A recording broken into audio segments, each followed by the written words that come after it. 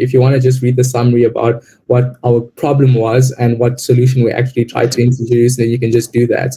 But for this purpose, I'm actually just going to use the full version. What we did with my team actually is we actually chose one of the topics that were provided by the Geekulcha team, where you had to choose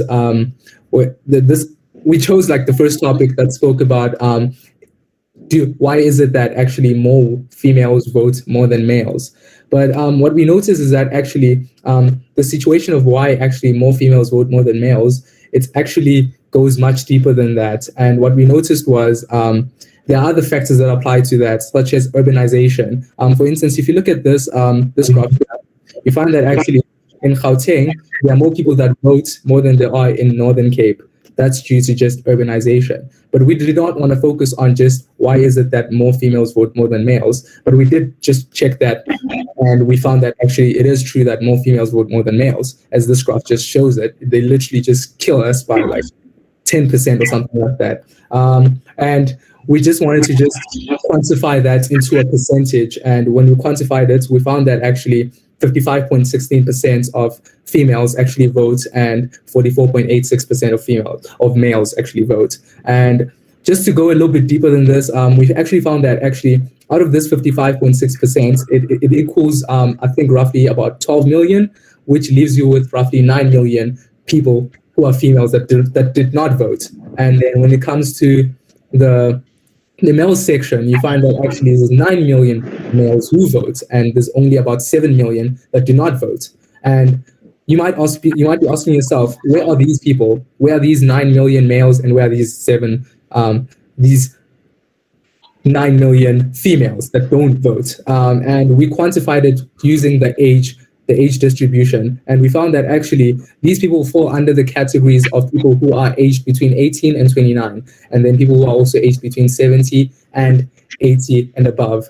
And what we found was that actually the youth is not really that much educated as to what's the importance of actually voting and all of that. So we just thought the government needs to just re-emphasize on the youth and try and focus on them, because since they are actually the future of South Africa itself.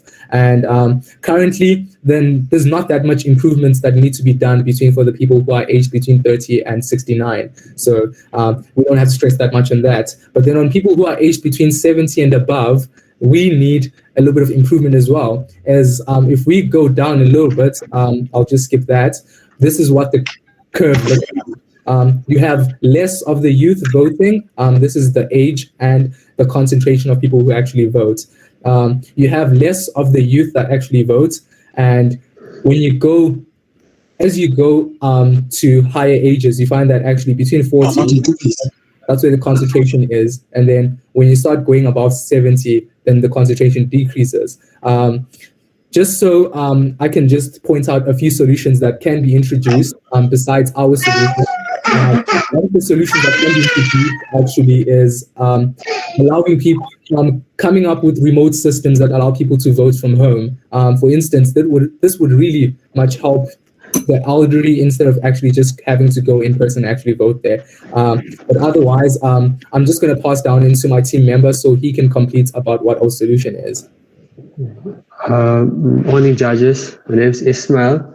In addition to the solutions like in early voting, we also came up with a system called SA Rewards that would allow future voters to register and earn points for registering to vote, as well as earn points through doing good deeds such as community service, or even through a referral program where they can earn points by encouraging other people to vote and register to vote. So with our system, you can use those points to enter into raffles where you can win a limited edition car or a trip to Cape Town. You can also use those points to spend on data and airtime, or get on shopping vouchers, take a lot vouchers. All in all, we thought this was a nice way to get more people to vote, and also by doing community service, it will help improve the country when it's not voting season. Thank you. We still have some time left. So you have 20 seconds. Okay. Okay, so the way in which the referral program works is, let's say I vote today, and if I vote today or register to vote, I would have the ability to actually call one of my friends to actually go apply and vote. And then once they vote, they actually use my referral code in order to actually get points for themselves, some additional points, and I can also get additional points. And then that's a way of actually influencing other people to actually vote, just because you get free Sorry, stuff. Tim. Your time is up. It's 4 minutes of judges. So judges, I don't know if you want to give them your time. I see one of the judges stepped out a bit. Mr. Ronnie, do you want to give them an extra minute, or do you want just to go? 1 minute? Just 1 minute. 1 minute. Team, you've got 1 minute.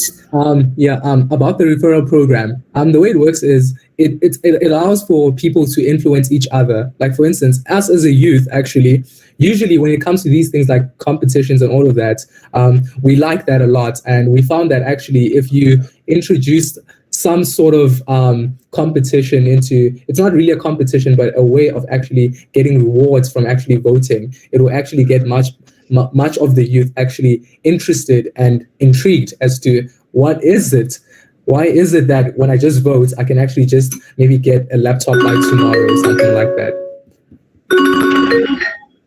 So that was my timer, sorry. So that's how it would work, but it also benefits other people as well, such as home products. Your people who own houses and stuff, who are much older than the youth themselves, they can actually. Sorry, team, your time is up.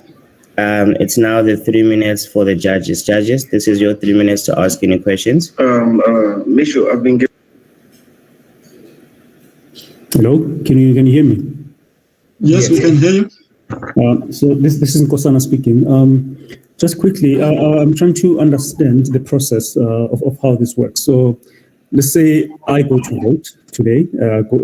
I go to a booth, and then I take whoever I'm voting for and put it in the basket.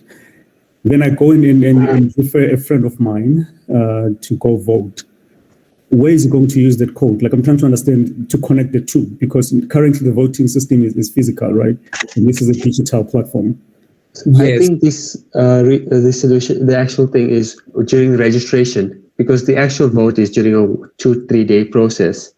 This would be going on throughout the whole registration process, and forcing, incentivizing more people to register. I see. Okay. Also not for voting, it's just for registration. I see. Okay, so from my side, I've got two. One, it's a question. Another one, it's a comment. This is a good presentation. Secondly, you mentioned that you mentioned something about youth education on one of your graphs, where there was a decline in terms of, you mentioned the reason is because of the fact that the youth needed to be educated. So my question there is it because the youth need to be educated, or youth need to be they are demotivated and they don't see the need for voting? And secondly, what is actually the problem the problem that you are solving here?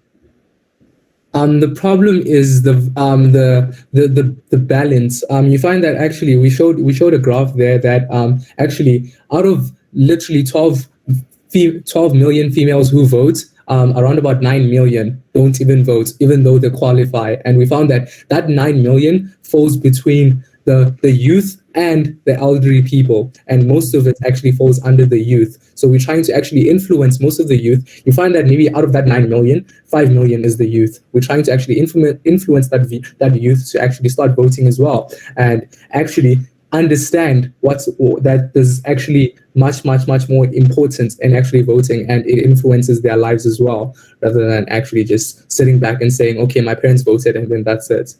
Qualify. And we found that in terms of the decline in the graph, can you say something about that? Because there's a decline. Is it because of education, or is it because of youth are demotivated to vote? The decline is both for being demotivated and actually not knowing the importance and not knowing how it actually works. And there's also that other decline for the resources, the infrastructure, the facilities that exist for the elderly people. The facilities for them, they're actually not voting that much, because once you reach a certain age of like 70, you can't just go and stand at a queue for as long as other people can actually stand, which is why I said in the long term, actually introducing remote voting systems would actually help the elderly, and also just having the youth vote much easier than actually, because the youth would never just go and stand outside just to go vote. They would never, because they also don't understand how it works. Unfortunately, team, your time has come to an end. The judge.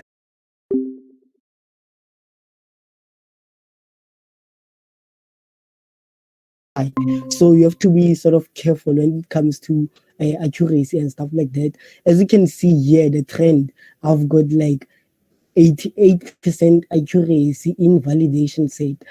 The data that the model has never seen before. And then in terms of the loss here, we've got a loss of 35%. And then in terms of precision, we've got precision of 86% and 88% in validation, and then recall as well. Meaning I'm using the F1 score formula.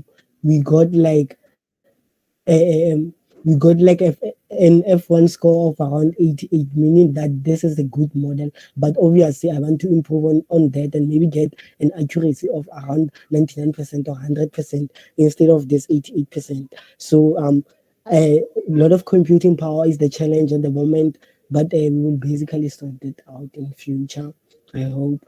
Thank you.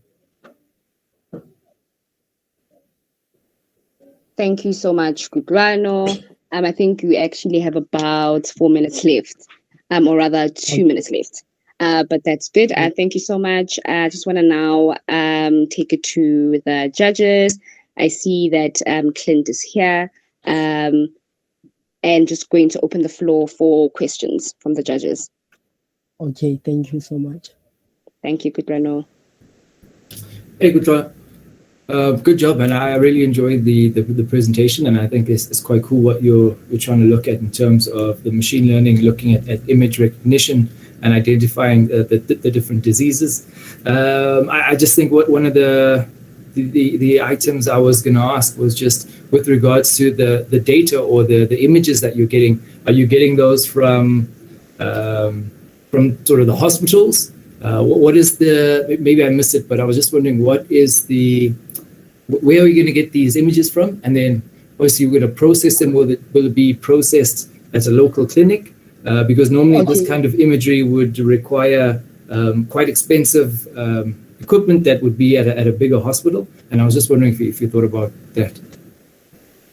Okay, at the moment I use the data set from KLL, which is like they host sort of data science competitions there so that data scientists can sort of solve problems. So this one is for pneumonia. Data scientists were required to sort of solve pneumonia, build machine learning models which can diagnose pneumonia. And then I got the data set as well from a skin cancer competition, and then I matched them into one data set with different classes, of course: pneumonia negative, pneumonia positive, skin cancer, benign, malignant, and then I trained the machine learning model to learn the machine learning algorithm that I used is convolutional neural network. It's very powerful for image recognition and stuff like that. Thank you.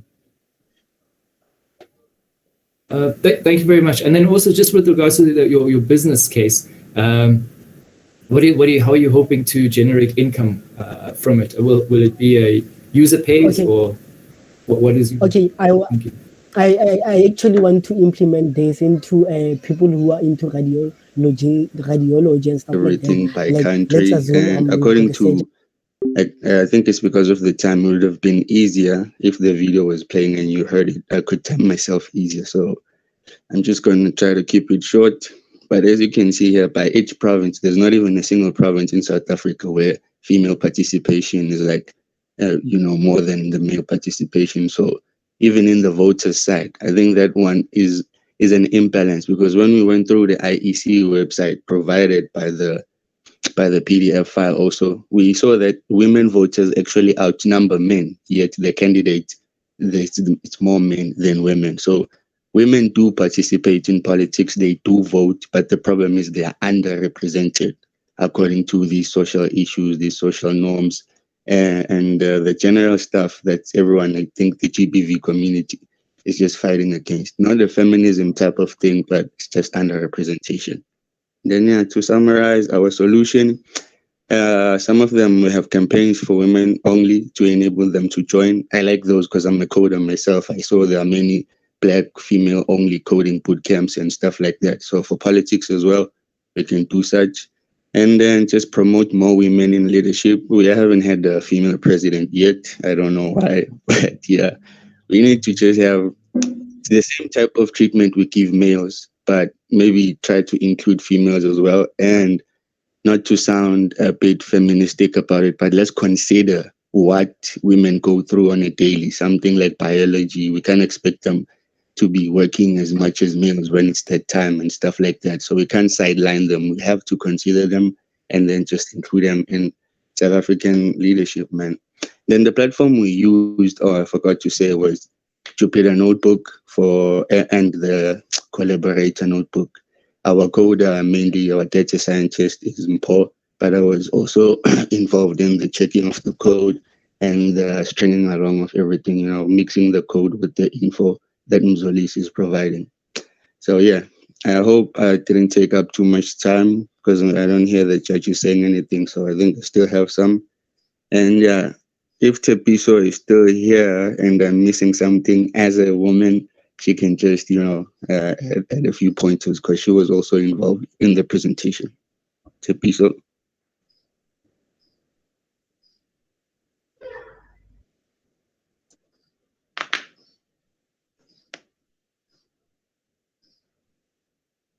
Okay, hello.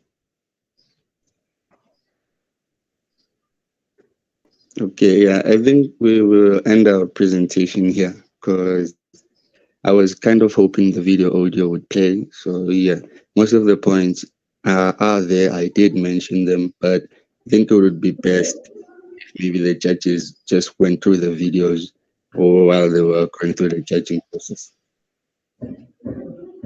Okay, thank you for the presentation. I think we will start with the Q&A. Itumeleng, I see you had raised your hand. Do you have any questions to ask Team The Powers? Yes. Thank you so much for that presentation. And I didn't really fully understand how the solution is going to work. Like, what is it? Burden, large number of people are going to hospitals and clinics, and there is misinformation on diseases, viruses, and mental health. So the solution that we came up with is a USSD and a chatbot.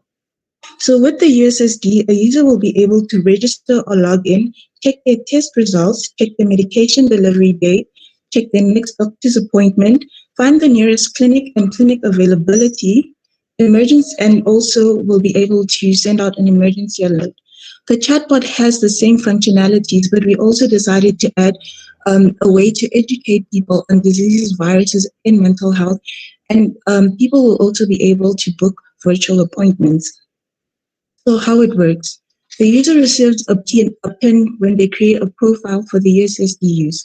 There will be an online consultation for HIV and mental health that can be booked.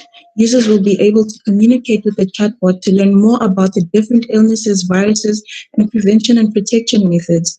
Geolocation will be used for users who require immediate aid by the USSD. This is for people in rural areas and township areas.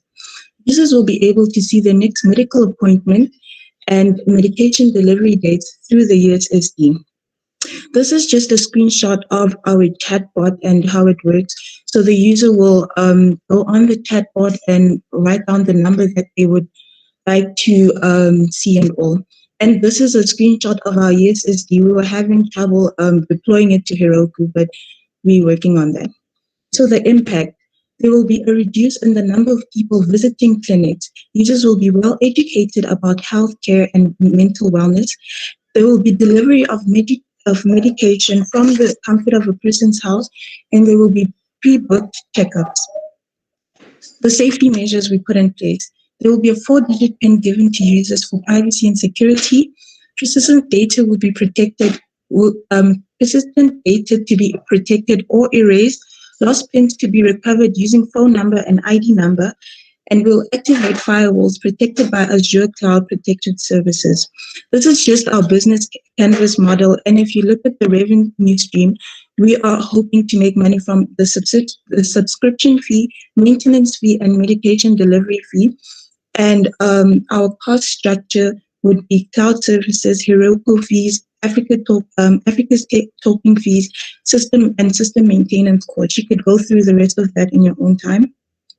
The technologies we use, Heroku, Bootstrap, Azure Maps, Azure Clouds, and Africa's token. This is just a picture of our team. And thank you. Please follow us on Twitter, GKS. Thank you so much, Christine. I trust that everybody got your handle and that they will follow. You guys are actually quite quick, eh? Actually, big ups to you guys. So you also had about 3 minutes left, but that's cool. Just then we'll hand over to the judges for questions. Clint, do you want? Yes, thank you. So thank you very much, Christine, for the presentation. That was really cool. I liked everything you guys, well, you ladies actually presented there. You talk about the USSD, which you're really trying to ensure that everybody has access, even people with low or no data, via the USSD. So that's really good to try and include everybody, especially in areas where data might not be as available. Also, you'll be using geolocation for your deliveries, which is also very smart. I don't have any issues with that. With regards to the firewalls and the privacy aspect of the data, you did talk about how you'll be securing the data. I was just wondering, in terms of medical records and that sort of stuff, it is quite sensitive. And I was trying to also see if you were thinking about how you're going to actually ensure the privacy of your of the users. I know you did talk about the security side of it, but in terms of the privacy, are you collecting only the information that's required, or are you collecting other information that you don't really need to have? Because now you're creating a platform where people will add their medical information on there, so you need to make sure that they feel safe and secure giving their data to you. So the information we're collecting is only the information they require, not necessarily all their other information, because we do have an option where they'll be able to let us know if they do have a medical aid, and that will work hand in hand for them. Okay, excellent, thank you.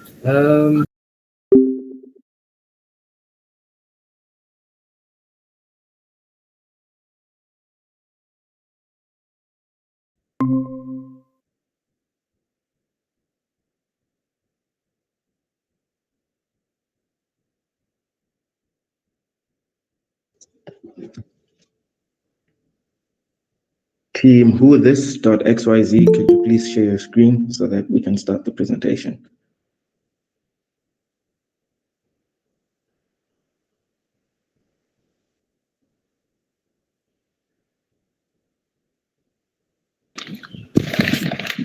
Can you guys see the screen? Yes. I'll slide to the presentation just now. Okay. So before you start presenting, I'd like to make sure that our fellow judge Itumeleng is also ready and can see the screen. Yes, I'm ready and I can see the screen. Thank you. Cool, thank you. So you can start presenting now. Cool.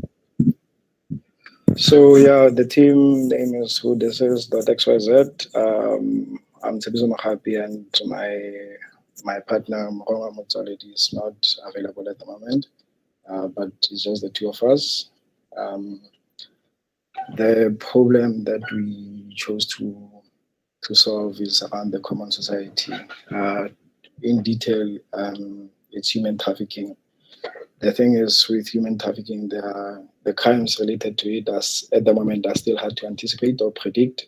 And we did a survey where we just wanted to find out what is it that we can do to tackle this particular challenge. And some of the participants in the survey suggested that there isn't much done to fight the problem, especially from the government or police departments.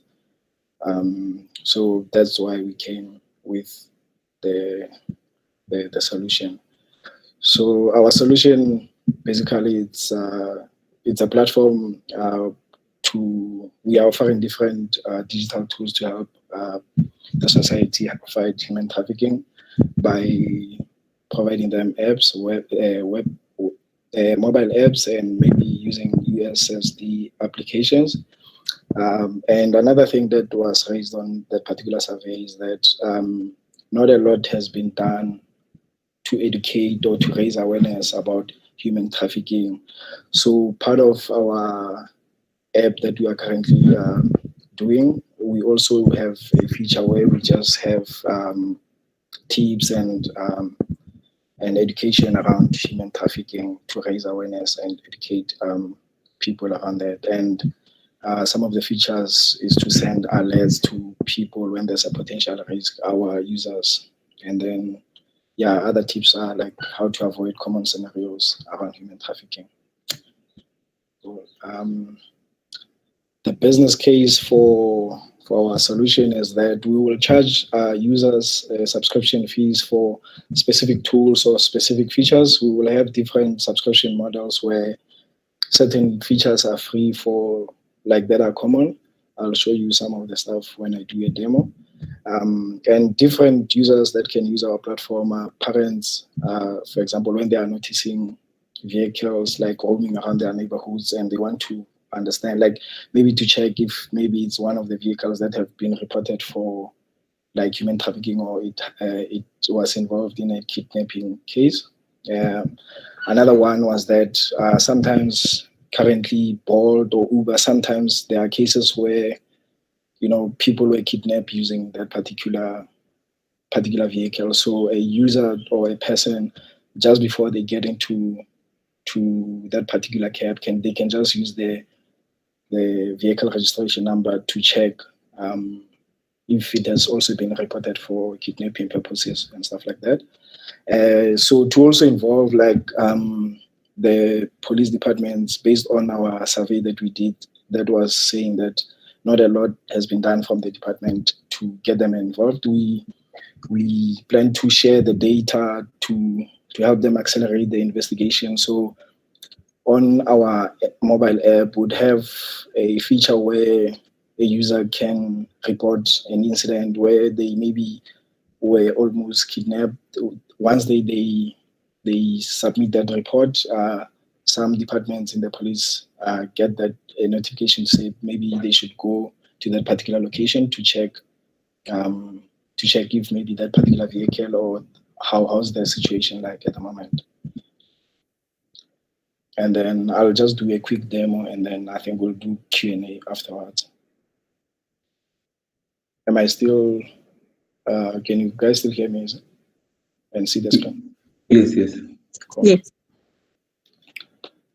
Let me just do this. So we do have a sign up and sign in functionality. We send an email just to make sure that the person signing up on our platform are real people. We do send a verification link to them. The passwords are encrypted in the backend. We used Ionic just for this prototype. We used MongoDB to store our data. We used also Firebase to store some of the common queries that will come from the app. So just log in.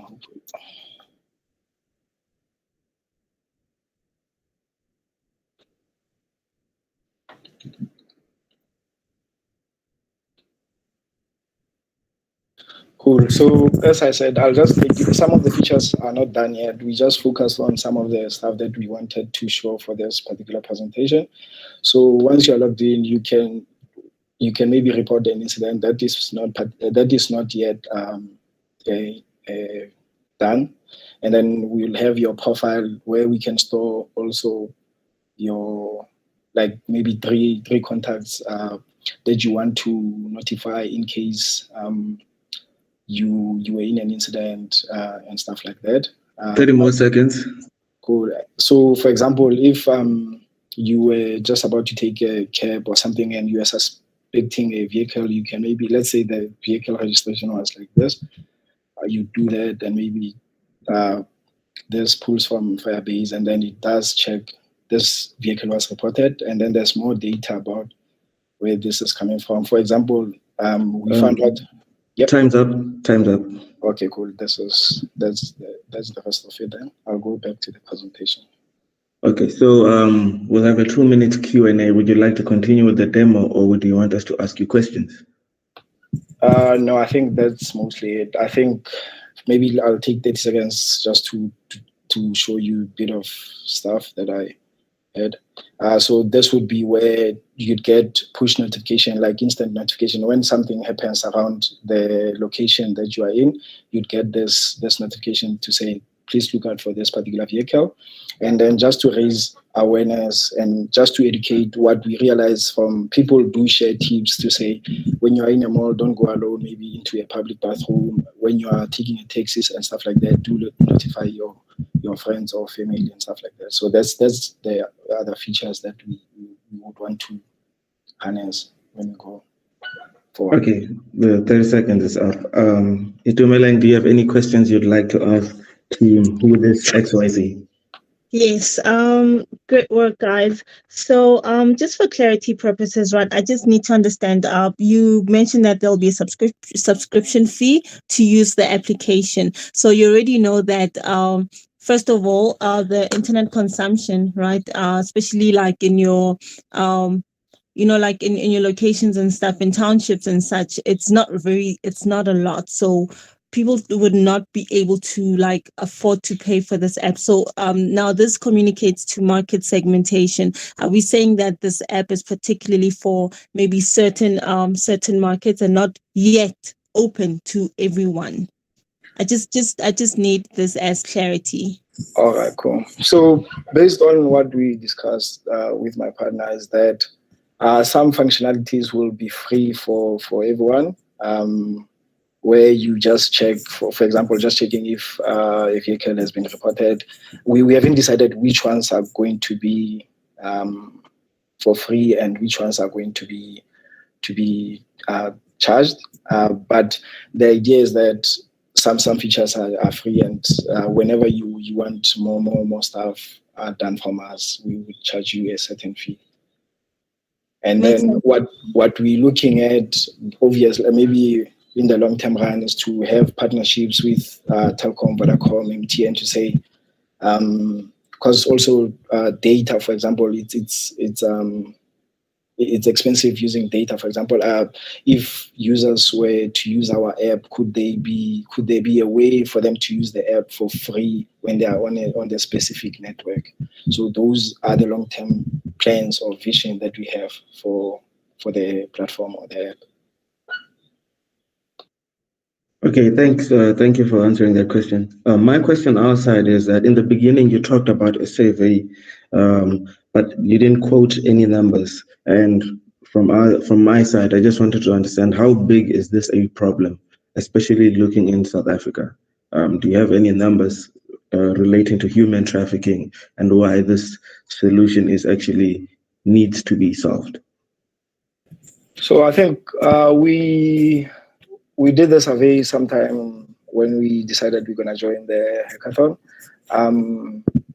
I think we got about 40 responses, to be honest, at the moment. But based on like a high-level view or like understanding of what is currently happening in South Africa, human trafficking is genuinely a problem. We don't have exact numbers, but we do believe that it's a problem worth solving. But yeah, based on our survey, I think it was 40 responses. About 20% said they knew someone who was affected by human trafficking. Others didn't, but also the stuff that we implemented, the features that we implemented came from what do you call this? Came from the responses. I am happy to share the survey, but obviously with the not sharing the emails or people's names. No, that's fine. Thank you, team Who This XYZ for your presentation. We will now be calling on the next team. Do we have? Yeah, thank you for the presentation. Cheers, Navas.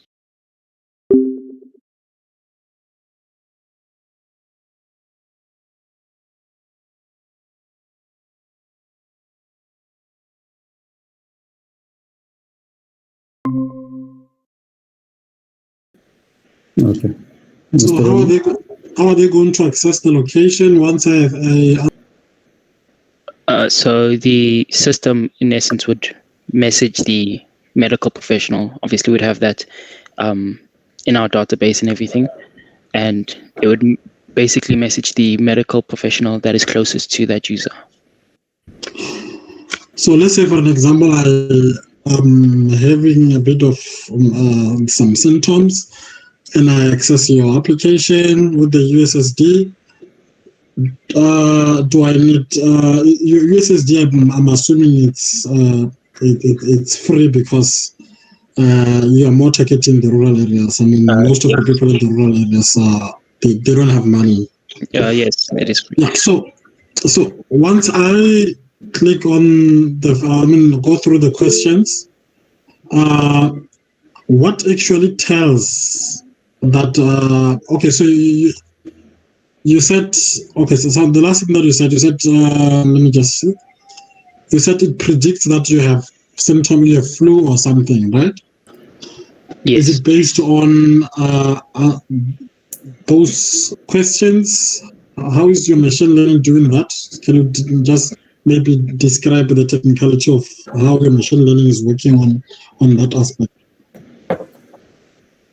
So we will have data from, I'm pretty sure, the Department of Health, and it will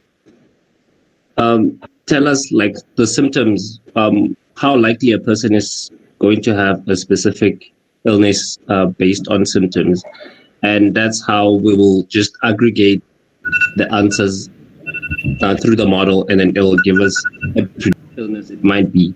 So it's not questions for like a specific illness. It's more questions that we will develop for that will have the ability to be aggregated into a specific minor illness.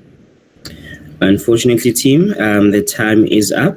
Thank you for your presentation. Judges, you can just work on the scores. The next team to present, Team Backyard Tech. Are you here? Team Backyard Tech. All right. Team Backpack Coders. Team Backpack Coders. All right. Butterstroke.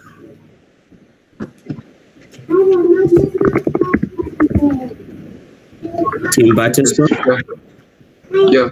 All right, Butterstroke, can you please just share your presentation so you can start?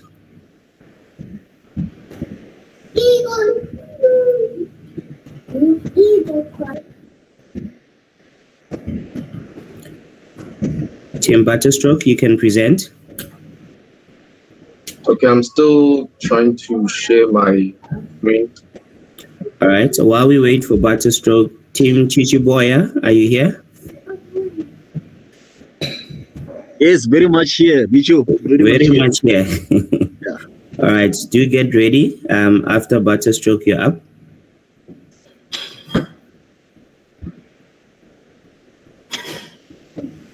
KO, are you here? Yeah, KO is here. You ready for a KO? All right. This is Team Butterstroke, right? Yes. Can you see my screen? Yes, we can see your screen. How access. Yes, you can see the health access screen. Are you ready? Yes, I All right, am ready. Your time starts now. Okay, so we came with an idea that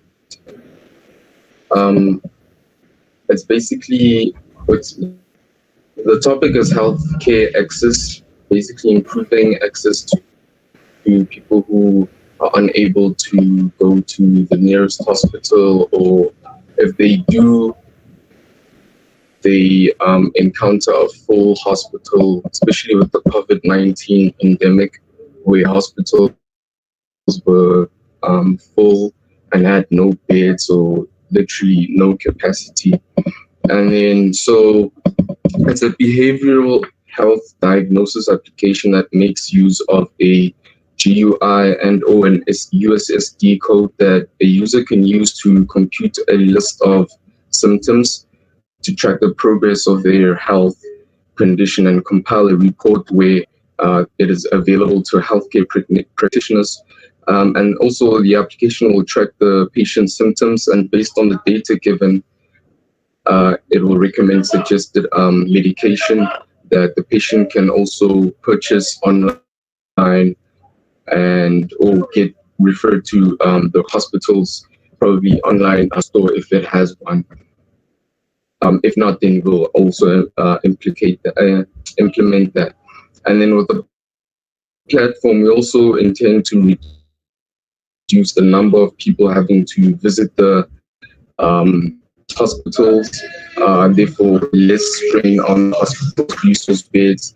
That's something that we saw, especially with the lockdown and hospitals having no beds. And basically with this system, once we get your condition and what you may be suffering from, we will then implement an Uber-like system whereby, not really Uber-like, but you know those small cars that have been kind of trending right now, where medication will be delivered to your client's location, and if depending on the severity of the condition they're in, they can also deploy healthcare workers that will also provide further assistance. And then the features we intend to implement will also in the future involve a 3D model of the human anatomy, so that the user can point out the part where that's painful, that is in discomfort, and so forth, and also give a scale of 1 to 10, measure the severity of the pain. So on my screen here is basically the landing page and also an introduction of how the whole thing works. So as you can see, this is Get a Helping Hand in Health, and it describes what I just basically talked about, and then how it works. The client will also know how it works. So first you start off with how do you feel, we ask you questions, and then you get diagnosed. And then from there on, you can either receive medication by the Uber-like system that I talked about, and also for things like if it's not such a cold flu or something like that, there's home remedies that you can utilize. And then once you get ready, you can click on this call to action, which will redirect you to the questionnaire that I was talking about. And also the location will just be automatically loaded, as you can see there. So that we know your precise location, and this data will all get sent to the back end, and then from there on, the customer, user, or the potential patient, will then fill out a form where we will take all the details. If you have medical aid number, the gender, and then from there on, the questions that will be most likely be used to kind of like figure out what it is that you might be suffering from. And then from there on, we had a terms and condition that obviously it's confidential data that we're working with. So we want to implement secure and also make sure that the patients give us that permission to utilize their data so that we can kind of like help them with their health and give them advice. And then, yeah, that's pretty much it. All right, thank you. You still have 1 minute, 15 seconds. I don't know if you want to do a demo or do you want to emphasize a bit on anything? 1 minute left.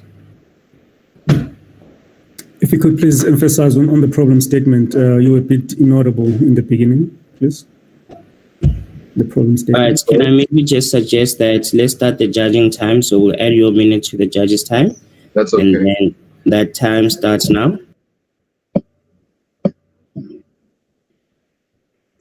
Koketo? Yes. If you could please explain the problem statement again. What problem are you solving? Because you were a bit unclear in the beginning. Oh, okay. So the problem we're solving is basically, first, it's the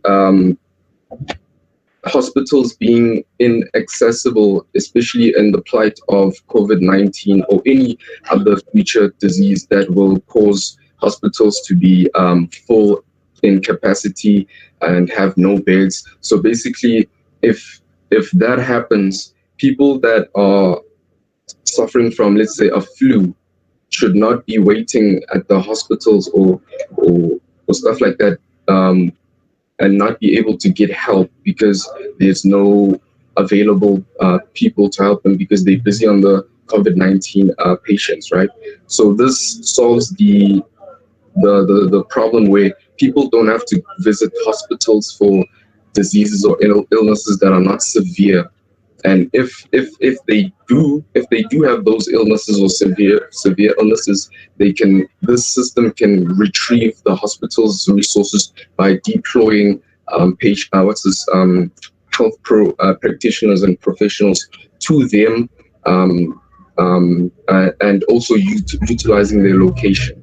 So it's more like making hospitals work remotely. Not completely, but remotely, and allowing them to allowing people not to always go to the hospitals, but also hospitals deploying their staff members to the patients. I get it, Koketo. So in the interest of time, because I'm sure Mr. Ronnie also has some questions, just two more questions from me. You mentioned USSD in the beginning, but I see a web-based solution. Please describe that. And then the last thing is, what's your business model? How are you going to make money from this? How to make money from it? So we're thinking probably from if it's yeah, we didn't even talk about that. Yeah. All right, thank you. I'd be lying. We didn't. I was doing most of the coding, so yeah, we didn't get to that.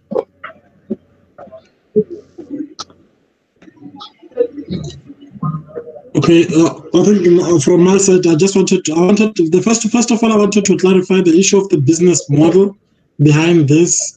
I can see Mr. Babu's already asked that. I mean, every solution or every product that is being developed, there has to be a business model that goes with it. So for you guys to have to make money. So that is a point that you should take going forward. And secondly, you mentioned an Uber-like system. How does it feature in this?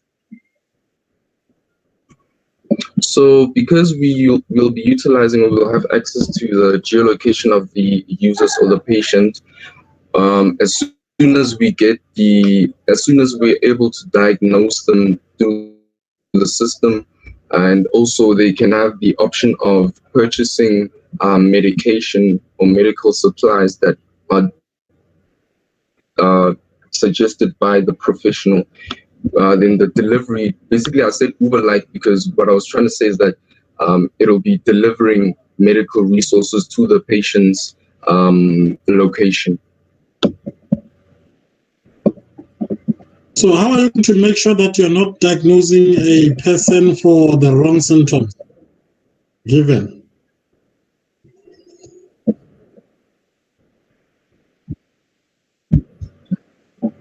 The wrong...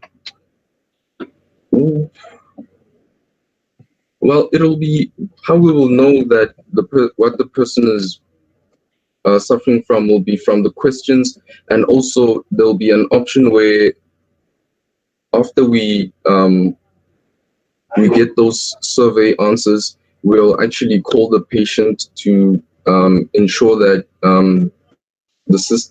the given symptoms are actually correct, because obviously they can be user inputs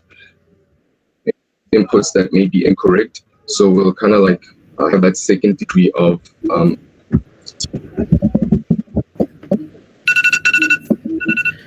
Yeah. All right. All right, Kogeto. Your time is up. Tough one. All right. Thank you, Kogeto. Thank you, judges. Please do the scores. And the next team on the list is. I'm just gonna quickly go back. Team Backyard Tech. Are you here? Thank you, Kogeto. Right. Team Backyard Tech. Are you here? All right. We're gonna go to. You're welcome. Pleasure. We're gonna go to Chichiboya Digital.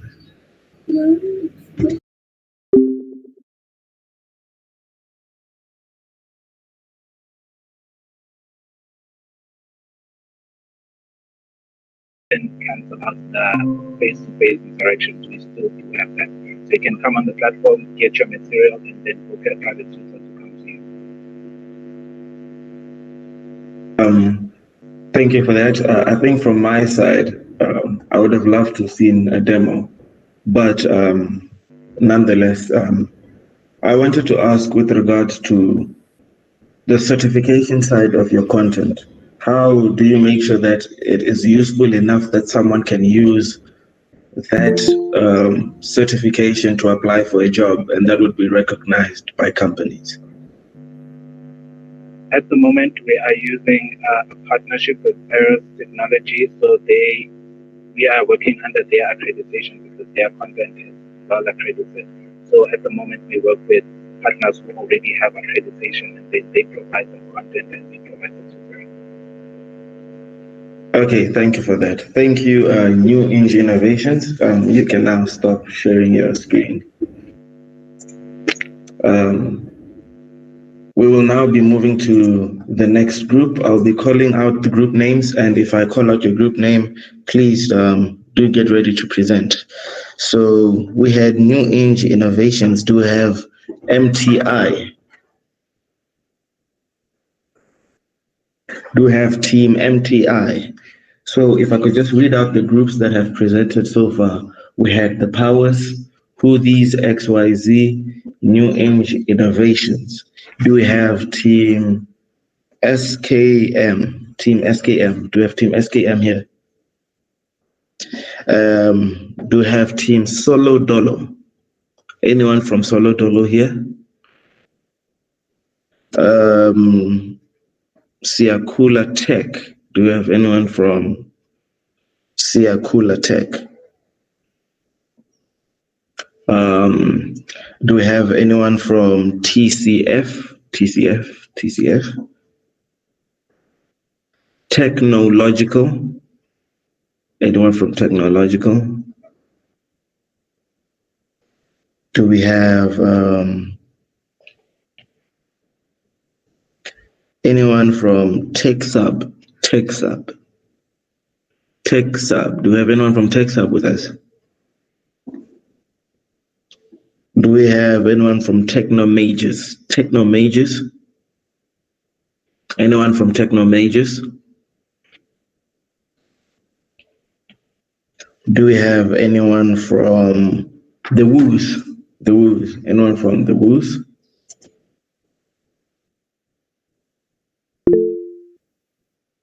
And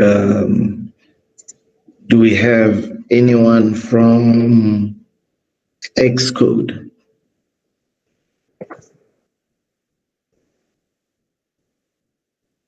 Anyone from Xcode?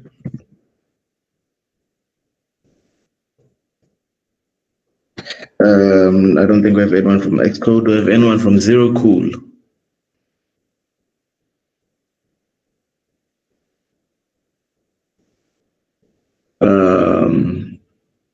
And then MTI. I'm back at MTI. So I think, Witness, you are having problems with presenting. Is your team ready to pitch?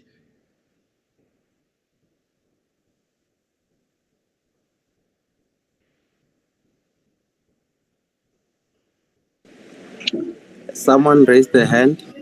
Yes, I raised my hand. I haven't set up stuff because I thought I was presenting last. So I think the way it will work is we're going to try and call the teams for the last time. Could you? Can you please unmute your side on that side, please? Yeah, but you can hear me fine, right? There's actually music background on your side, so if you could move to a more quiet. Switch off the music. Yes.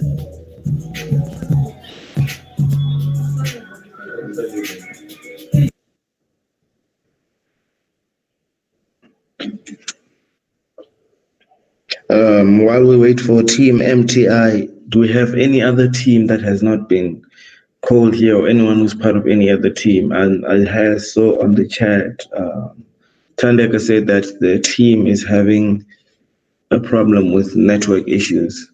If you don't mind sharing the video link with the judges, and we can play it for the participant, and then we can also judge, that would be appreciated. However, nonetheless, I'll go through the teams one more time, and if your team is here, just say so, and then you can start presenting, because we currently only have that have presented out of, I think, 10, if not 12 teams. So Team SKM, do we have anyone from Team SKM here? Witness, I see your hand is raised.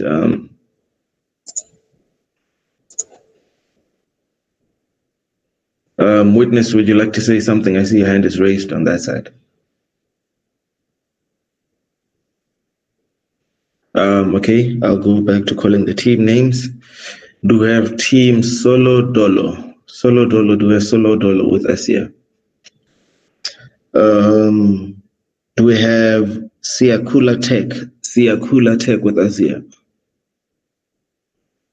Okay. And do we have TCF?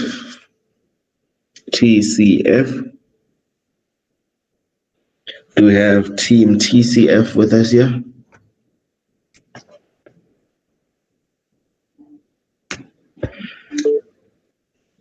And then do we have Team Technological?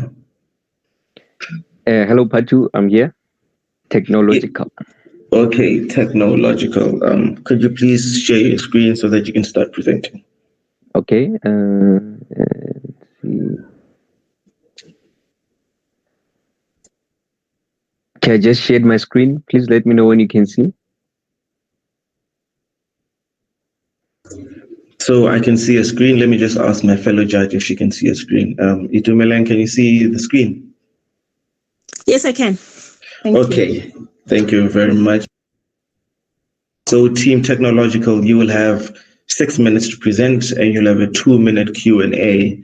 And I'll give you a 5-second countdown, and then you can start with the presentation. Are you ready? I'm ready. Okay, so in 5, 4, 3, 2, 1, you can start presenting. Okay, thank you. So my proposed solution is an app called LMSY, or LMSY, which stands for Let Me Serve You. So this is a food ordering app that is specifically targeted for street food vendors, people who sell food from containers and stuff like that. So the problem statement is primarily something that I have personally encountered a number of times, like buying food from a street food vendor, the people who sell food from containers, let's say during lunchtime. And sometimes I have to wait for the food for sometimes up to 30 minutes, which is up to that's like half my lunchtime gone already. And I still have to drive home or maybe to the office. So I picture a convenient solution that allows you to pre-order your food for collection. So you just get there, pick up your food, and then you're done. The solution I have in mind is a mobile app called LMSY. So this allows the user to order food from the street food vendor in their area for for collection. And then the envisioned final product will include ratings of the vendor's food, waiting time for the food, food availability of a certain dish, and a notification when the food is ready to be collected. So I did a bit of analysis. This is personal analysis from my observation. So there's about more than 5 street food vendors in less than a 5-kilometer radius from where I'm staying. So in terms of the market, I believe that the product has a market, and also the demographics of potential consumers. I believe that they are there. Most of my market analysis is based off what I personally observe when I go out to get lunch, and I see a significant number of other people getting lunch from street food vendors. So based on my observation, I believe that there is a market. So that's the end of my presentation. I'll show you the prototype that I did for my app. Okay, so this is how I picture the app to be. So you're gonna have a landing page. So the pins, the red pins that you see there, so those are the food vendors like in your area that have registered with the app. So when you click on one of the pins, it will take you to the specific menu of that food vendor. Like here we have the pub, the gizzards, fish and chips. So you choose what you choose. And then when you add to basket, it does your calculations. That's the meal. That's the total of the meal. This is the admin fee that I would like to charge, like for the sustainability of the app, like a small admin fee. And then after that, you check out. You place your order, you check out, and then it tells you that your order will be ready in 20 minutes. So that means that there's an app also that interacts with the seller on the other side. Maybe preferably a web app for the seller side, where they'll see the orders. So I only have a prototype for the buyer app, not the seller app. Thank you.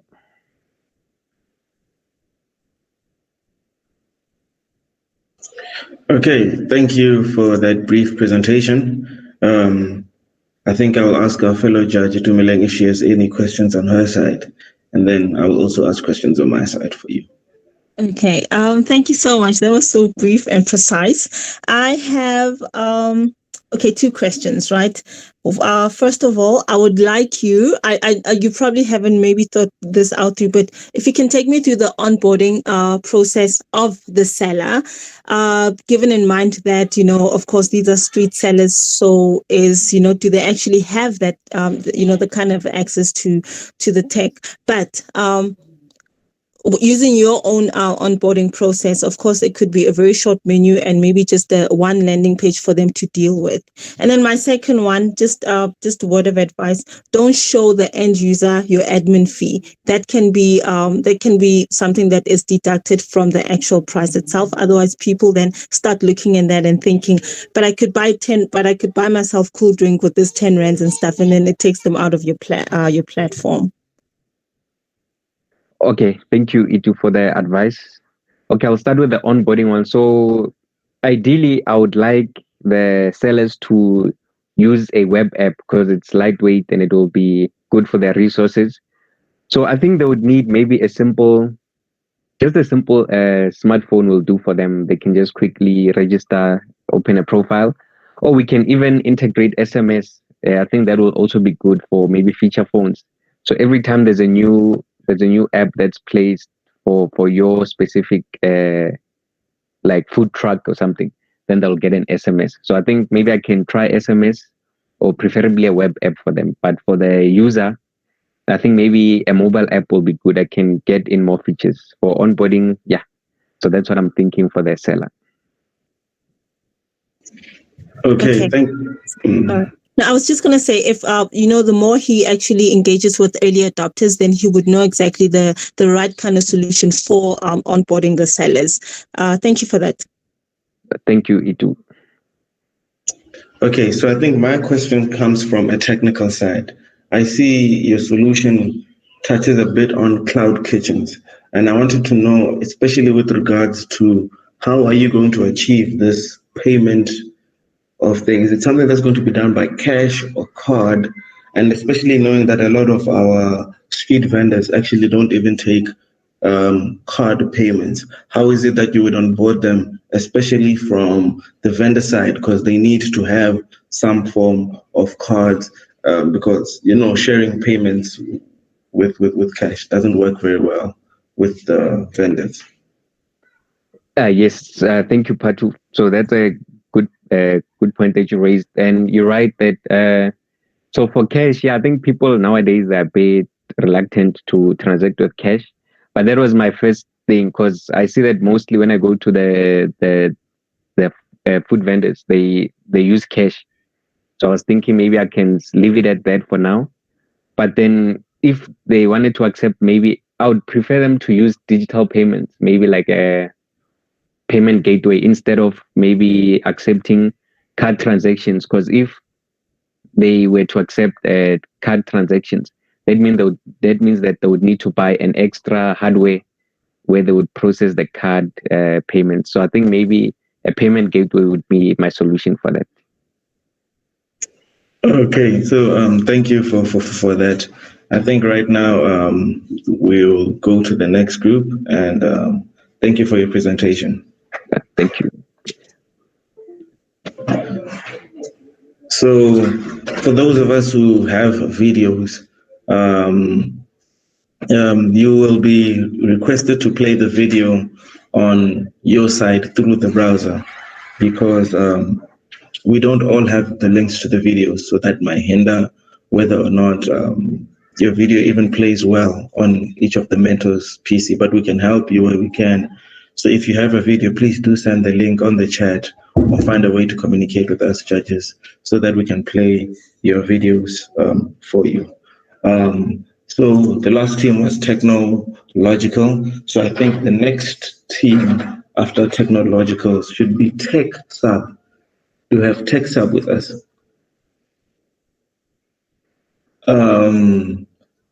Is Team MTI still here with us? Team MTI, Yes, I'm here. Yes, you can start presenting, and then we can start with your presentation. Okay, cool.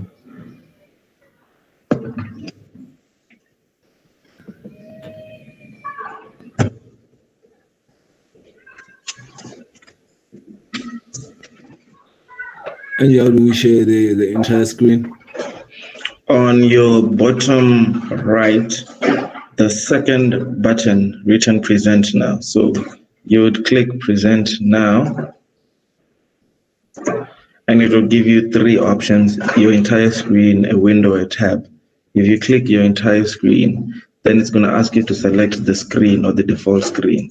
Once you click that, then you click share. Yeah, because I'm clicking the present now button. Nothing is happening. Which browser are you on? I'm on Firefox. Yeah, I think Firefox has a few issues with that, so you might be advised to move over to Chrome for the sake of the presentation. Okay, cool. Let me switch to Chrome. Okay, so while we wait for Team MTI, do we have Team The Wolves Witness? Were you able, Witness? Are you still with us?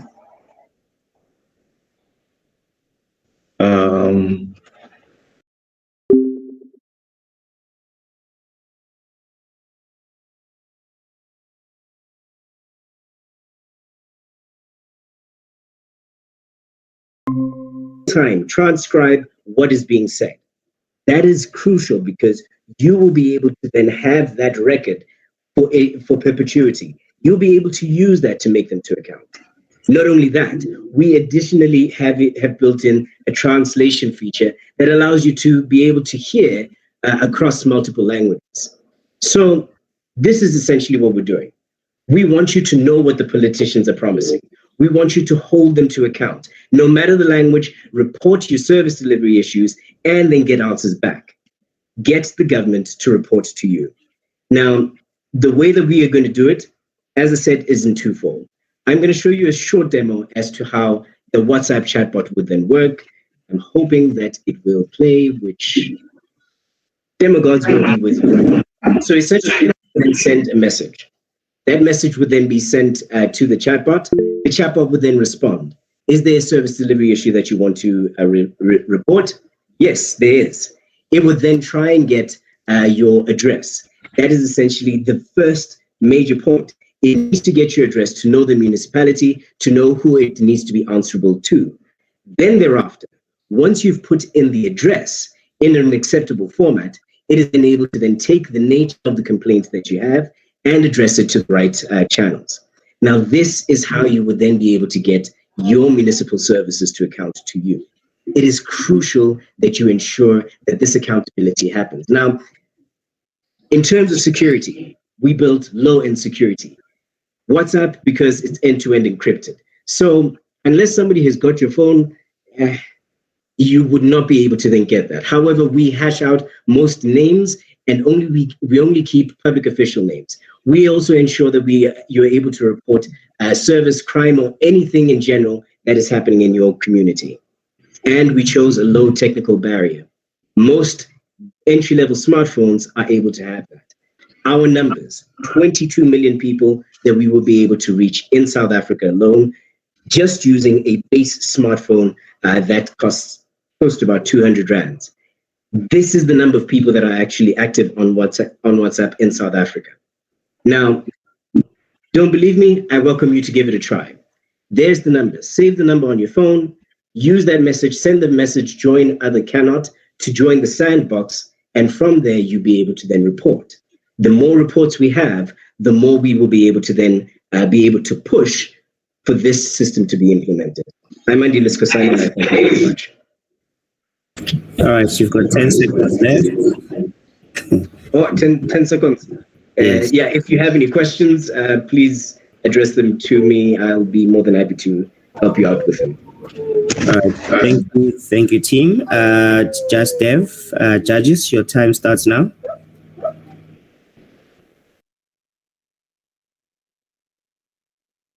Oh, sorry about that. This was brilliant. I really enjoyed that, and I think you're solving a very, very important problem. And I like the fact that on your demo you showed that you're considering people that are really affected by lack of service delivery. The language that you use there. So yeah, kudos for that. It was a great solution, and I think it needs a two-prong approach. Because right now I think your consideration is from the bottom up. So basically, the people on the ground trying to get the government accountable, but you also need one from the top down. Like we need a solution that will work with this one to consider things like how much budget has been allocated and how much has been used for service delivery in those areas. I think if you can maybe think about that approach as well, that would really deal with a lot of corruption. But yeah, thanks a lot, man. I don't even have a lot of questions, but this was really great. Okay, thank you so much. Actually, I do have something. It's just that I was worried about time. So we do have a top-down approach in terms of service delivery. So one of the things that I just briefly touched over is that what we keep are only the public officials' names. What we managed to do, because we've been building bits and pieces of this product over the last year and a half, and what we have at the moment is a dashboard that is able to then report to the political official or a head of department, showing them exactly what issues they have within their community. Then with those issues, they'd be able to then find out in terms of their turnaround times from the moment a problem was reported to the moment that a problem was resolved. We also use a little bit of machine learning to analyze if the problem was actually resolved by sending pictures to and from the chatbot, and the public official or minister will be able to have that information. Not only that, though, they'll be able to get a system that basically looks at their audit at the end of a financial year, and it balances invoices that were sent through by service providers to actual work done, and it does the marrying of the two to ensure that those overlap. I I can try and make that a little bit clearer, but time was really my issue in terms of that. No, that's brilliant. Thank you. All right, Angela, interesting presentation. I don't have a lot of questions. What I can ask here, can you please clarify the business model behind your solution? So the business model at the moment is essentially it is built with government in mind. However, the entire project is scalable, and it is scalable outside of government being the primary client. What we're looking to do is to do asset management tracking of assets in terms of anyone. So we would then be able to implement the system in an energy environment. What we're looking to do is to look at employing this in terms of a e-pace funding to basically track those services for energy companies. So we're looking at building this system of accountability beyond government, but this is just a nice to have because it is a very pressing issue. So our system in terms of monetizing is outside of government or public sector. All right, unfortunately our time is up. Thank you, Andile. Thank you, judges. Andile, please raise your hand, drop your hand. Yeah, let me stop sharing as well. All righty. The next team that we have is Team KO. Team KO, are you in the room? Yeah, boy. All right. After Team KO, we've got Team Lemzozo Koda. Team Lemzozo, are you here? Yeah, yes, I'm here. He is here, okay. And then, Lemzozo. And then the last one is, not the last team, but Team Lwati Literacy.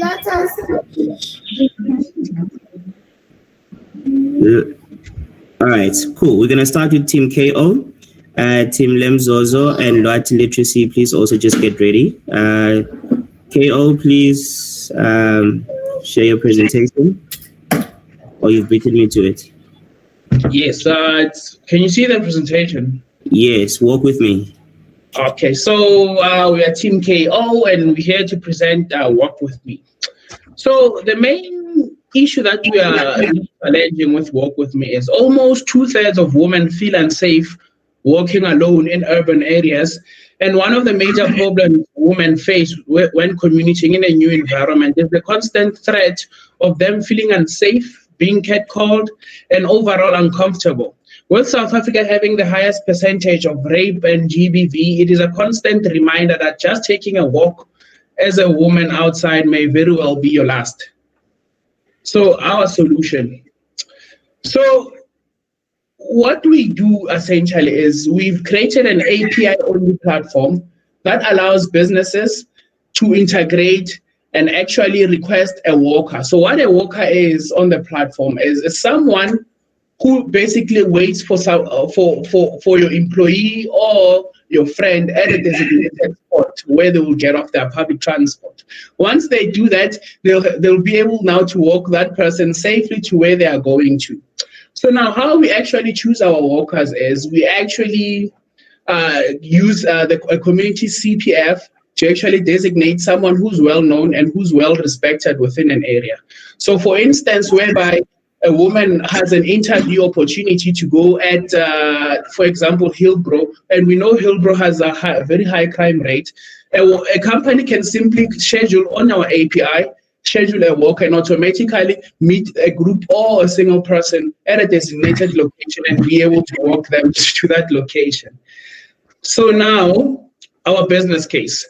So we charge a business subscription fee for businesses at a per user rate. So the users are not actually being charged, but the businesses themselves. So if a business wants to ensure that their workforce is always protected when commuting to the office using public transport, we are now able to actually allow them to host their employees on the platform and simply request from there.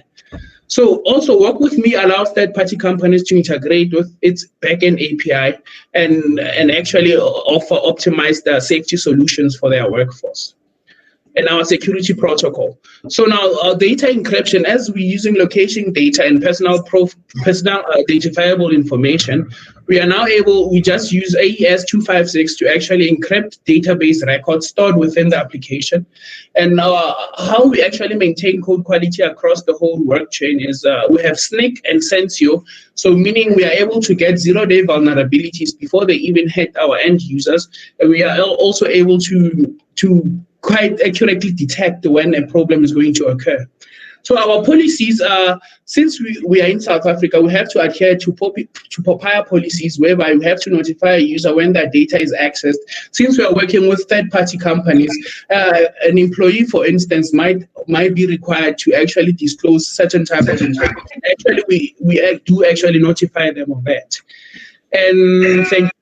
And I'll just walk you through our quick demo. So our demo is a bunch of Postman APIs. What I'm going to do now, I'm going to share another screen. Your entire screen is there. Can you see the new screen now? It's loading.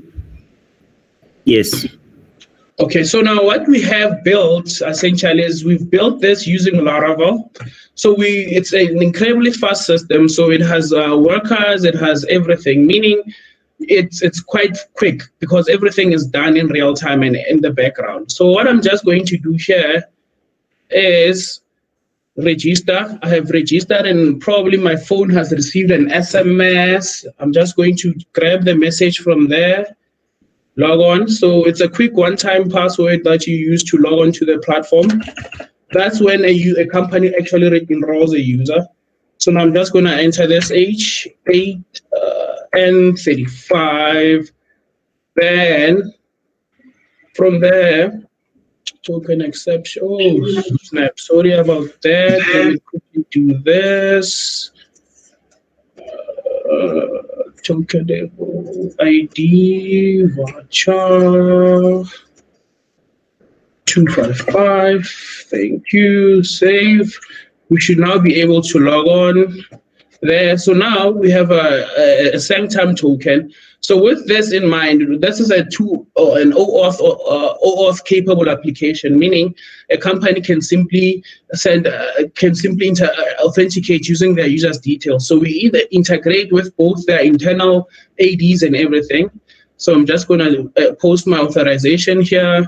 Then automatically, you currently do not have an active profile, but we're going to skip all of that and come to the actual platform itself. So now I'm going to do this, estimate price, and I'm going to come here, walk, then estimate, and automatically here I'm going to give it a bearer token. It's pre-filled.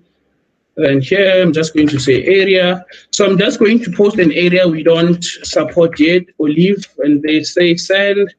Automatically, it appears the area is not supported. But now once I type, for example, a place like Hillbrow, boom, we actually have a result from it, and it actually tells us this is the base price for walking a group of people, which is 102 Rand. And it changes overall. So if I request again, it's now 6 Rand. It also scales this based on demand and everything. So essentially that's Walk With Me. And one of the key... sorry, Tumelo, your time is up. Judges, I'm not sure if you want to give an extra minute or you want to jump straight into questions. An extra minute. I wanted to hear what key things that you wanted to talk about. All right, Dumza, you've got 1 extra minute. One of the key policies we are going after is the newly implemented GBV policy that actually enforces companies to comply with the regulations and actually ensure that GBV is addressed properly within their work offices. So how we do that is we can even allow companies like Careers24 to integrate with our API. With that integration, if somebody has been chosen as a candidate for an interview, the platform will automatically dispatch a token to them, and a walker will actually be assigned for the day that they come to that interview. This will thus ensure that a new person who comes to a city they've never been to will actually be able to safely navigate the area, or at the same time be protected for in the meanwhile while they're getting used to that area. So that's the most important thing that we're trying to address with Walk With Me. All right, thank you, Dumela. Judges, your 3 minutes starts. The first question I have is with regards to the feasibility aspect of it. So I'm just thinking about, the ratio of the walkers and walkies, if you can call them that. There's countless people that travel to Hillbrow, for instance. Then do you think there are enough people that could walk all these women that travel to Hillbrow? Well, in a country with over 50% of youth unemployment rate, I do believe that you have a limited number of people that are actually able to help walk people within the environment. And if an incident happens, we can automatically dispatch that to the local CPF, or if CPF is unavailable, the local SAPS can actually take over and enforce jurisdiction because a crime has happened while a walker was present with you. So all of this in mind, we're able to scale the platform effectively. For instance, if one person decides to go to, let's say, Carlton Center, the platform is automatically able to match people amongst themselves. So you can have a group of women or a group of men walking towards Carlton Center, but they don't know that area. Automatically, it's going to be able to dispatch a group of walkers for those individuals to ensure that everyone is walking in a group, which actually minimizes the need for having external help if an incident occurs, because more people means more power. Don't you think criminals would also take advantage of this solution and pose as walkers? Okay, so now as walkers, you don't register walkers on the system. Instead, we gather a list from the CPF and actually register walkers using that. So we've found that in South Africa, community patrol forums play a key role in fighting crime. So with that in mind, we actually use that as our filter to actually put in more people that are secure and who can walk people to where they want to go. Yeah, thank you. 1 minute, judges. Okay, thanks for the presentation. I just want to find out,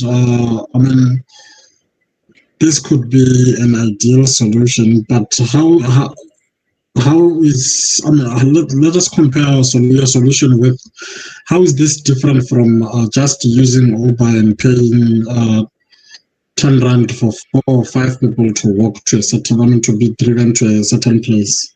Well, with Uber, sometimes you find that someone doesn't have enough money to travel to that said location they want to go to. So Uber can actually integrate with us in case that if somebody doesn't afford this, they're able to automatically assign a walker where a person gets off in high-risk areas. When a person gets off, a walker will actually take that individual to their final destination. And they can also do this for vehicles. Drivers are being attacked Uber drivers are being attacked by meter taxi drivers. So with this, an Uber driver can actually get a representative from that community whenever they're heading their way. So it actually works in 2 ways. All right. Unfortunately, your time is up. Thank you, Team KO. All right. The next team to come present, Lemzozo Koda. Are you here? Yeah, I'm here. Please start sharing your screen. And then after Lemuhang, it's Luati Literacy Space. Are you here? Yes, I'm calling, but. All right. And then Intelligent Developers. Are you here?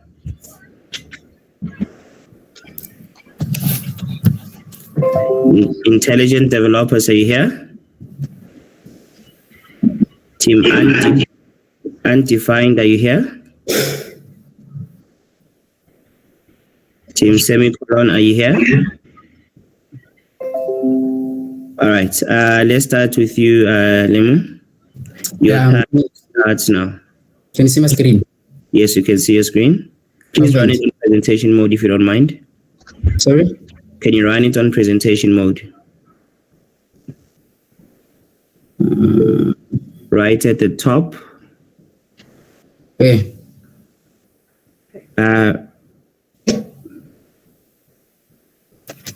Go to slideshow. Do you see where it says slideshow? Sorry? Can you see where it says slideshow? Yeah, go to slideshow.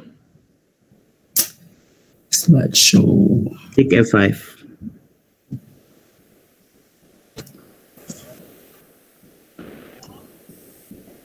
Did you click F5? F5. Yeah, and then from beginning.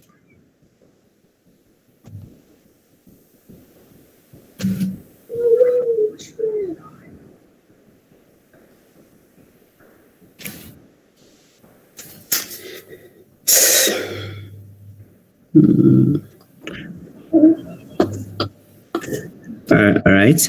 Your time starts now. Hello, everybody. My name is Lemahamatlu, and the name of my project is DeepDoctor.ai. So I'm solving the problem of misdiagnosis and cognitive errors. We all know that AI has changed the world and is still going to do a lot of surprises. We can now use AI to solve many real-world problems like in healthcare. Doctors are humans, meaning that they can actually make mistakes or false diagnoses. Misdiagnosis is one of the problems AI can tackle really well, as we have available tool called data, which we can use to do anything that can solve real problems like medical image classification in healthcare. So why is misdiagnosis so harmful? Patients could be much worse and they may die. Patients will take unnecessary medications. It will cost patients a lot of money as they might go for unnecessary surgeries and buy unnecessary medications. The hospitals might get into trouble if the patient decides to sue them. The patient will develop problems such as stress, anxiety, and so on. So my solution is to build a web application in which doctors will be able to upload an X-ray image or any medical image and actually make predictions based on that image and numeric data. This app will help doctors to confirm diagnosis. So it will act as an confirmation system. This app also has a dashboard about COVID-19 infections around the world. So the diseases that the app solves include pneumonia, COVID-19, skin cancer, breast cancer, and brain tumor. So I'll be using machine learning and deep learning algorithms to solve these diseases. So let me show you the demo.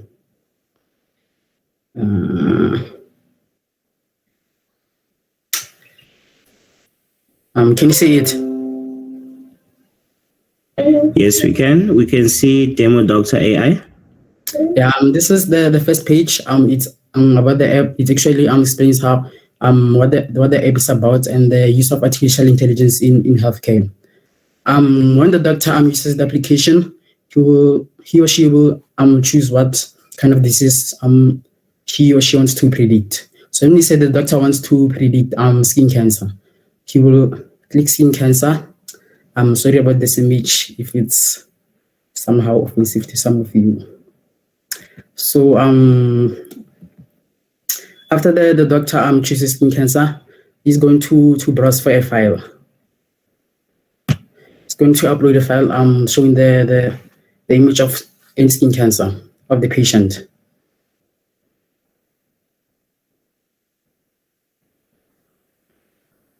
Then after the doctor uploads the image, he's going to hit submit the image to actually make predictions based on the image that the doctor uploaded.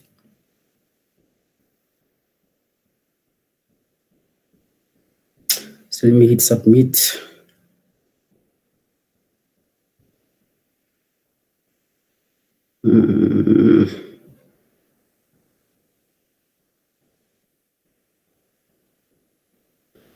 Maybe some problem here. It's still running.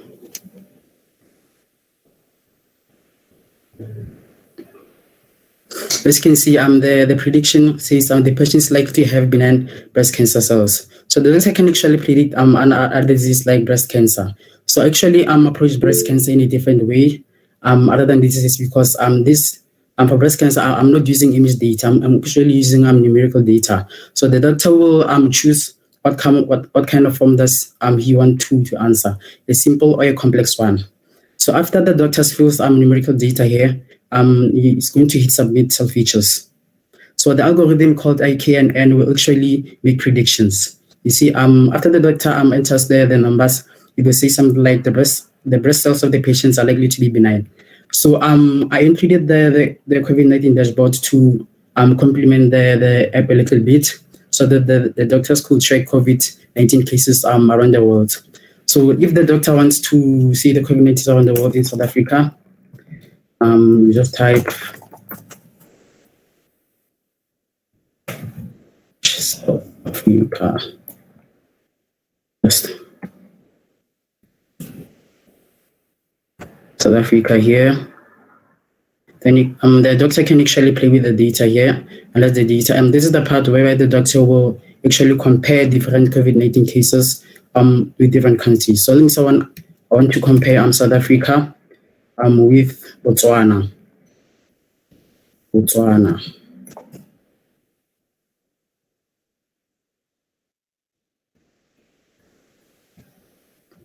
So yeah, this is the comparison between COVID-19 cases between Botswana and South Africa.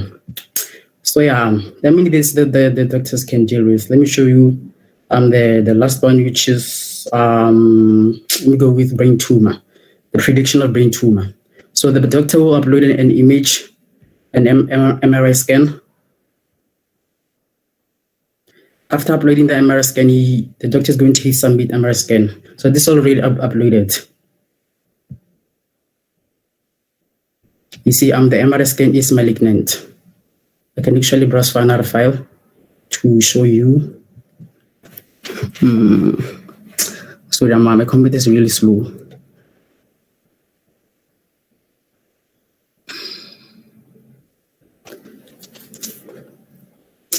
Test for brain tumor.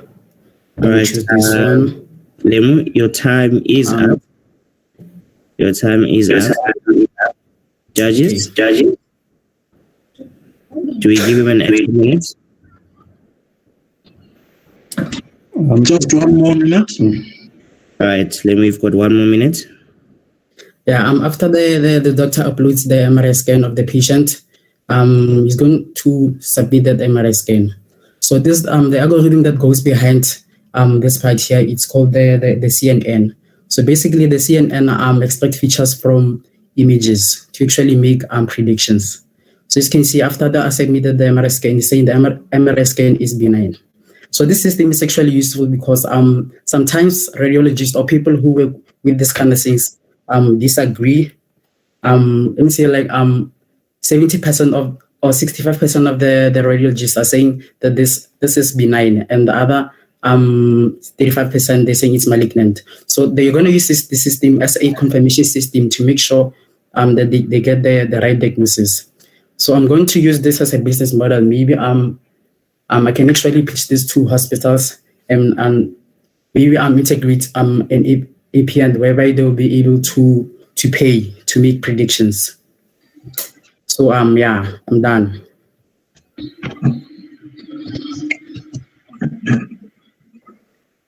All right, judges, your 3 minutes starts now. Okay. Hi. So you want to go on first, Mr. Ronnie? Please go ahead. No problem.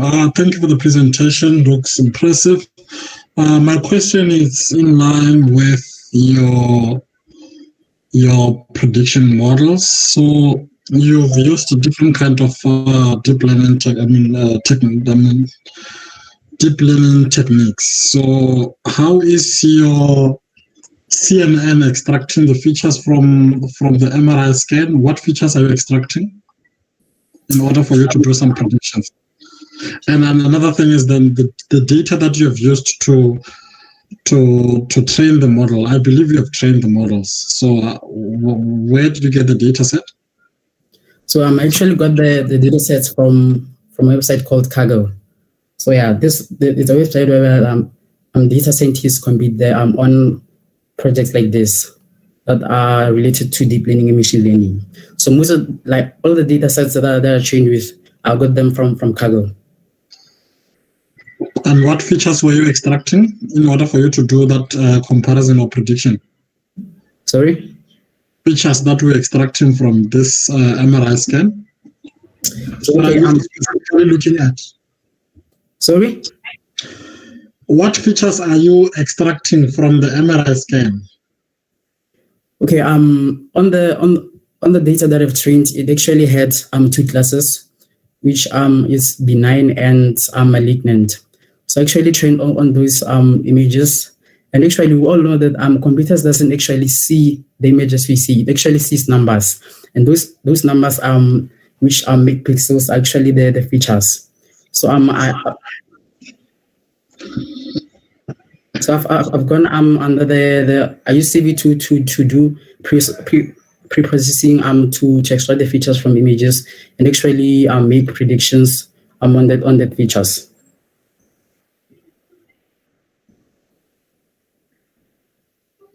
Okay, but my concern was what features are extracted.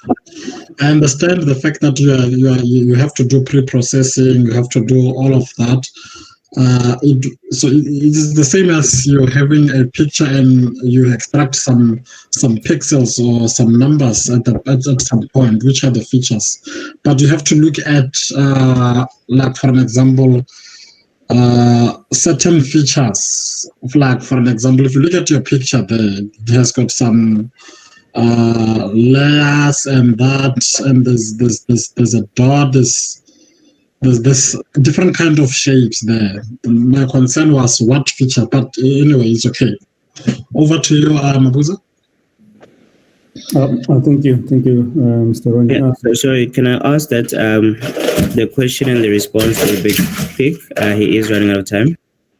Okay, I'll be short. So, based on your demo here, it only looks like this solution is practical for physical conditions.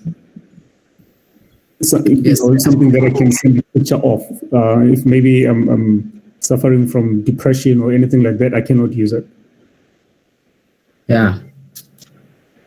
Okay, I'll stop here in the interest of time. But this is a pretty good use of AI and machine learning. So kudos to you for that. All right, thank you, judges. Thank you, Lemu. Can we have the next team, which is Team Luati?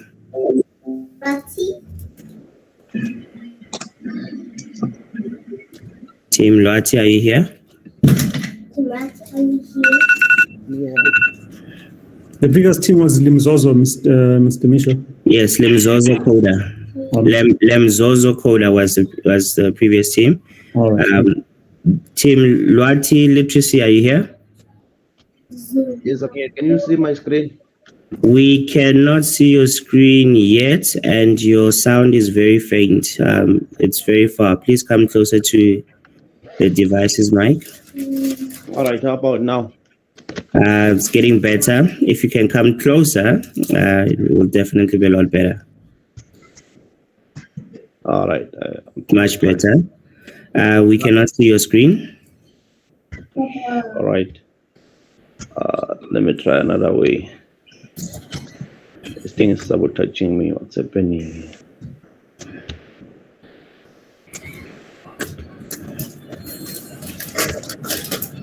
Okay. All right. While Luati is sorting it out, Team Luati is sorting the presentation out. I'm just going to do a roll call one more time, just to make sure everybody's covered. Luati, in the meantime, please just try to present. Okay, teams that I'm calling have not presented. Backpack coders, are you in the room?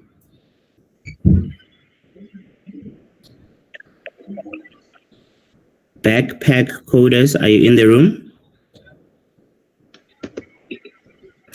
All right, backyard tech, are you in the room? Okay, we can see the presentation. Can I just go through the list one more time? Backyard tech, are you in the room? Sisada, are you in the room? Or Sikada? Sisada, are you in the room? Intelligent developers, are you in the room? Undefined is out. Semicolon, are you in the room? All right, this sounds like it might be the last presentation, but I'll do a call one more time. Loati, your presentation is, Tim Loati, your presentation is up. Your 6 minutes starts now. All right, greetings everyone. Stephen Sedibe here in Pumalanga, Kamsukwaba. Our project, it's a Loati literacy space. We are improving reading and writing within our community. Our problem statement is in the community of Sokwaba, we have many people who cannot read and write, and that prevents them from accessing many opportunities within the employment fraternity. Reason being, reading and writing is recognized or suggested as a basic requirement to engage the world. So that becomes a problem to those people who cannot read and write. Our solution, we have to create, we have created a website that will provide or avail decentralized reading and writing resources through partnership with stakeholders that are active within the literacy sector and charity initiatives. The name of our project, as I've said, is our Loati Literacy Space. This online platform will be strengthened by potential literacy donors and funders. Basically, we invite stakeholders that will assist us with pushing this program, strengthen this program along the way. Okay, our primary objectives is to provide reading and writing skills in all beneficiaries of the project, including people who are living with disabilities through technology. We'll promote reading for enjoyment, simplify the concept of reading and writing to all age groups. Loati reading literacy activities, we'll have reading and writing lessons online on our website. We'll have audiobooks, also we'll have ebooks, and we'll have editing skills, storytelling, pet reading. We'll have book leveling podcast with literacy aspect. Basically, we'll invite people who are expert within the literacy space. We invite speech therapists to assist those people who cannot properly read or properly say anything verbally. We'll also have people from different organizations that are recognized as well-established organizations to assist within the space of reading and writing. So our key partners within Mpumalanga, because our focus is in Kamsokwaba, whereby we have recognized the issue of reading and writing through the help of our local libraries, because they collect statistics of people who cannot read and write. I don't know how they do the survey, but they've given us those data sets. So we are in partnership with the Mpumalanga Basic Education, with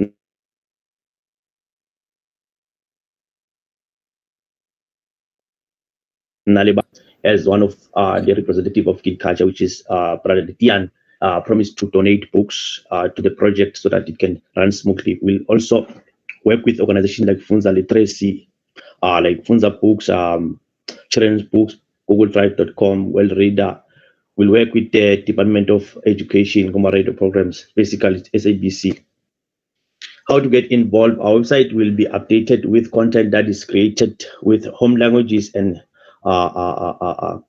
English, which is that makes it to be decentralized, to be available for everyone. Basically, Loati Reading Program will work on a yearly membership subscription, which means anyone who want to get involved will have to subscribe in our membership, but it will work on annual basis. We are affiliated with local libraries, as I've said, local radio stations to share the message of reading and writing. We're also affiliated with different youth networks to share the message. Our contact details, URL, and location will be shared on different platforms and public service points. Thank you. That's all. All right, thank you. You have 2 minutes left. I don't know if you have a demo. All right. In terms of demo, I'm struggling to share it. I don't know what's happening with my gadget. I'm struggling, but the website is there. It's running online. Maybe I will share a link. Please type the link so we can run it for you. It's very long. It's very long. You are not able to quickly share it. Yes, but I've included pictures on it's a Google form or what. But here I cannot share it. But it's a website that is running. We have hosted it using Firebase. Are you able to share the link? Sorry? Are you able to share the link so that we can play around with that as we ask the questions? Possible. Oh, all right. My issue is I have a problem with my gadget. Let me try to do something. Maybe via WhatsApp, if you can. I mean Slack, if you can. That will be great. If you can share it on the chat so we can open it for you. All right, let me. You will still see my screen? Yes, we still see your screen. All right, I'm worried about time. All right. Let me, okay, I think this is the one. Where is it? I open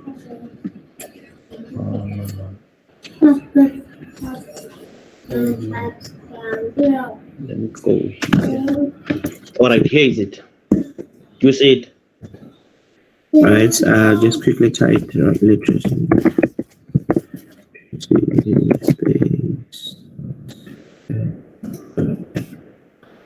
Okay, I'll try to quickly put it up for you.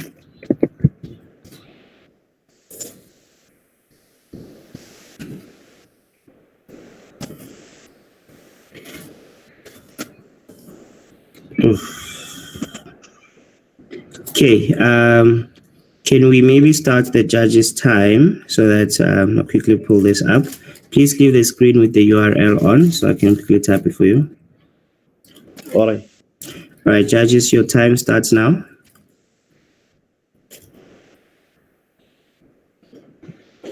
All right, thank you for the presentation. I just wanted to confirm. So your solution. Can I just disturb you a bit? Can you please go to the screen with the URL, with the link? It's not clear now. It's showing the last slide. It says thank you. Oh. Let me copy it and. Yeah, copy it to the chat if you can. All right. But my gadget is showing me flames here. I don't know what's wrong with this laptop. Just go to the link. Just go to the slide with the link, and then we'll let the judges continue. All right.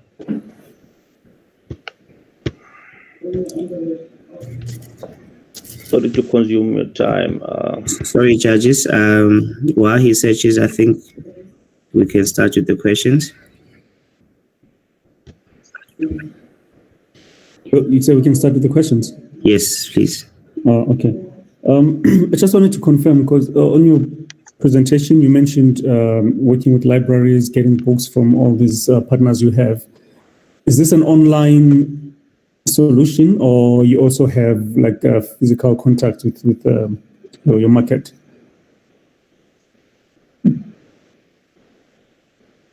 Okay, Lotus Space is an online solution. We also have physical programs that we run together with other stakeholders. But the main aim is to provide a decentralized reading material for people to be able to access it very easy. So how much are you charging for your subscription, the annual subscription? So the reason I'm asking is because, sorry to interrupt you there, the reason I'm asking is that in Mbombela, I think it's in the Mbombela district, right? The youth unemployment rate there is like 40% already. So I'm not sure, how you expect those people to pay for the subscription on an annual basis, and also considering accessibility to internet and all those kind of things to help with with the literacy? Please, if you can maybe clarify on those things. All right, as I've said, we have partnered with different stakeholders. Those stakeholders will come in and assist. Some will come in and assist financially. Also, we are working with local business people to assist financially to sustain the project and be able to cover such costs, because we are aware that people are not working, they don't have money, basically young people. On the issue of digital divide, I think we'll use our local libraries because we already have a free internet. We also have youth centers that are operating in the basis of free services. Okay, all right, thanks. That's me. Judges, you have a minute left. Yeah, from my side, I just want to clarify. So you'll be working with the libraries as well to make sure that your project goes on, right? Okay. So I'm just trying to understand this, because you have the library. I mean, everyone can access the library. Or are there no libraries around Mpumalanga that are free, that everyone can just go and get the books and start reading? Or do you have any? I mean, are you going to have again the facilitators, people who are going to kind of teach people this lack of skills? All right, I've already mentioned that we'll have book clubs, we'll have reading clubs, we'll also have what we call mobile libraries that will be using the material from library, also the material donated by different stakeholders to assist people, whereby we end up reaching people where they are to give them books also in certain terms and conditions. All right. Unfortunately, our time is up. Thank you, Lati Literacy. I am just going to go through the list one more time. After this, unfortunately, we'll have to move on. I'm going to go back to all the teams. Backpack Coders, are you here? Going once. Gone. Backyard Tech, are you here? Going once. Gone. Cicada or Cisada, are you here? Going once. Gone. Intelligent Developers, are you here? Going once. Gone. Semicolon, are you here? Going once. Gone. Is there anyone here who hasn't presented, who's supposed to present?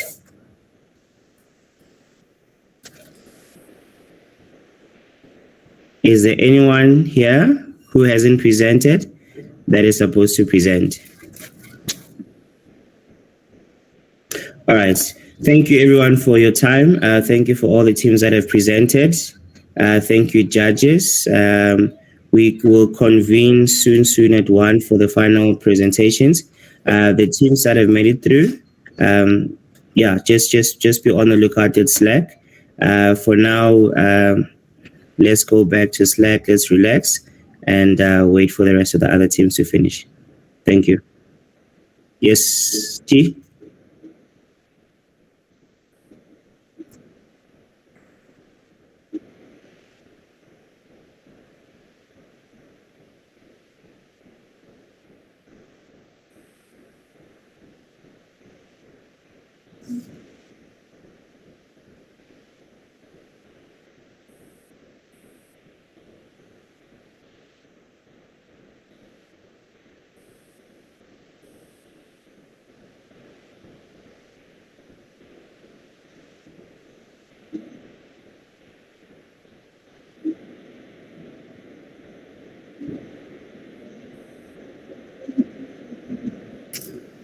All right, thank you, T.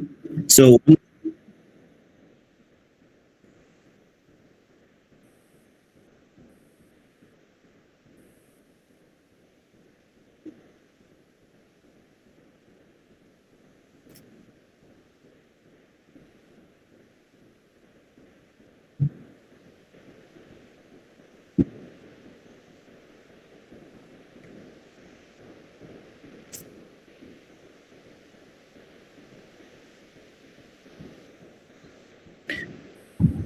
Right, just a quick repeat for what he said.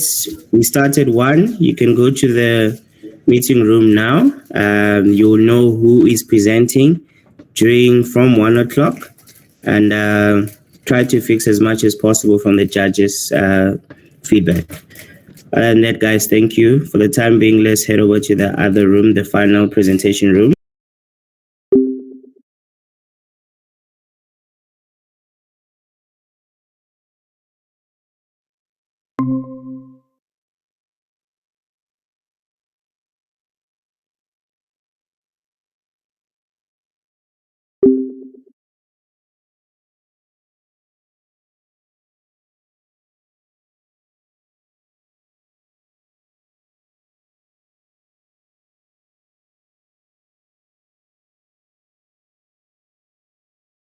If we use this app to learn sign languages, we'll be able to communicate with our deaf, disabled loved ones.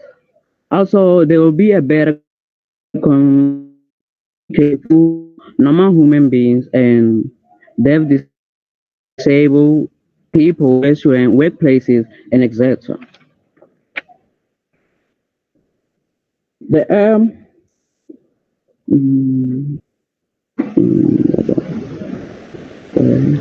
and moreover, in terms of different languages, whereas you can find different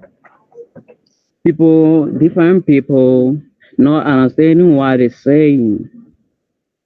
Sign language can be used as a key solver to this. And Android Studio and Java programming language, also Firebase for database, were used to create the app. The app features Firebase authentication for user login and registering, Firebase real-time database for storing data, questioning for tracking questions throughout the app.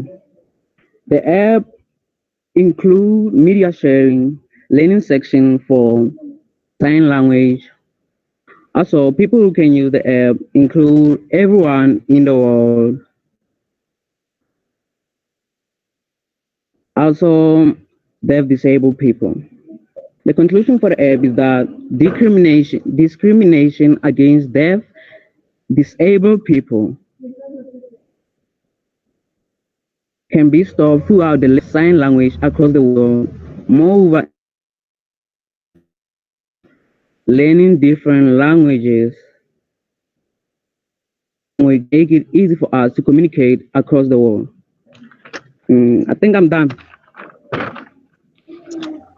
Hello? Okay, thank you, Witness, for your presentation. We'll now be asking you a few questions. I'll start with mine. From the solution that you have presented for us, how do you think it will positively affect the lives of the deaf people, especially working with people which they can't communicate with? And the second would be, how do you plan on taking out this app to the market? The first question, the app, can you repeat the first question? So my first question is, how do you think this app will be useful for deaf people when they work with people who can't communicate with them? For example, most of the times deaf people can't work with other people because we can't communicate or because we can't do sign language. Okay, the app include a learning section. The link include images like alphabet in sign languages. So I think that on the air, yeah. Okay, and the second question would be, how would you roll out this app to different people or to different Play stores? How will I what? How will you make this app available to everyone to download? The first, I'll publish it on Google Play Store. Also share with friends and families. Okay. Facebook. I think that's how it is. Yes. Thank you very much for that. I'll ask our fellow judge Itumeleng if she has any feedback or questions for you. Okay. Okay. Hi, witness. Thank you so much for that. First of all, I did not get the team name, so can I please get the team name? So the team name is the Woes. Okay, the Woes, got it. All right. So my contribution for you, witness, is that first of all, yes, this is a very important solution because there's not much tech for the deaf, right? And so now what I want to maybe suggest, or maybe just if I can add something here, is that if you're going to have an app that engages the fully abled to also interact with the not so fully abled, is to make sure that the engagement on the fully abled side, it can be easier if it's not even an app that we have to download. Because for example, we do not have anyone that is deaf in the family, but there could be an interest, to learn. So if it's a plug-in onto something that we already use, then like maybe a plug-in on WhatsApp already, or something that already I don't need to go the extra mile to access your application.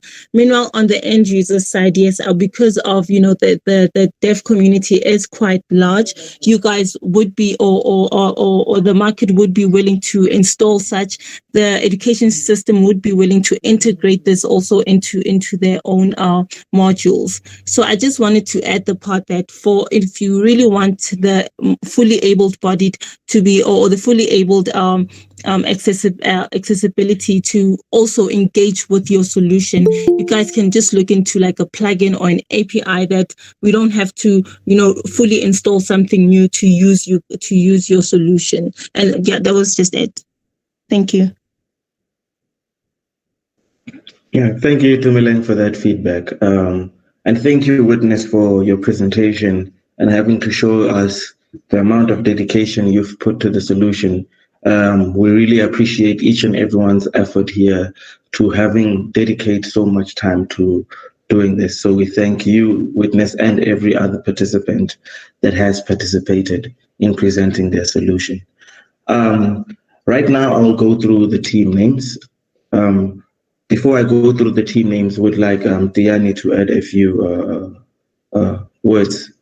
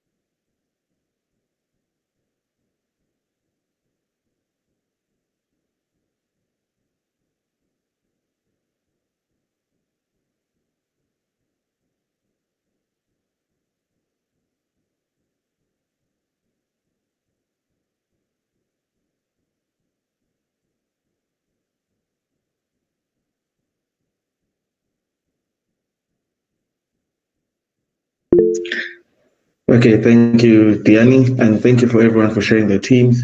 One last call, if there is any team that hasn't presented right now, this is your chance to say before we close the panel.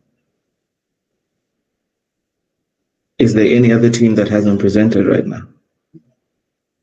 Moses, you have raised your hand.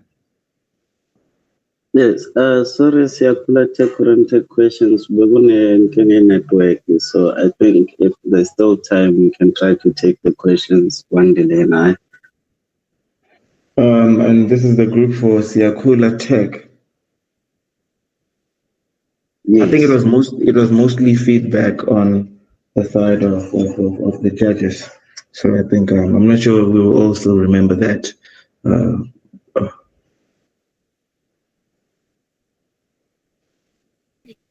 If I can just add for Geekulcha Tech, so you guys were addressing the cost of I don't know. For me it seemed like you guys were competing more on pricing with mobile money.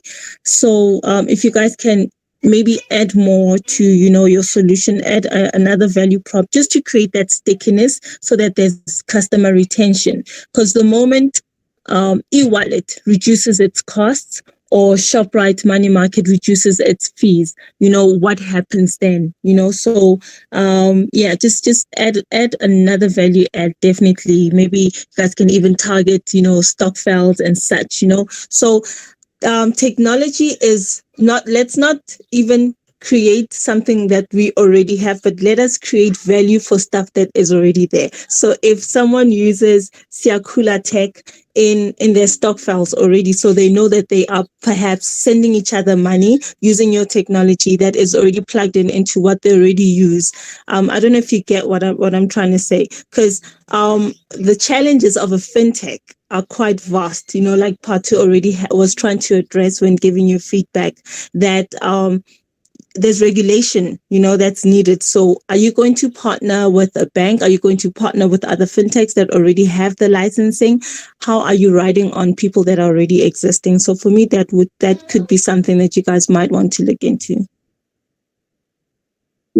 Thank you so much, Noted. So I think just to add to what Itumeleng said, especially thank you for reminding me about that.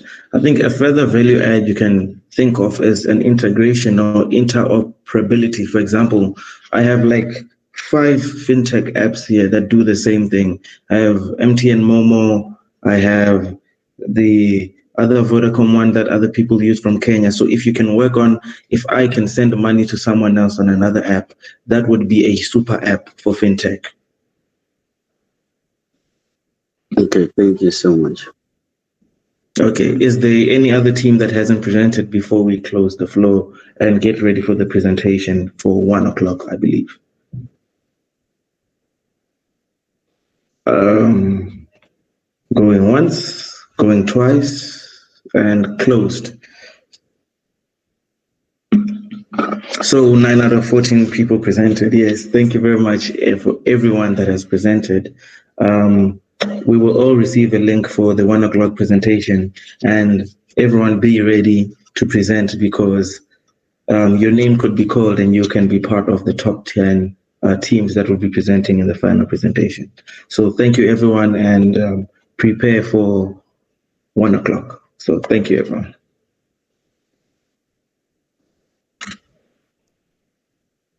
Thank you guys, bye.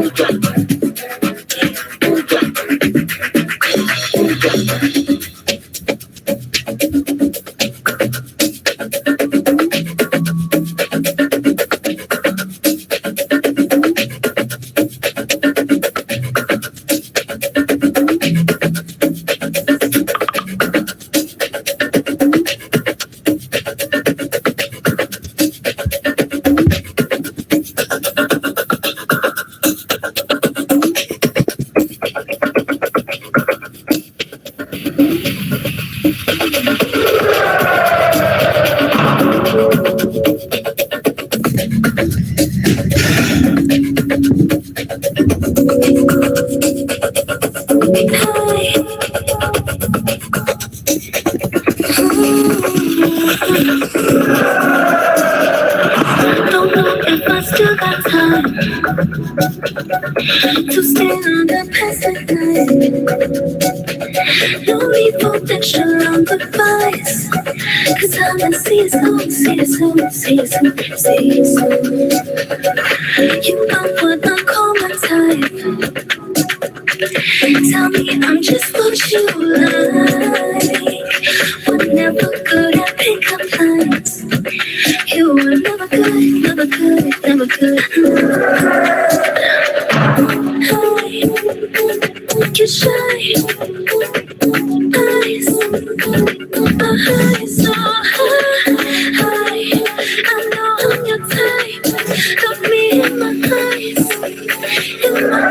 so high.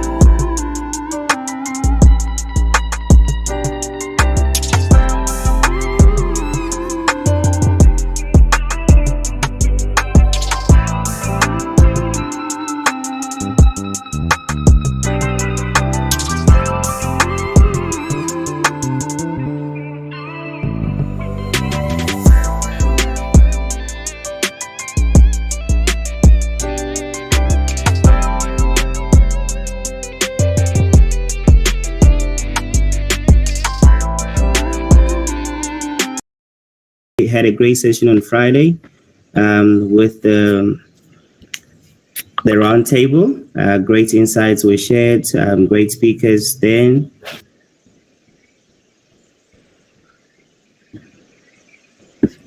Just checking if you can all see my screen.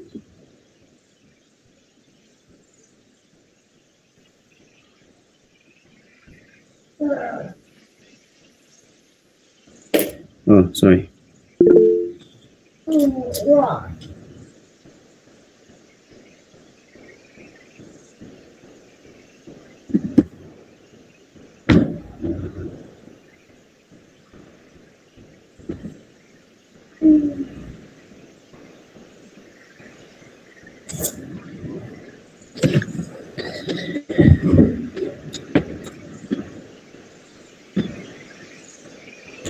All right, welcome to the finale of the Geekulcha Annual Hackathon. It's great that you've all made it this far, and we are here together for the finale, where lucky teams will get to present to a panel of judges and get to showcase what they've been working for.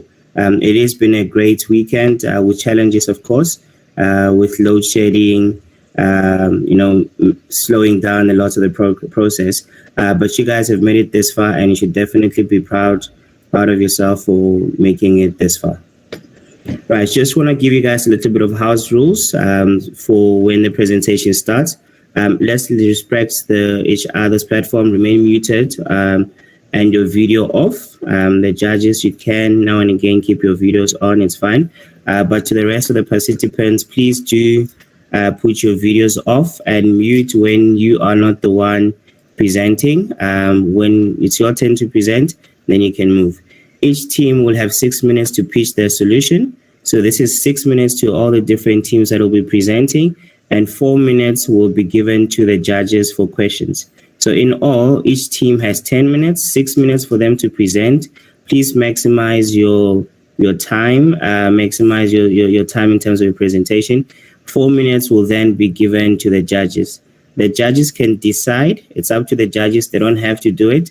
They can decide if they want you guys to do a demo or not, or to continue for a minute or not. If they don't decide, if they say no, it's perfectly fine, it is their time. The fourth part is please take note of the presentation order and prepare ahead of time. So this time around, it's a little bit tricky. You will just need to be ready. We'll call your name, we'll let you know which teams are coming up, and those teams will just need to prepare in the background and just make sure that your presentations and all your content is ready for the presentation. We ask that the judges, when it's the judges' turn, your 4 minutes, judges, please do raise your hand if you have a question, so that we can acknowledge and just give you the platform to ask that question to the team that is presenting. And please wait for your team to be announced and given the stage to start pitching. So this goes to all the teams. We will take you through the process in terms of how it is. We'll call you up and we'll ask you to share your presentations. Right, I am gonna announce the first few teams to present. Right, but before I do that, just wanna get to the judges and just ask the judges to introduce themselves so that we can get them, so we can get acquainted with them.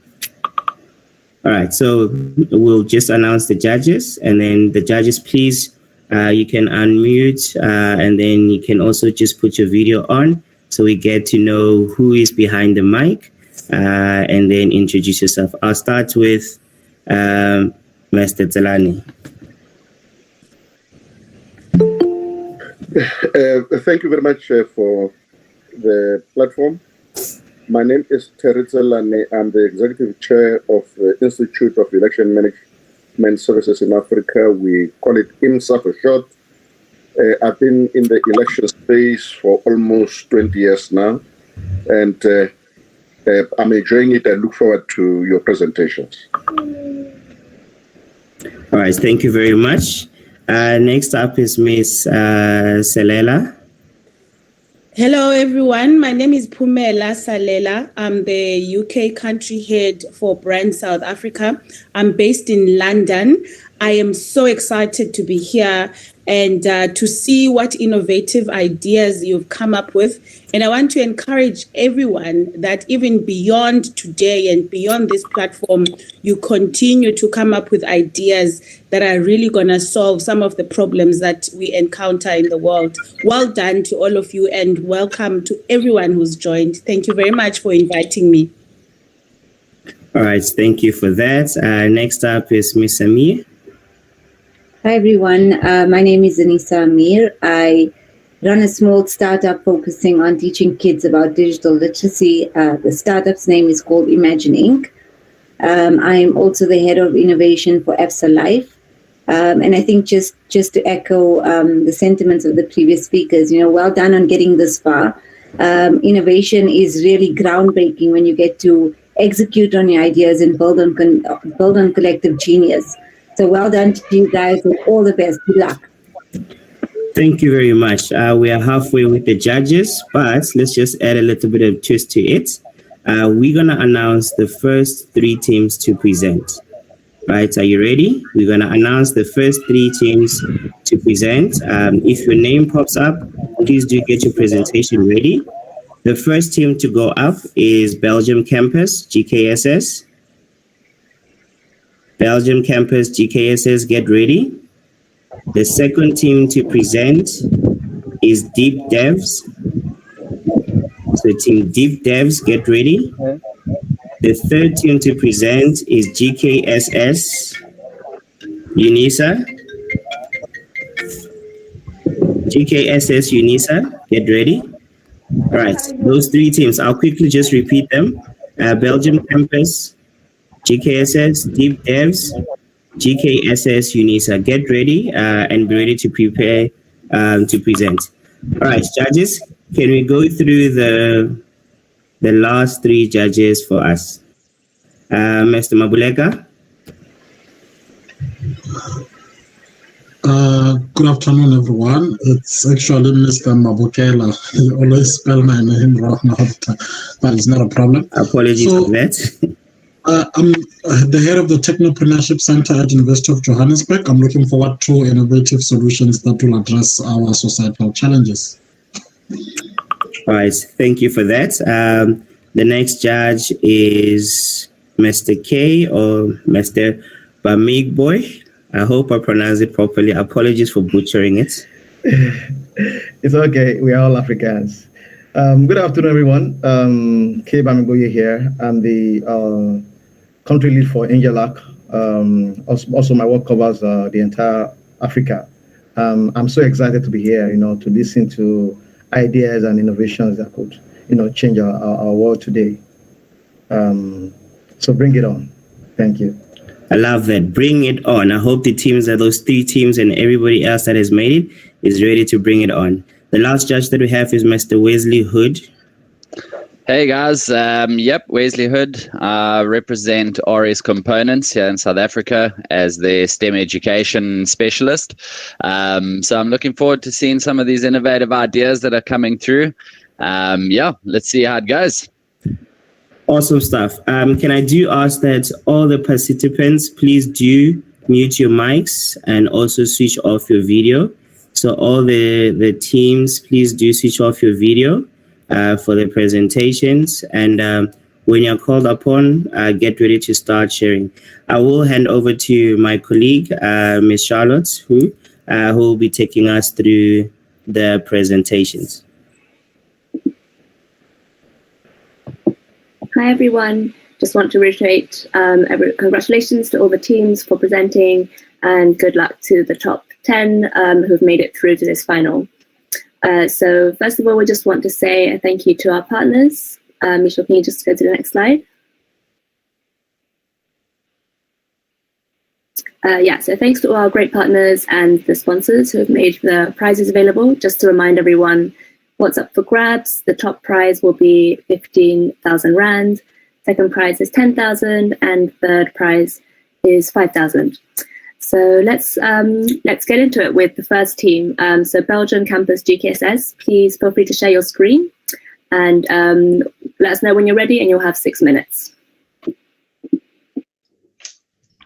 Okay. Hi, everyone. I'm the chairperson of the team, or of the Belgium Campus GKSS team. I'm just going to share my screen.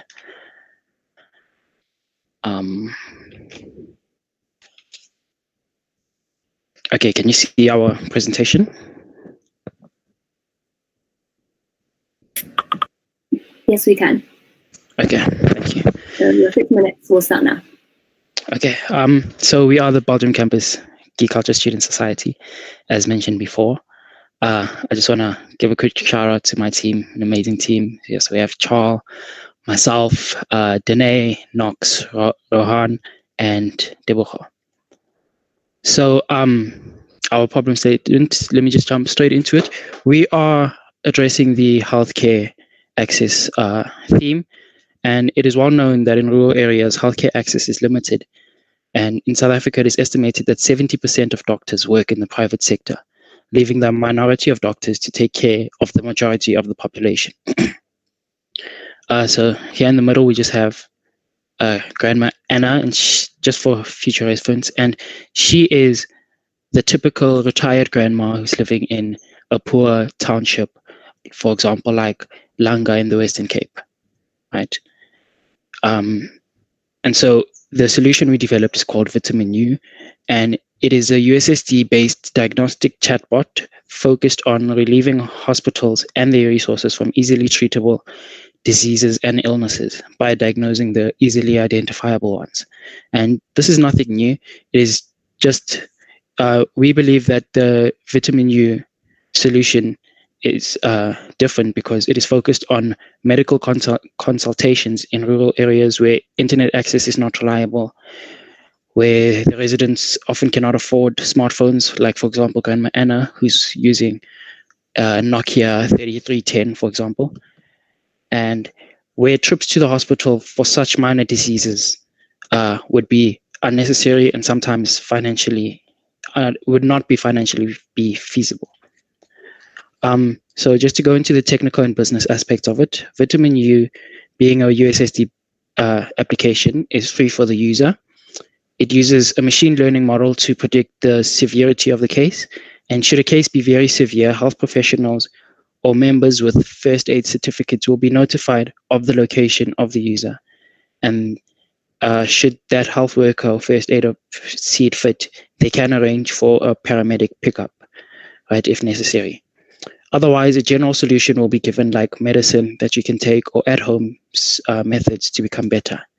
And for our Vitamin U solution, the revenue will come from data monetization of all medical data and using bulk SMS services for small business advertising. So just to jump quickly to the security and data privacy, USSD is encrypted between the app server and the USSD gateway. The only way that this can really become compromised is if there is a malicious attack on the standard communication used by cellular networks, right? But this is so rare that even banks are comfortable using USSD for cell phone banking. And for the user's privacy, as I referred to the data monetization before, we are required by the POPI Act of South Africa to keep users' identities safe, and so we're in the monetization thing. We will not be using any personal information, which is defined by the POPI Act as any information that relates to an identifiable living natural person, such as name, ID number, telephone, etc. The business case, right? So chatbots are in demand, and they'll only continue to be in demand, especially in the healthcare sector, which is expected to grow by over $498.1 million by 2029. Just to go into a little detail about the data sets of the AI-driven symptom checker, the goal would be to make it system checker friendly, easy, and quick to use, right? and multiple question and answer pairs will be used to refine the user experience. So like if it would ask, are you feeling feverish? And if yes, that may mean that you have a cold. This is used to aid the machine learning feature, and the chatbot identifies symptoms according to their severity and basically provides a solution based off of that and previously learned data. I'm just gonna hand it over to Deboho to share the demo quickly.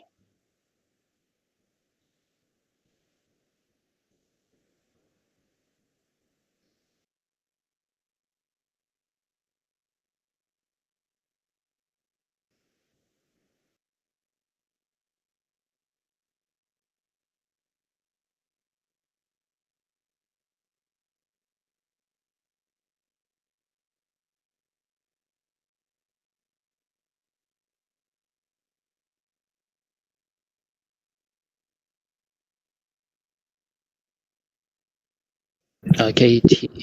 Of course, the time. Vanessa, if you can take us through the presentation. No, I think he has to do that. That's he's better suited. Here he is now. Can you guys hear me now? Yes, we can. This is how the demo, this is how the USD application will work. This is just a little user interface that we will have. And this is some of the questions that will be asked. The questions will be refined as we engage more with the health professionals.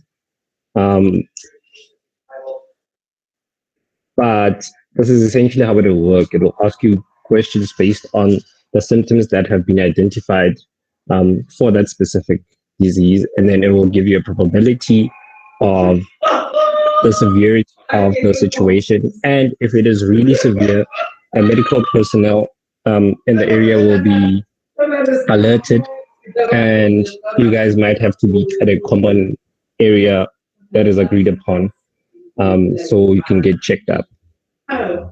Thank you. I was wondering, why is the baby not here?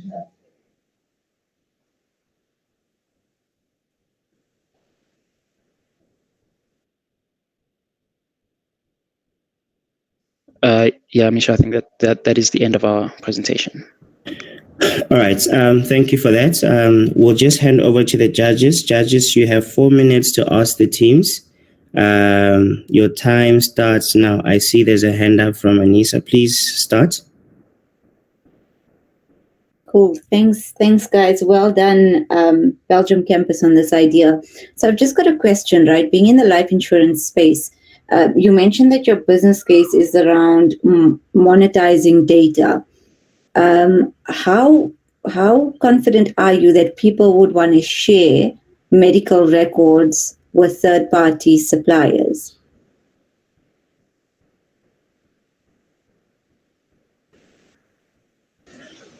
Hello, sorry, I'm also part of the team here, Shoal. Well, I think obviously these things take trust. You know, it's not going to come immediately. So I think if we can get this thing running and get the trust of these rural area populations, that we might eventually kind of, through the hospitals and things, not too sure where these databases lie and who has access and has control to these things. But I feel like as we gain the trust of the population, we might slowly get individual information and these things. But yeah, it's going to take time, obviously. It's not going to be something we're immediately going to get our hands on. Also, the data will be aggregated. So it's just to cluster the data, just to show like locational, in a certain location, what kind of illnesses pop up more. It's not in relation to personal data. So yeah, it works. Yeah. Cool. Thanks, guys.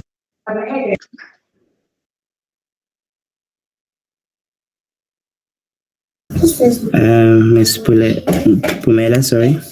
Okay, I'm just well done, guys. We're always very excited to see, the ideas that are coming through that are really solving society's problems. Mine is to just, talk from a risk mitigation point of view.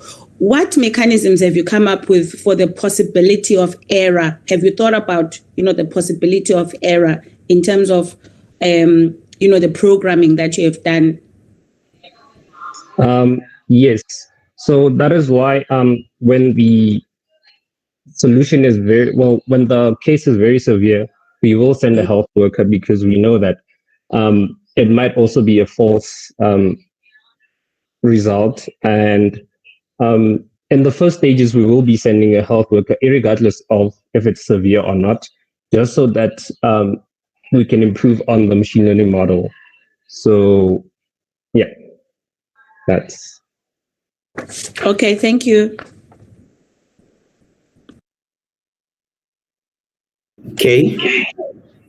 Yeah, from my side, I'm actually interested to see the security, to understand the security part of this, specifically in terms of if, let's say, for an example, someone who is registering on this or who's using this platform, how are you going to ensure that the person that is actually in the platform is indeed having those severe, those symptoms, and how are you going to make sure that when you send the health worker there, this is not a false alarm or maybe somebody just playing with their phones and stuff. Okay, I think as Deborah said in the beginning, we are going to send a health worker to the user every single time, regardless of if it's a severe case or not. And through that, we are hoping to gather, basically, for our machine learning model, ways in which we can identify if it would be a false alarm or not, etc. Yeah, in essence, that's what I'm trying to say. All right, so we've got just one more question from Kay. Yeah, so for me, the question would be, what are you putting in place for user education? Your target market is actually a market that is not really literate in nature. So how are you going to ensure that they get to know how to use the system or the platform? What are you putting in place?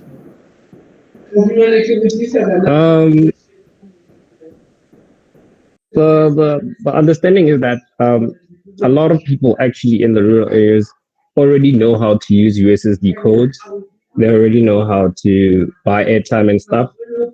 But in terms of helping them navigate the system, it will not be offered in English only. It will be specific language. You can choose a language first, and then you'll be helped in the language that you are comfortable with.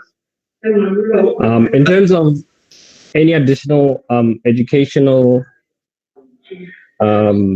factors, we will have to first see how it goes and then look at how we can actually implement that.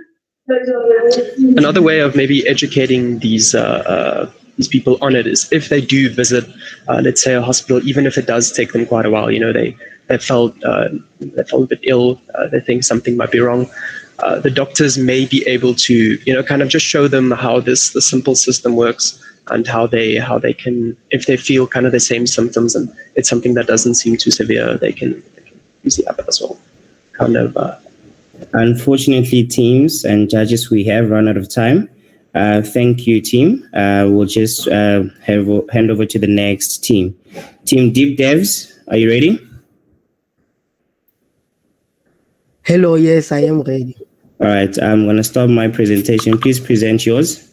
Okay, thank you.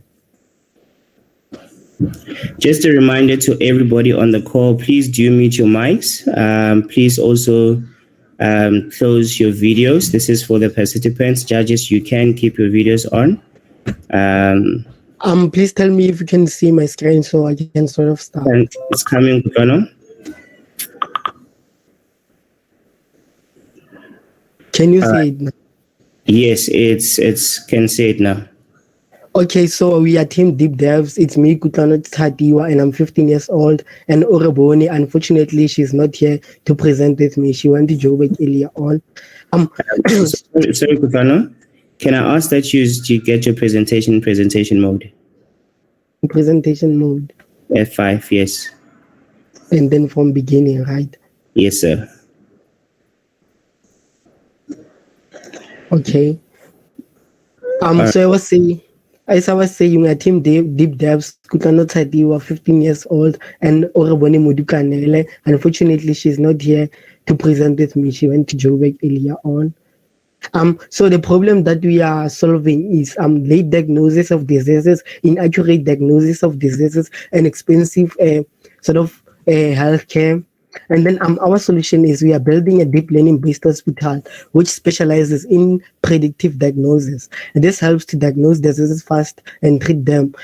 So rather than the doctor just looking at an X-ray image, trying to figure out if there is cancer or not, she just sort of put an image into the machine learning model, and then it's gonna tell if the person is sick or not. And then they can start treating them and stop wasting time on the diagnosis. And then as well, it's cheaper.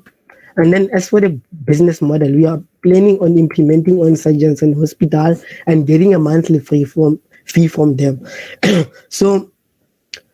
And getting a monthly fee from them. So in terms of security, for privacy, the system will be developed will be deployed on customers' network and infrastructure. So sensitive data does not leave their premises. This also means that the system will use the security preferred by the customer. We will basically be under the customer as security. Let's assume I approach some sort of a surgeon here in my township. I will be under his security. Our system will be under his security. And then let's go for a demoing. Okay. So we used Gradio for deployment, and then we used TensorFlow to train the machine learning model. And then I just upload the image here, and then this is so I'm classifying between cancer, pneumonia normal, negative, and pneumonia positive, and then skin cancer, benign and malignant. So this is a benign one. Let's see what the model will diagnose this to be. And then submit. Let's see, the model diagnosed that this is a benign cancer, which is which is one that is not harmful. And then let's do for malignant one, submit, and then it also predicted correctly. And then let's do for pneumonia, which is negative. It predicted correctly again. And then this is TensorFlow bot. So this is the trend of my accuracy. As you can see here, I've got like an accuracy of 86% in terms of trained data, and then an accuracy of validation of 88 in validation. So in machine learning, you don't just look at the accuracy and say this is a good model. What if you say this is a good model and then the model predicts that the person is not sick but he is? Then it means the person will die. So I'm also looking at my precision here, which is quite good, around 88% as well. And then my recall here, which is 87. This is technical, but it should be sort of very high. And then I use the formula for F1 score to sort of know what is my F1 score. And then I got like 88%, if I'm not mistaken. I don't remember well. You use precision and recall to get your F1 score. It's better when it's 100%, but yeah, 80 something percent is better. And then I hope to increase the accuracy as well as other statistical evaluations percentages. The only problem is sort of like I don't have too much powerful computing. but that's something I will sort out. And then in terms of the data set, I got the data set from there was this one from Kedlel about pneumonia. I got it, and then I got one for skin cancer. Then I made them into one data set, which is 4 classes: pneumonia negative, pneumonia positive, and then benign skin cancer, malignant skin cancer. And then I sort of trained the machine learning model, one machine learning model, because if I had trained different machine learning models for sort of each disease, it will have been sort of not scalable well, as well as the deployment will be sort of hectic. So that is what I've done. Thank you. Thank you, Kudrano. I'll just add your time to the judges. You had an extra minute, so I'll just add it to the judges. Judges, your time starts now. I see there's a hand from Anissa. Please go ahead. Your mic is muted. Cool. I think Pumela was before me, so maybe Pumela, you can go first. Okay. Thanks, Anissa. Is my video showing? Because from my end it says it's on, but it doesn't. Okay, thanks. I'm asking this question just to understand the concept a bit further. Tell me, what is the process before the image is put in the machinery? Can you just explain that, please? Like I mentioned, I sort of got the data from Kedlel, which is like they host data science competitions so that data scientists can sort of solve problems using machine learning. So I took from 2 different sources, from one which was a pneumonia competition and one which was a skin cancer competition, and then I sort of merged them together so that I can have one machine learning model. So after merging them, I had 4 classes, which is pneumonia negative, pneumonia positive, skin cancer benign, and skin cancer malignant. And then after that, I sort of used image data generator from TensorFlow.preprocessing, and that was to sort of like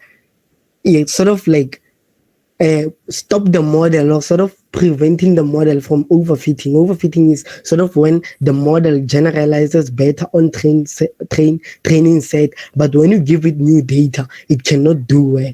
So that's basically what I did with the images. After getting them, then I feed them into a machine learning model, a convolutional neural network, which is very good for image recognition. No, thanks. I understood that part during your presentation. I was just trying to think from a practical level, if a doctor or a surgeon, is trying to, let me say, buy your product and use it. Since you mentioned the commercialization aspect of it, I was just trying to figure out how would they then, what would be the process before the image is put in the machinery. But let the other judge, Anissa, ask the question and her question, and then maybe you can think about how to combine our answers, because I can see that we've only got 3 minutes left. Okay, thank you. Yeah. Cool, thanks. Thank you so much. So well done. I think you did really, really well at presenting this idea. Misha, I just wanted to find out, what is this group? What is the name that they go under on the evaluation form?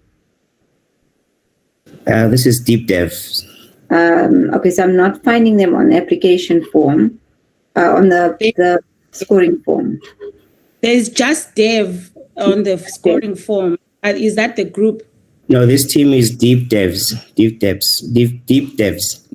No, sorry, we they're not on the list. I think maybe you can use option 2 in the meantime. They're quickly sorting it out. Okay, awesome. So maybe my question definitely links on to Pumela's question, right, around the commercialization. And just with the fact in mind, the scalability is there, where you could pick up whether it's a COVID-related case. There's just so many ways this idea could play out in, right? But my question more was, how would you get this data to start training it? So I think very much linked on to Pumela's point was, so I'm a doctor and I want to buy this technology. Do I need to start training the model to gather all of this data for it to be able to analyze? Or are you going to sell a system or software that's pre-populated already with a list of what potential causes could be. Okay, thank you very much.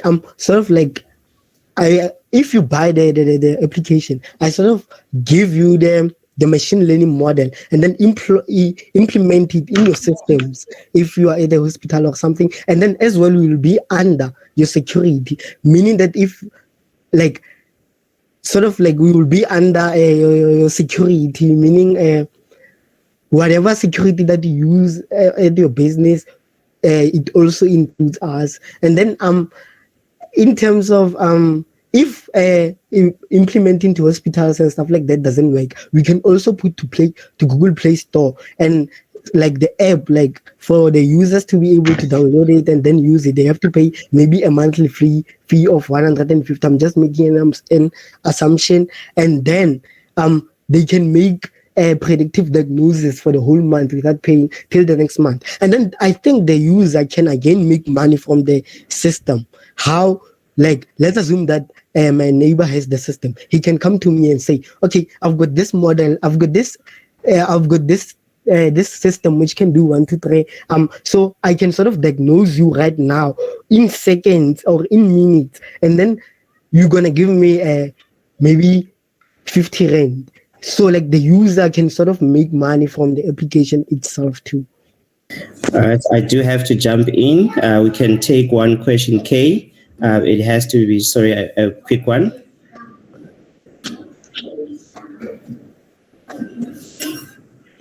Question. Yeah. So my question would be, why do you think a typical doctor would want to adopt your solution? Generally, they've been diagnosing patients for many years. Some of them have years of experience.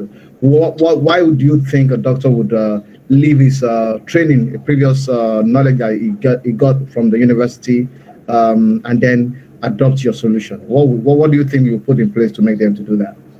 Okay, first of all, like a human being can sort of take a lot of time analyzing the X-ray, sort of trying to identify if there is a disease there. And then with machine learning, you just upload the picture right now, and then it's gonna do a predictive diagnosis right now. So like that way, users will also be able to treat their condition very early, since they will be diagnosed early rather than the traditional diagnosis and stuff. Thank you. Unfortunately, I have run out of time. Thank you, Kutlwano. That was Team Deep Devs. Judges, the form has been sorted. We do apologize for that. The next team to present is Team GKSS UNISA. Team GKSS UNISA. Please let me know when you can see my screen. All right, share it.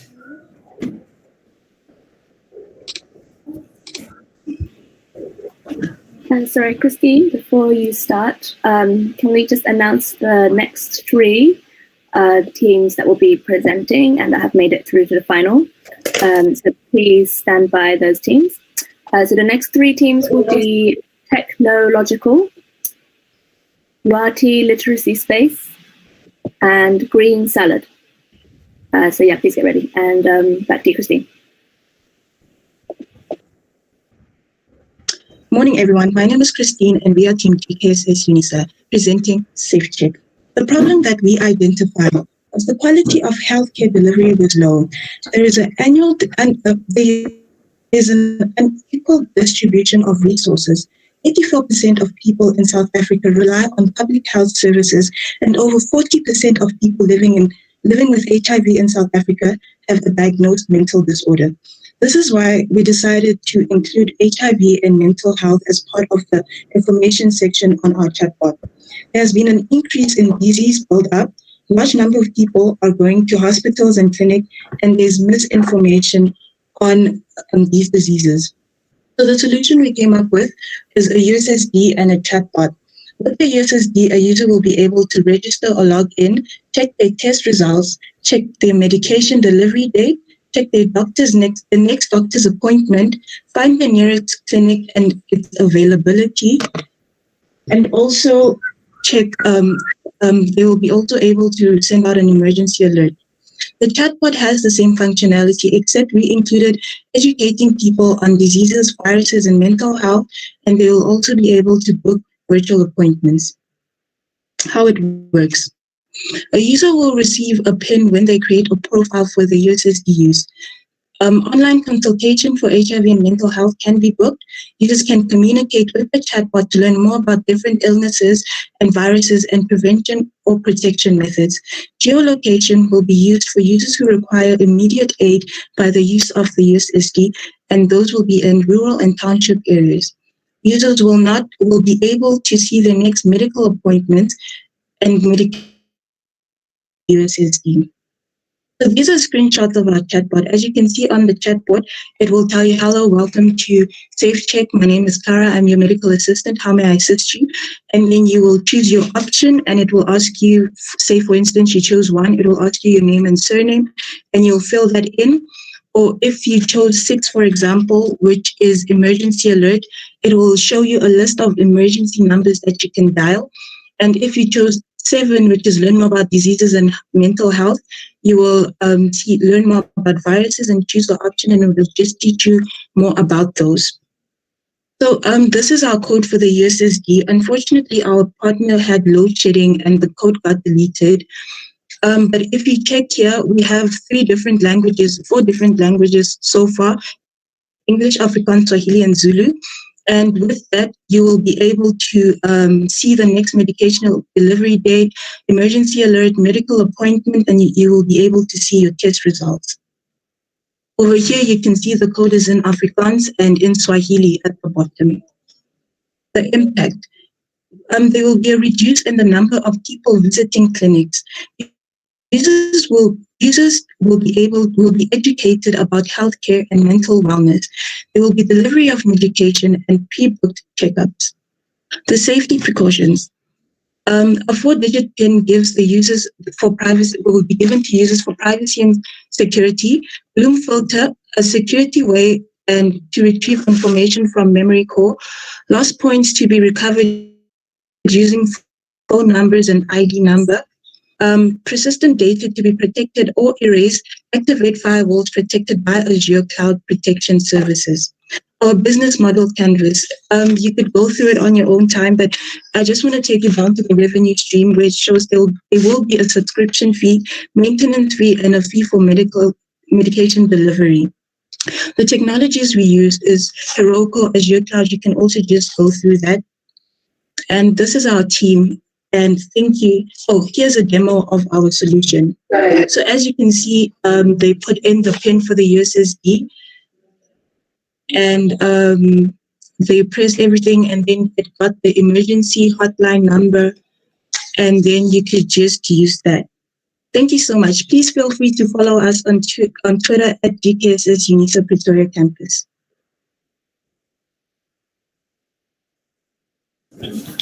All right, team, you had 1 minute, 30 seconds. I'll just add that to the judges. So I'll just add 1 minute, 30 seconds to the judges. And then judges, your time starts now. I do not see a hand up. Judges, your time starts now. I'm not sure who wants to ask questions from the judges. Oh, Wes? Yeah, I didn't really have a question. I just want to say that was quite a good presentation there. Just wanted to give them a shout out for that. Awesome stuff. I see Kay had his hand up. Oh, sorry. I was just saying thank you. All right, we've got Kay.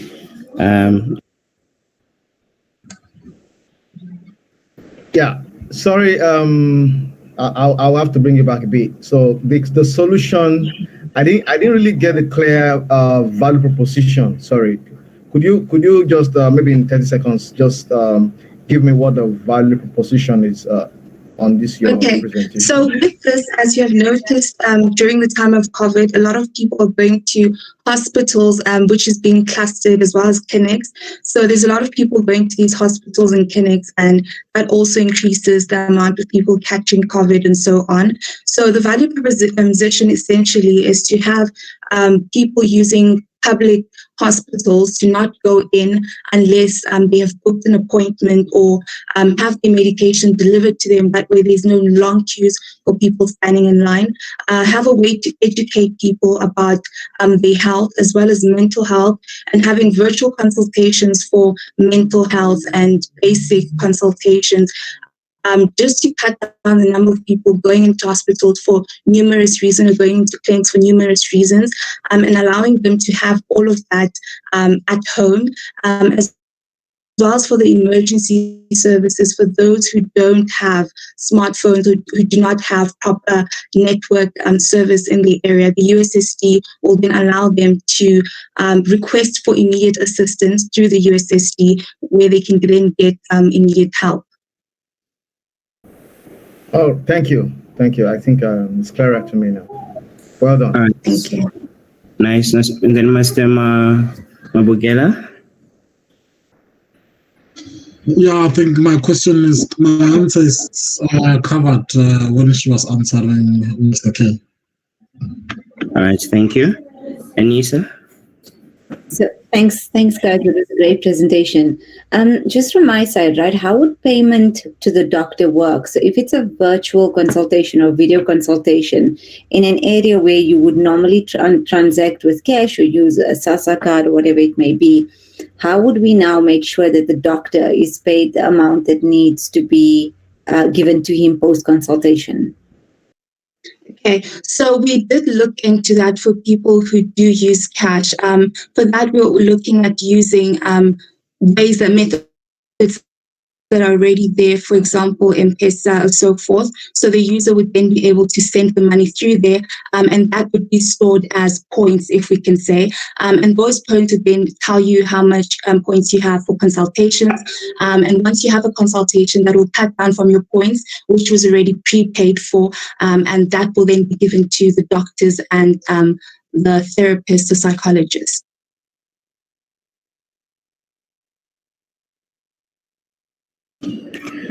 All right. Do we have any further questions? Yes, Mr. Talani? I just wanted to check something. Maybe I may have missed it. I can see the benefit of the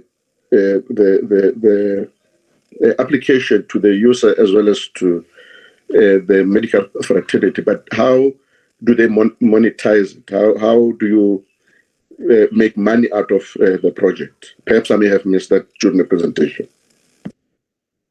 Okay, so for consultations, for online and virtual consultations, the user would have to pay a fee, and this would come in the form of a subscription fee, and this subscription fee would then ensure that the doctors and medical practitioners on there get paid for all the services they provide to the patients on this platform.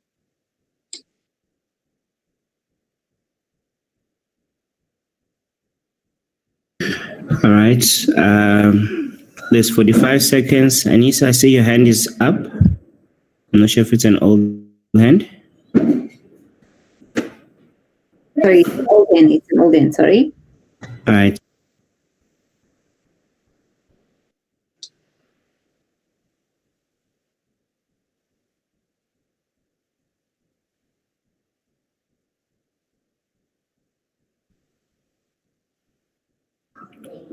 We'll start off with Team Technological.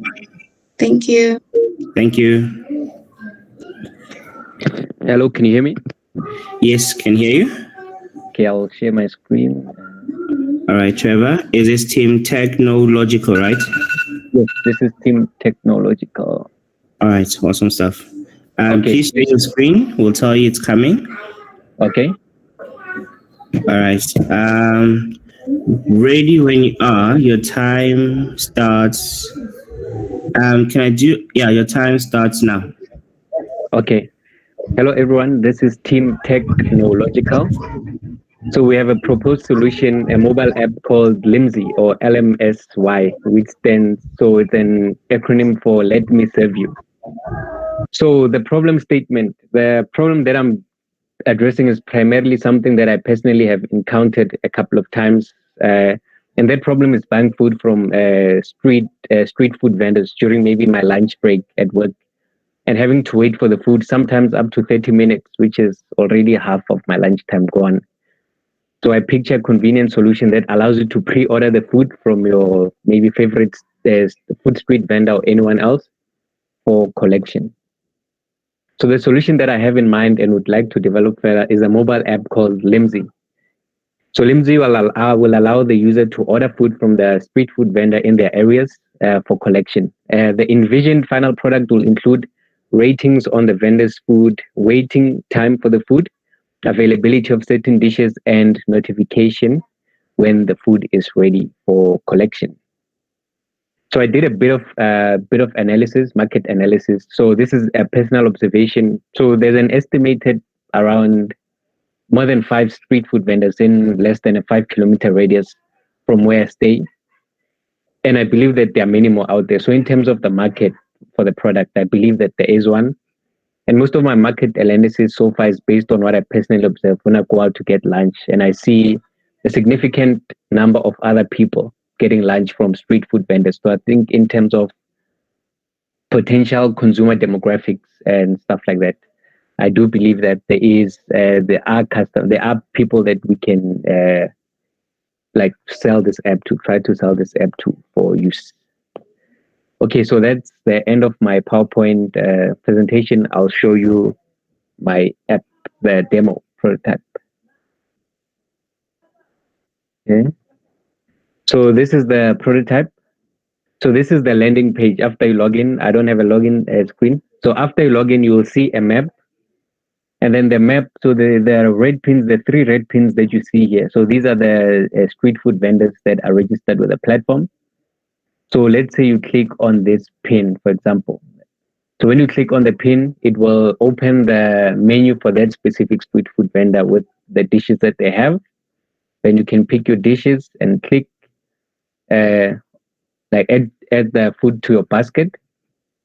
So I would like to maybe charge an admin fee, or maybe we can include the fee in the food so that it doesn't put off users when they see maybe that they're getting charged extra. But just for the sustainability of the app, have an admin fee. That's how I'm planning to make money out of the app. So after you choose your food, add it to your basket, and then you place your order, the app tells you that your order has been placed, your food will be ready in 20 minutes. And yeah, that's the app. This is Limzy. All right, thank you for that. You have 3 minutes left. You had 3 minutes left, so we'll add that 3 minutes to the judge's time. Let me just do a reset.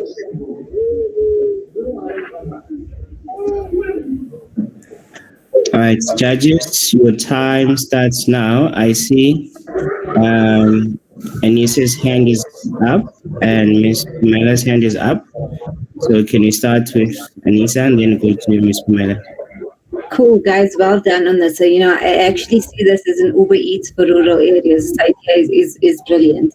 I think, just if you think about scalability, and it's not really a question, but maybe just to build on this idea a bit further, right? So if you think about the job creation and just the opportunity to get, people more employable in these areas, even if you do or replicate an Uber Eats model where you get people to deliver food via this app, so a portion of that admin fee could come to you and a portion could come to the delivery person who is actually going to deliver the food out to the person. So absolutely love this idea. Well done, guys. Greatly. It was awesomely presented. Thank you. Only one. Thanks for that, Ms. Pumela. Thank you so much. It's so funny. The one word I wrote when I was putting my comments was scalability. And Anissa has already then alluded to that, because my question was really going to be around scalability, and also just making a social comment, knowing how the relationship between street vendors and their customers usually works. Someone usually has their mama or auntie by the corner that they usually go to. Now, what would make even the customers themselves then go to an app where they can have a variety of mamas that they can go to. Hello, this is Pumela. So you're asking what would make the customer sort of switch from their maybe usual mama or auntie? Yeah, the key question is around scalability. And so how would you then, and the way, and it was a comment that I was making, yes, that usually you have that mama, that you usually go to regardless of how many mamas are in the vicinity. So how would you then ensure that you get buy-in from the consumer perspective so that they know that there are other options? There's an element of also selling the app to the users. When I say users, I'm saying the consumers, because the mamas would be the providers, of the good, but the users would be a person like yourself who mentioned your story eloquently that during lunchtime, your lunch break is eaten away by waiting for the food.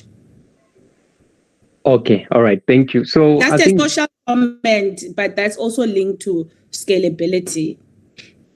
Oh, okay. Thank you. All right. Thank you.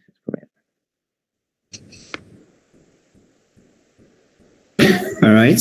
We still have time for a few more questions from the judges.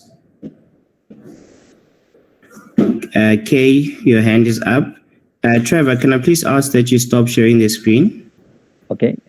You stop sharing your presentation. Thanks. Okay. Yeah, fantastic. I really like this idea. Maybe because I eat out a lot. But the question I will ask is, call me Mr. Monetization. Fantastic idea, but how do you intend to? Because I understand you have to invest in servers and the rest. How do you intend to monetize this idea? For example, I'm buying maybe my lunch will cost me like 20 rands, for example. So what is coming to your company? How do you want to work out the monetization? Knowing very well that the people you're trying to work with, that's the mamas, like Mela mentioned, they are not really technologically inclined. They don't really understand much of technology. They just want to sell food. You understand? So how do you want to monetize this and work it out with your partners? Okay, thank you, Kay. So in terms of monetization, what I have so far in mind is admin fee. So the admin fee is charged to the consumer. So yeah, we sort of charge them to use the app. It's an alternative. But I think, going forward, there's also ads, but I haven't really thought about that. So far, the idea that I have for monetization is the admin fee, which falls to the customer or the user of the app. Well, the buyer of the food. And don't you think that will increase the price of the food? I'm just thinking. Don't you think that will drive up the prices? Yes. So it will drive up the price of the food. So as you saw on the demo, I kept the admin fee at like 10 rand, and ideally I would like it to be like 5 rand or 10 rand, but just a small fee that so you're sort of paying for convenience instead of waiting for the food you're just going to collect. So it's going to be a small fee, and hopefully that maybe can be enough to sustain the app. But I don't want it to be maybe an exorbitant fee that will chase away users. Well done, great.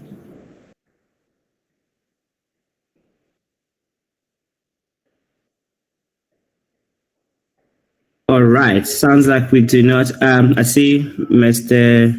Ronnie, you've got a question.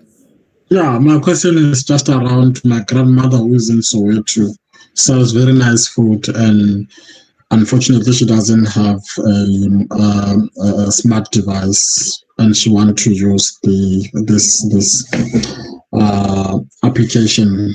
What is your take around that one? Okay, so for my take around that one is that we can accommodate maybe feature phones. So let's say a user of the app places food, we can also sort of have an API that sends you an SMS notification when someone orders food with details, maybe a brief description of what the person ordered, how much it is. So that would be for people who don't have smartphones but would still like to sell. But I think for the user, it would, so ideally would like for a user to have a smartphone so that they can benefit from the rich features of the app. But that's from the buyer. From the seller, we can organize SMS notifications that, hey, you have a new order. I'm assuming that will be in Sepedi or in Zulu because my grandmother is Zulu or Pedi. Yes. I believe that we can work with other partners to maybe have a translation service that will translate in their languages. So I believe that that's something that we'll definitely do so that we make sure that we accommodate everyone and we do not leave anyone out. Thank you. All right, thanks for that. Looks like the questions are done and the time is almost up. So we'll just move on to the next team. Thank you, Trevor. Thank you. All right, the next team to come and present, please present your screen. Lwati Literacy Space. Lwati Literacy Space, and after them, it's Green Salad.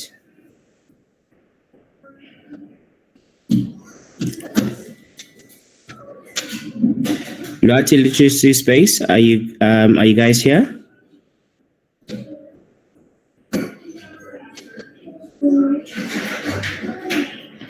All right. Team Green Salad, are you here?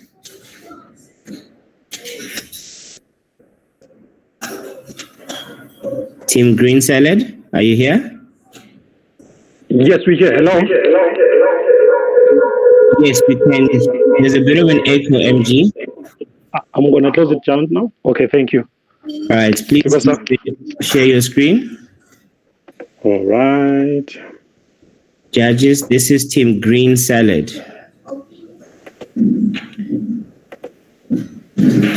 Team Green Salad.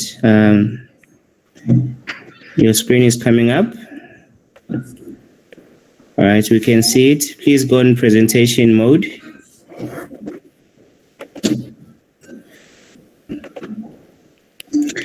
All right, thank you. Your time starts now. Thank you very much. My name is Gordon Khatebe.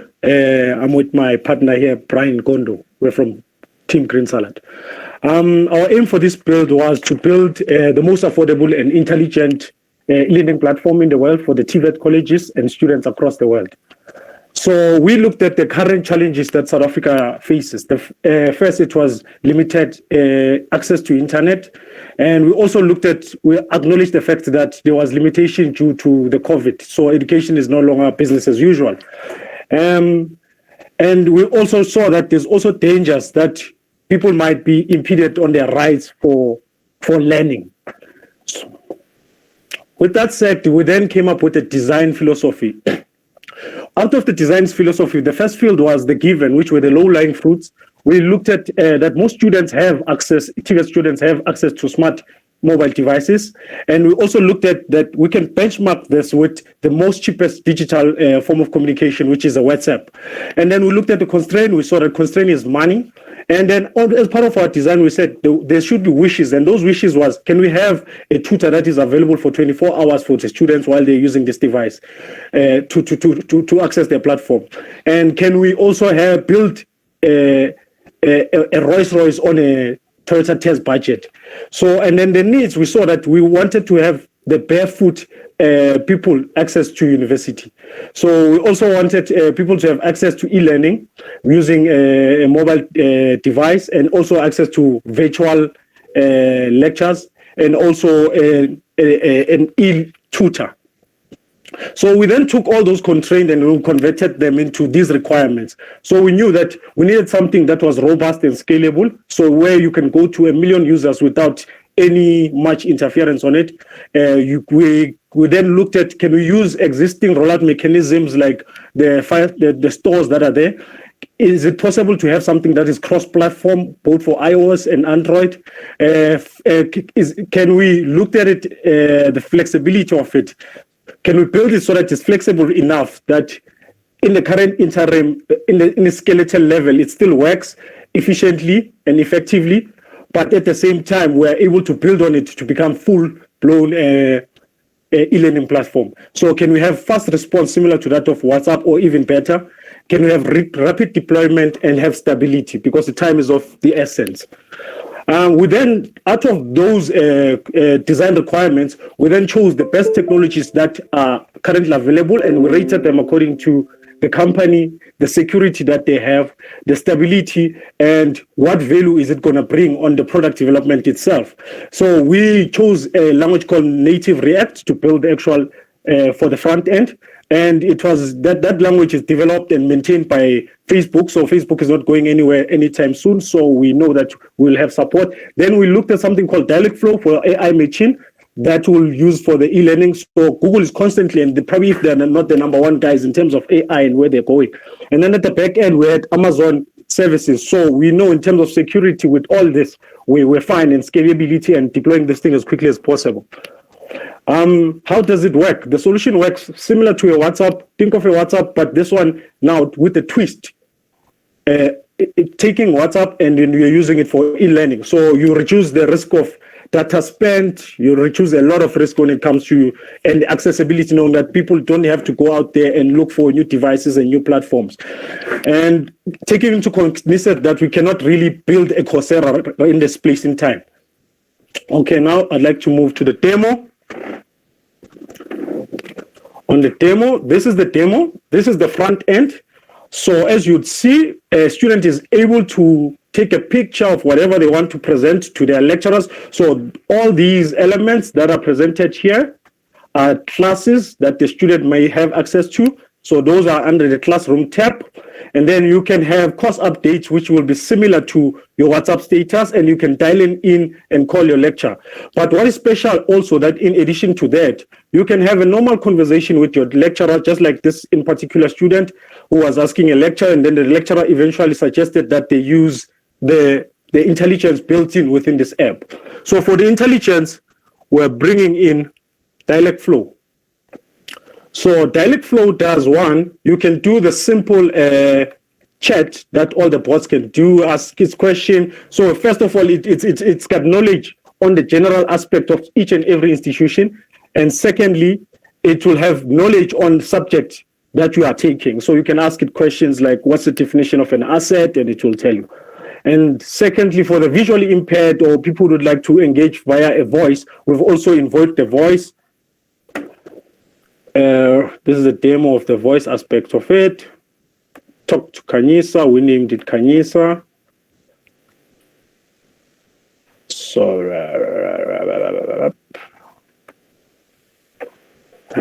hi.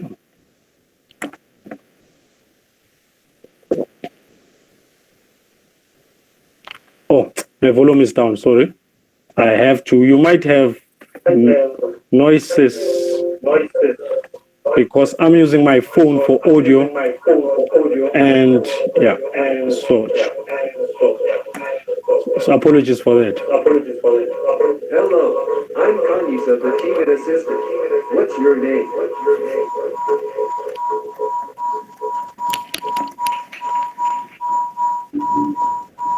Sorry, MG. Okay. Your time. Sorry. Judges, I'm not sure if you want to give him an extra minute. Judges, can we give him an extra minute for the demo? Or do you want to jump straight into questions? Extra minute. Yeah, we can extra minute there. Yeah, extra minute. All right, Trevor. MG, you got an extra minute. Please start. Okay, thank you very much for that minute. So first of all, if a new student who's not been to any institution, you'll say hi, who's not yet a registered student, talk to, and we'll switch it on. All right, here's the test version of Kanyisa. Hello, I'm Kanyisa, the team assistant. What's your name?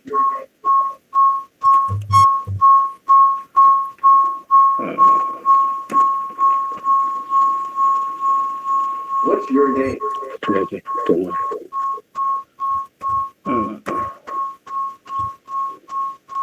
Thanks, Gordon. Which TVET are you interested in? TVET, put the whole thing. It's on TVET. Let me do this. Just do this way because. Oh, you have it copied. MG, unfortunately, your 1 minute is up. Oh, all right. Thank you so much. Sometimes when you're under pressure, technology does this. No worries, so understandable. Please do mute the other sound so I can hand over to the judges. Judges, I see there's a couple of hands up. I'll start with Mr. Roni.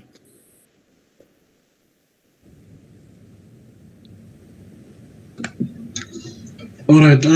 Good presentation, good solution. I think from my side, it's more of it's more of the business or the business model behind your solution. Can you clarify that? In terms of the business solution surrounding that, initially I thought that we could monetize it, but then I thought the situation that we as Africans and access to education, which is something that's close to my heart, this is supposed to be a project that it should go through a crowdfunding of some sort, and you leave it out there. It should be a project that maybe will introduce us. We've got too many other ideas and softwares that we can sell out there that will have an impact. But for this one in particular, I think the country would benefit. If you look at the plight of how students were affected, even grade 12s, if you look at it from last year's, if they had such an access to that thing. So purely from that, and if the technologies that we used, you should be able to use them very cheap to a certain number of users. So you only maybe want crowdfunding to support it going forward, and it's something that you can put out there for fellow geeks to support for free and learn from it as well. So we're not looking to make money out of it. All right, MG, can I please ask that you stop your presentation? All right, thank you. All right, judges, anyone else want to ask a question? I don't see another hand. I had a hand. Oh, there. Please go ahead. Yeah. Okay. Well done on the concept and the idea, because it addresses the issues of the new normal. My question is related to data security and privacy. Because just because people are students doesn't mean that their data should not be protected. And we know that there's been a lot of talk about people's data privacy, particularly as it relates to WhatsApp. How have you addressed that aspect of security and data privacy? Okay, thank you very much. So if you look at in terms of data privacy, if you make an example, we are not going out there to monetize this particular application. So people should be able to say and be comfortable with having our data on our side. And take, for instance, we chose those big companies to store our data in them, not necessarily that this data would belong to us. So it could be a data. So there's no issues when it comes to security on the data, so we're not looking to do anything with the data afterwards. So it's a solution that is out there to serve the community. Okay, brilliant. Thank you. All right, thanks for that. We unfortunately have one more question, time for just one more question. So Anissa, can you please go ahead? Awesome. Well done, team. I think the point about giving back and not wanting to make money from this idea is really cool and very refreshing to see. I think the scalability of this idea is also really cool in terms of not just TVET, but it could go, wider than that. My question is really, have you guys given any thought to the human in the loop? So where a learner isn't getting what they need from the chatbot, is there a way of branching out to maybe a retired educator or someone who is able to answer these questions and has the capacity to do so, also from a perspective of giving back to communities? I would answer this one in this particular way. I'm a techno guy, so I always think solutions of tech there's always a way in doing things. So within that particular GFlow work, we're able to see certain areas where it picks up that I don't know certain questions that are being asked, and that's where you can train it more and it becomes smarter and smarter. So if you look at these systems, if we're not able to take advantage of this particular system, the more we train this particular system, the more intelligent they become. So I don't think there's any human that is out there that can outsmart this particular system. Take, for instance, we started training this system yesterday night, but it was amazing the amount of information it was able to grab in such a short period of time. So, yes. All right. Thank you, MG. Unfortunately, the time is up. Right. So we're going to announce the next 3 teams that will be presenting. We are almost there, guys. The next 3 teams that will be presenting. Please do get ready. The first team is the Woos. The second team is KO. And then the third team is Lemzo Zokoda. First team, the Woos. Second team, KO. Third team, Lemzo Zokoda.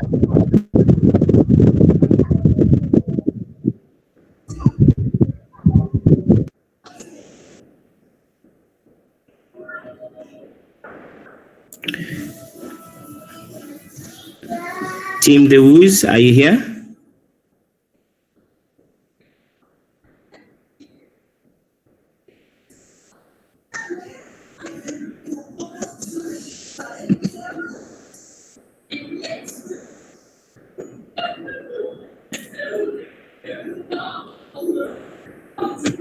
All right, Witness, your mic is off. Okay, can you hear me? Yes, can hear you. You are Team Woos, right? The Woos. Yeah. All right. Can you see my screen? It's still can see it, but there's nothing showing.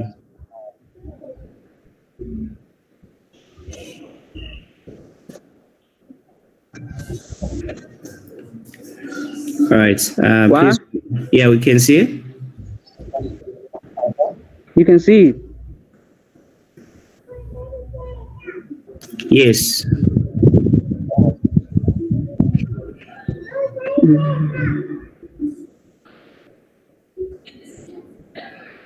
Yes, we can see your presentation now. Okay, so the app. Please go to the top and run your presentation.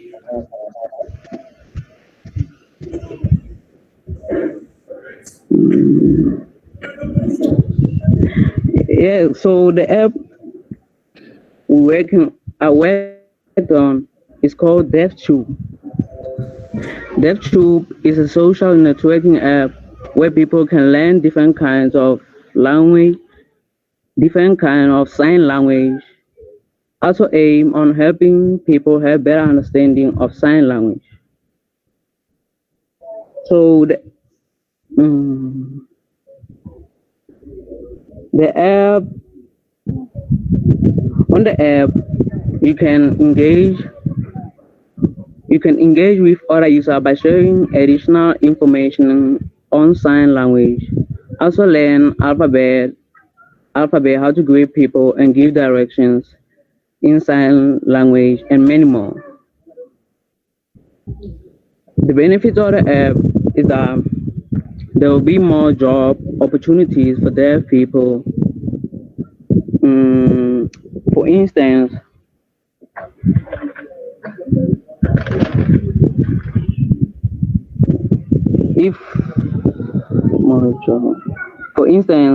mostly in workplaces, you find deaf disabled people working as translators, not as social workers or any other job. This is due to lack of understanding between normal human beings and deaf disabled human beings. So the app will be useful in terms of creating more job opportunity for deaf disabled people. And also families will be able to communicate with their deaf disabled loved ones, including places like workplace, restaurant, and etc.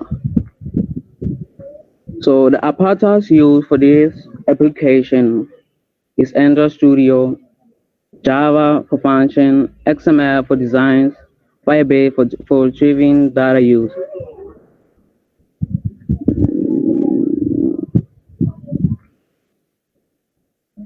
So as you can see in the result,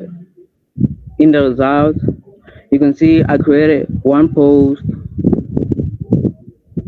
and also you can see the learning section here showing different kinds of sign alphabet, showing alphabet in sign languages. And in terms of securities, by authenticating user and writing security rules, I can fully read and write access to Firebase data. Also, in business cases, I'll include AdMob in my application for users to watch. I will include Google AdMob for Google Ads so that you can pay me. The future versions of this application include content like low self-esteem motivational chatbot, also alphabet in sign language keyboard.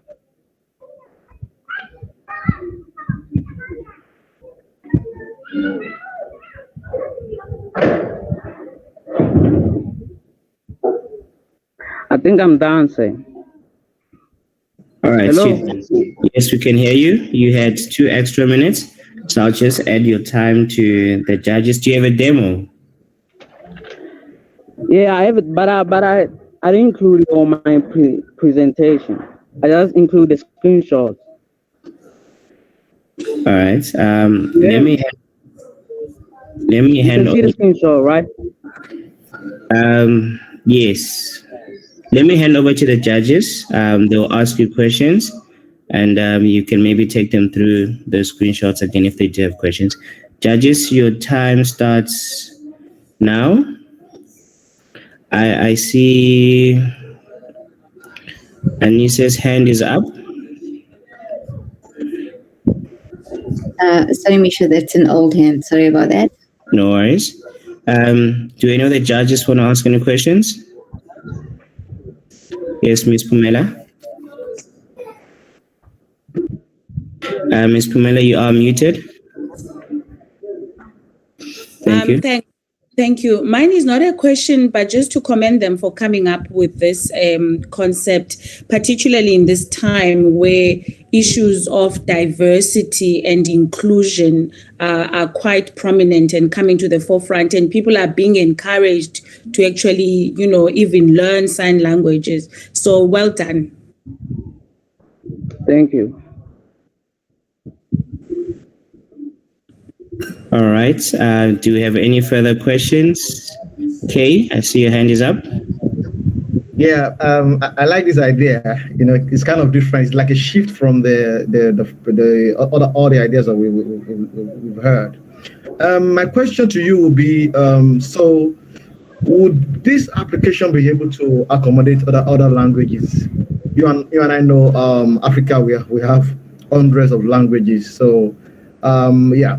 Because I'm looking at scalability, would you be able to accommodate other languages across, let's even say across the globe?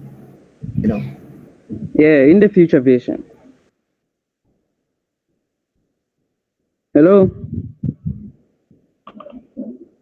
Can you hear me? I heard that. Well done. Yeah. Well done. All right. Thank you, Kay. Any further questions? Okay, perfect. All right, so we are just gonna go to the teams that I mentioned, but before we proceed, I'd just like to ask to check if Team Lwati Literacy is here. We missed them earlier on. Team Lwati Literacy, are you here? Yes, we are here, man.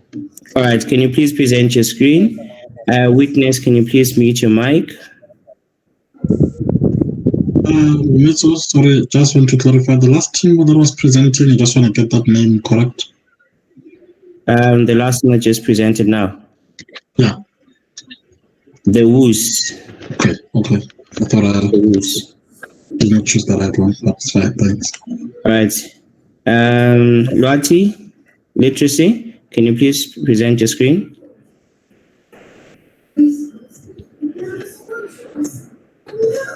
All right. Thank you. Can you see my screen? Not yet, sir.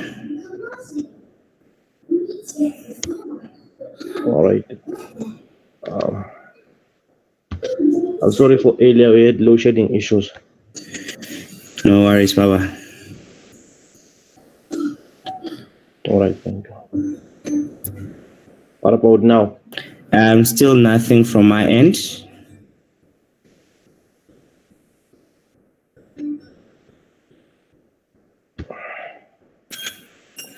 All right.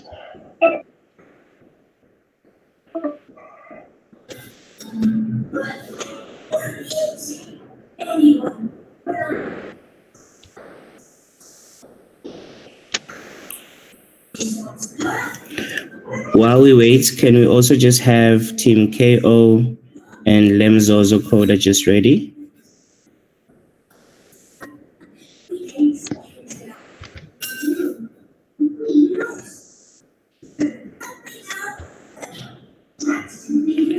Are you coming all right? Yes, I'm trying. Yeah. My gadget, it's something else. It's coming. Even earlier on, I had the same issue. Coming. No worries. Please go to right at the top of your slide. The first slide. Right. Let's just wait because nothing is reflecting on my side. Nothing is reflecting on my side. It's still loading. It's still loading. Okay, we can see your presentation on our end. All right. Is it appearing? Yes, it is. To me, it says you are presenting to everyone. All right. But I don't see the presentation. All right. Can I ask that we quickly sort it out and then just move to the next team, so we can quickly sort it out now? Please. All right. Please, can we have the teams KO and Lemzoza? We'll start with KO.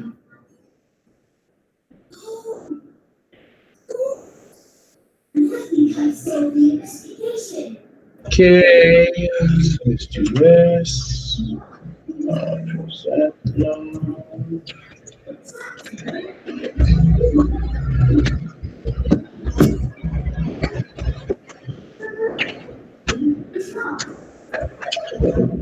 Is everyone ready? Yes, we are ready for you, sir. 6 minutes is ready. Are you good to go? Yo. All right, you can start. Hello everyone, this is TKO So sorry, can I just stop you a bit? We cannot hear the second presenter. Please come closer to your device.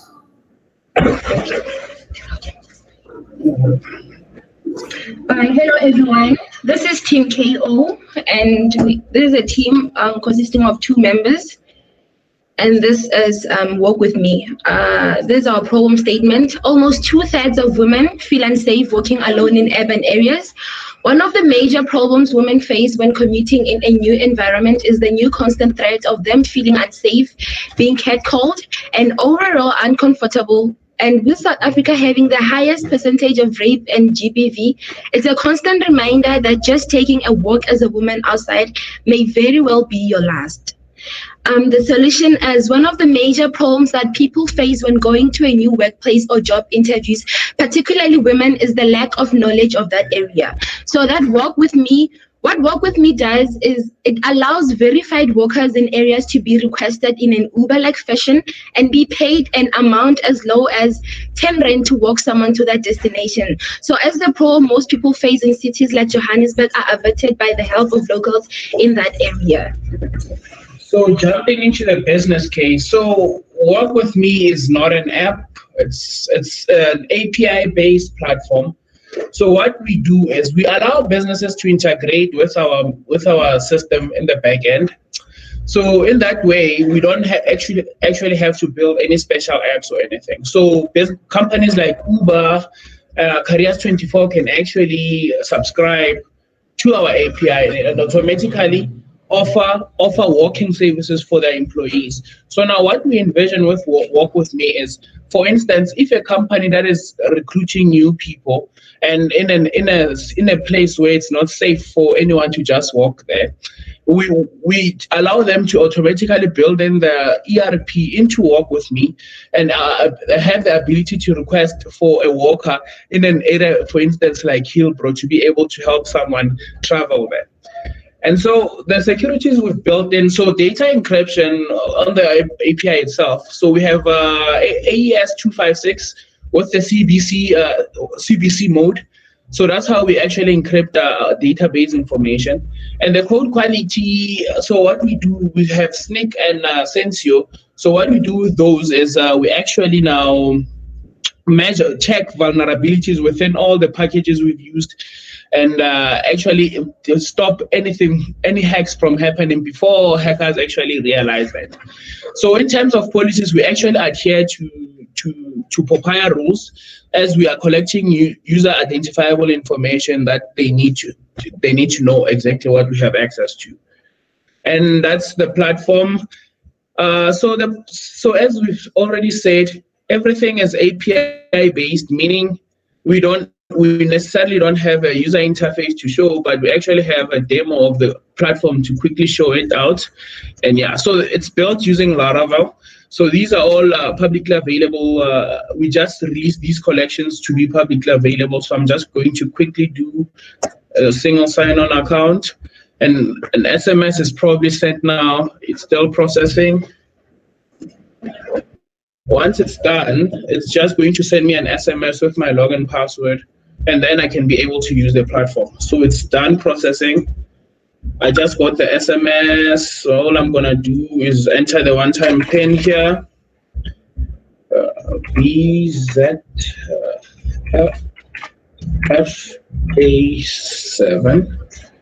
and login. Then just get this auth token. And the first thing that I'm going to do is just head on straight to the estimate for me to actually request for a new walker. So I'm just going to request from an area we don't support first, Val, for instance, and then the system should be automatically able to tell, hi, this area is not covered as due to insufficient walkers. But we did do dummy data for users in Tembisa, for instance, like this, and then it's actually going to be able to tell us how much it is to walk someone from the current location. So how we get the location is we just have an endpoint where you can post your location. The system is able to match you with wherever you're going. So one of the key policies we're actually facing is the GBV policy that is currently being implemented in South Africa. With that in mind, we actually now, since the companies are actually enforced to implement GBV rules within a work environment, we thought this would be a great way of actually allowing them to interact deeply with our systems and to be able to offer protection to their employees as they commute to and from work. Thank you.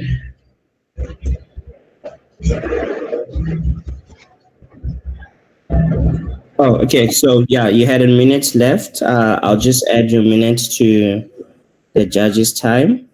And then judges, it's your time. I see Kay, your hand is up. Yeah. So my question will be, you mentioned about workers. I am assuming those are people who are already familiar with that terrain. You know, yes. So how do you certify them? How are you sure you're not putting people in the hands of maybe criminals, people of bad intentions, Okay, in South Africa, we have something called the CPF. So we have community patrol forums that are actually actively ensuring that the area around them is quite safe and the area around them is quite protected. So most of the time, the workers are actually part of a group from those people. And also we actually target now the youth. With South Africa having over 50% youth unemployment rate, we actually target the youth from around these areas and actually get them certified either via CPF or if they have volunteered with the SAPS. So we can actually now know that this person has been verified and will not likely rob the user that is currently being robbed. And also a group can be automatically assigned if an incident happens. And then that's when this local CPF will take over. If they can't, and SAPS will also be notified of that. Okay, are you also looking at running a background check? Because someone working somewhere doesn't really mean that they are not, they don't have criminal, they don't have the potential to become criminal. So are you looking at, running a background check, to be sure, yeah. So one of the key things, so we have integration with SAFPS, but that is currently not working. So what SAFPS does is it actually allows us to just post people's fingerprints and automatically get their criminal record status.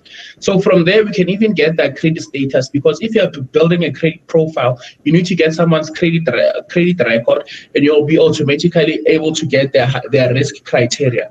So for people with extremely low credit records, you can actually rank it as a very high risk criteria for someone who's a worker, because that person has motivation to actually rob the person that they are accompanying.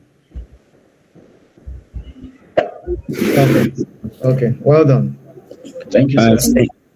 Thank you. I see Anisa's hand and Mr. Ronnie. I'll start with Anisa. Cool. Thanks, guys. I think this is quite a relevant topic and focusing on a real issue in society. So I've got both a comment and a question. My comment is, just in terms of scalability, maybe consider also just how would you scale this out to school kids that need to walk back home and that are often, attacked for various reasons, whatever the case may be. In terms of a question, how does a monetary payment happen, or how are you looking at sort of, paying the worker or attracting the right worker to do this type of work? Okay, so to answer the first question, so we actually thought about something called a guardian-based system. So what a guardian-based system does is, if we have parents that are actually working and cannot accompany their kids, you can have a legal guardian that is assigned to those kids. But that guardian is chosen based on the safety levels of that area. Because we do know kids are prey to people who want to do harm to them, and then no amount of background checks can actually guarantee that a child is safe. So what we do with that is we can allow kids to work in groups and automatically attach certified workers with those kids to be able to help them get to where they are going. And to answer the second question, so if businesses pay to actually utilize this platform. As we've said, this is an API. This is not a consumer-facing app. It's actually a platform that allows businesses to simply integrate their back-end systems with us to be able to offer enhanced safety services to their employees and everyone. So, for instance, with Uber, an Uber can pick you up and drop you off halfway of your of where you're actually going due to funds. Automatically, they can request for a worker to take you from that drop-off point to the same place that you're actually going. And with that in mind, we actually pay so by taking at least 10% from the initial, from how much a company pays, and then the rest is simply filtered towards the workers themselves. Thanks. All right, so we'll take the last question from Mr. Mabukela. Okay, thank you so much. This is a very interesting topic. I mean, the fact that GBV now is becoming a second pandemic, and this is a solution. My question is around the protection of both because I mean the worker, I believe, it's not someone from the security or from the police. So how are you going to make sure that the worker and the person being walked are safe? I mean, anything can happen. We know that. It doesn't mean that the worker if the person is walking, the other person cannot be attacked at some point. So, what are you trying to achieve? Okay. So with this in mind, so what we provide is, I didn't show this. So we have an endpoint, a WebSocket endpoint that actually allows you to monitor where a worker is. So a worker is not someone who's security based. A worker is a member, part of the Visible Community Policing Forum also. So meaning is someone from the community who we know that is assigned to be there in terms of programs. So there will be a dedicated task team that will actually observe all the workers in real time, so that if there's an issue, then automatically the system will be able to dispatch either private security or CPF or the SAPS, because remember, businesses are paying for this. So we will effectively be able to actually offer private security services to people who are in danger. So if you can see here, this is how we actually handle that. So this is a WebSocket endpoint. So we can actually do that in real time and offer enhanced tracking and everything. Unfortunately, your time is up. Thank you, Team KO, and thank you for your time. All right, so we're gonna jump to Team Limzozo, Coda. I think this is Limhang. Yes, sir. I'm here, sir. All right, please share your screen.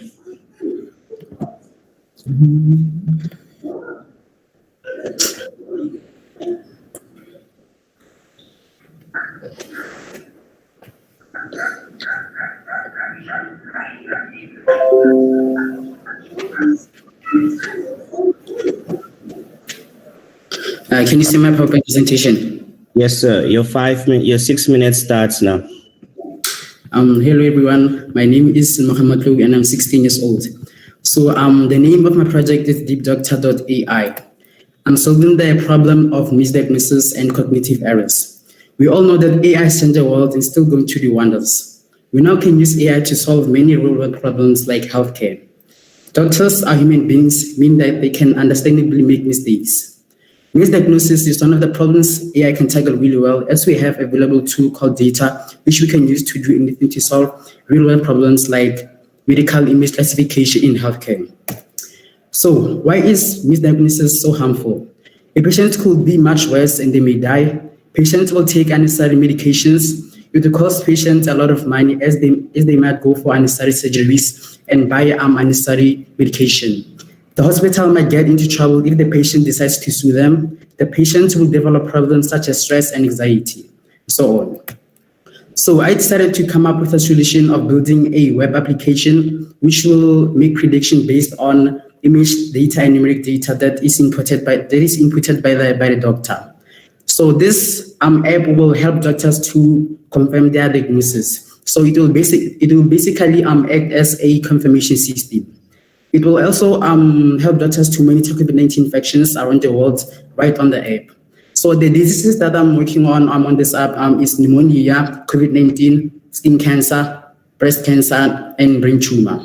So I actually choose to deal with this disease because they are the most misdiagnosed one, 32 to 35%.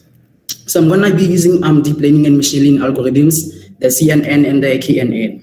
So let me walk you through the demo of the application. Yeah, can you see it? Yes, we can. So yeah, this is the first page of the application. It's about the app. It actually explains how what the app is about, and it actually gives doctors some tips on how to prevent misdiagnosis and why is misdiagnosis so bad. So the doctor will choose which one of the following diseases does he or she wants to predict. If the doctor wants to predict pneumonia, click pneumonia, just like that. Then the doctor is going to upload an X-ray scan of the patient. Then after uploading, I've already uploaded the X-ray scan. After the doctor uploads the X-ray scan, the doctor is going to hit submit. Then the machine, the deep learning algorithm, which we call the CNN, is going to process that image and make prediction based on that image. So it's saying the X-ray scan is luminopositive. So the same thing applies to the rest of the data except for breast cancer. So for breast cancer, I decided to use numerical data instead of images because I couldn't find a better data set to train on. So for breast cancer, the doctor is going to choose whether he or she wants to choose simple breast cancer classification or complex breast cancer classification. So the doctor is going to answer these questions, then hit submit. After hit submit, the machine learning algorithm called the KNN, the K nearest neighbor, will analyze the inputted data by the doctor. So these are the features of the of breast cancer. So the doctor is going to hit submit after inputting this file, so I'm not going to input anything. So the breast cells of the patient's cells are likely to be benign. So the doctor can also look at the COVID-19 dashboard. The doctor can view COVID-19 cases in different countries. So let me choose South Africa. So after the doctor chooses a certain country, the doctor can play with the data around here. So the special feature here, you can actually, on this daily unique cases and total cases for selected countries, the doctor can choose which can compare two or more countries based on COVID-19 infections. So let's say I want to compare South Africa, Botswana, and France. So I'm just waiting for the data to be plotted here. So yeah, after you choose the countries that you want to compare, this is the graph that you're gonna get. So yeah, the business model of my application, I'd like to continue developing this application and integrate it with the Stream API, which will actually allow the users of the app to make payments. So I want the users of the app to make payments when they want to make predictions. So every time, maybe like when continuing working on the project, I can make a login function. Then after the login function, I can actually make ask the user to pay if the user wants to predict those diseases that I just showed you there. So yeah, the system is not the demo that I built doesn't actually need a lot of security because it's just a Streamlit app. It doesn't have database behind it. So it's actually safe to things like SQL injection, picking the database behind the software. Because this app is just plug and play. You need to keep the X-ray scans of your patients in this app. You just upload the scan and hit submit and make predictions. So you just plug and play. So yeah, thank you. I'm done. All right, thank you. You had 15 seconds left. We're just going to hand over to the judges. All right, I see some hands with, Liam, can you please just, your screen, thank you. I see hands, Kay. Yeah, wonderful idea. For this demo, exactly this page that you're on right now, one would imagine if you could have, for example, a scan of someone who is not actually positive of pneumonia. So for me, that would have given us more satisfaction that this is a workable prototype. So yeah. That's just my mindset. If you could just show us, okay, this is a scan. This guy is positive, and this guy is negative. Well, I can't see that. As valuable as this looks, for me, I would like to see that kind of comparison.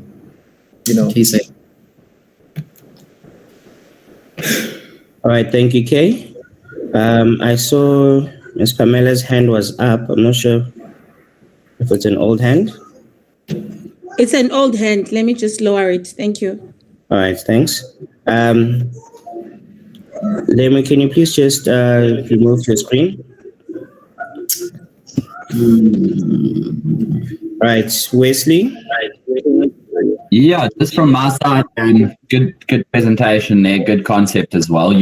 Firstly, you targeting doctors. Am I correct in saying that? Hey? Yes, sir. Okay, cool. I was thinking, maybe just a thought from my side is I know we're trying to target the doctors, but doctors, as someone mentioned earlier, they've studied this stuff. They've got all the equipment to help them through these things. So why not have it maybe offered to people in, like you say, with rural areas or something like that don't have access to doctors, where this app could possibly help somebody determine what it is, or something in the lines of that. Just my 2 cents there. I wanted to add. Yes, sir. My nephew actually works at a clinic, and yesterday I was presenting the app to her. So when I asked her, she said that they don't work with things that involve radiology, like X-ray scans and MRI scans. Yeah. So I really thought that this app will actually be useful for those clinics than hospitals, because hospitals, they have productors, they have a lot of things, unlike clinics. Okay.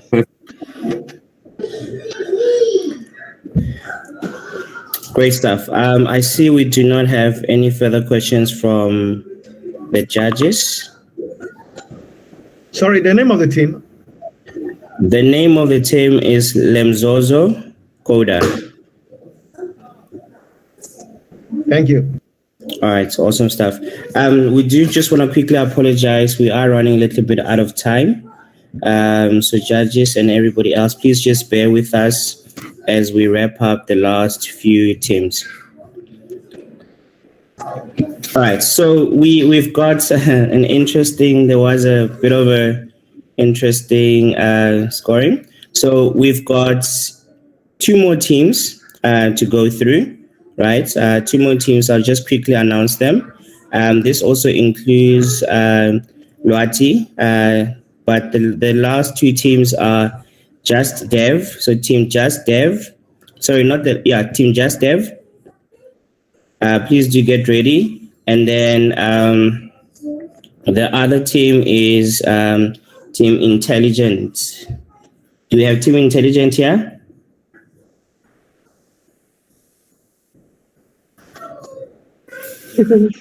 Yes, we're here. We are here. Team Intelligent Developers, are you guys here? Yes, we are, sir. All right. Just Dev, are you here? Yes, sir, we are. All right. We're going to start with Just Dev. We're going to then go to Team Intelligent Coders.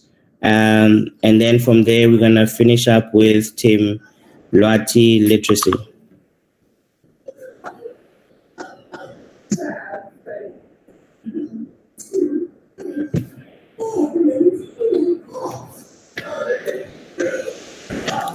All right.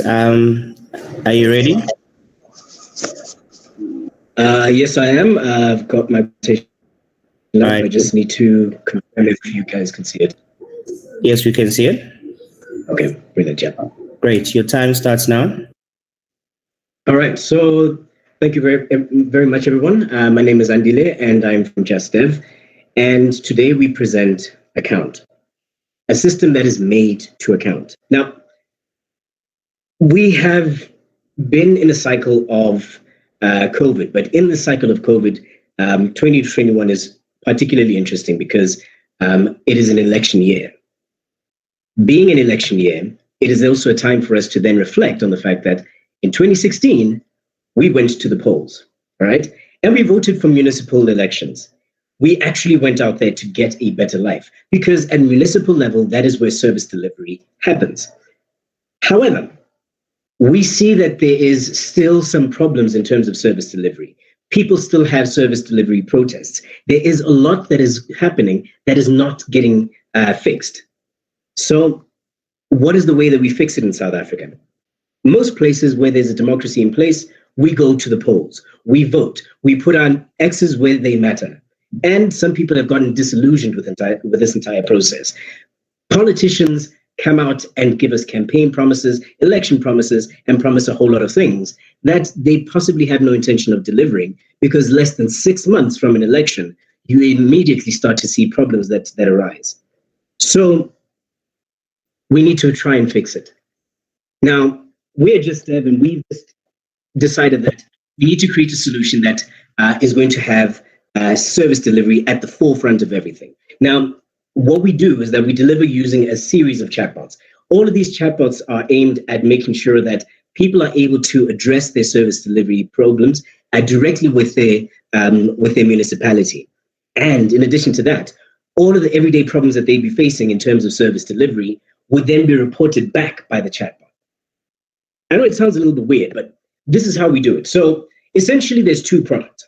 First product is the chatbot. And in the chatbot, we have an interaction that you'd be able to make with your service delivery officials.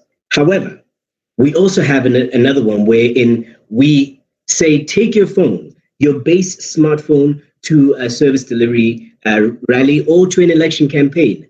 Record your public officials. Essentially, what you'll be able to do is to find out exactly what they're saying. And because a lot of the time you'll find yourself in an area where you're not particularly familiar with the language of the area, you might just find that it might be easier to actually do translate. Our app does that. It translates in whichever language that is being spoken into your closest language. Now, I know it sounds a little bit weird, but we've managed to build a couple of models for 7 of the 11 official languages of South Africa, and we will continue to build more. In addition to that, we are also going to be building into the background an ability for municipalities to audit and assets track their assets. This is quite crucial because they'll be able to better plan for themselves. So what we're saying to you is, know what the promises politicians are making. Hold them to account. No matter the language, hold them to account. Report your service delivery issues and get the government to report to you. Now, I'm going to show you a quick demo as to how this entire system works. And as always, I'm hoping the demo gods work with me. So essentially, you would then save the number and you would then send the text to the chatbot. The chatbot would then respond and say, is there a service delivery problem that you would like to address? You would then say yes, after which it would then get your address. The address is a very crucial part because it needs to know exactly where you are. Once it knows exactly where you are, it is able to address it to the right municipality and get that municipality to account to you.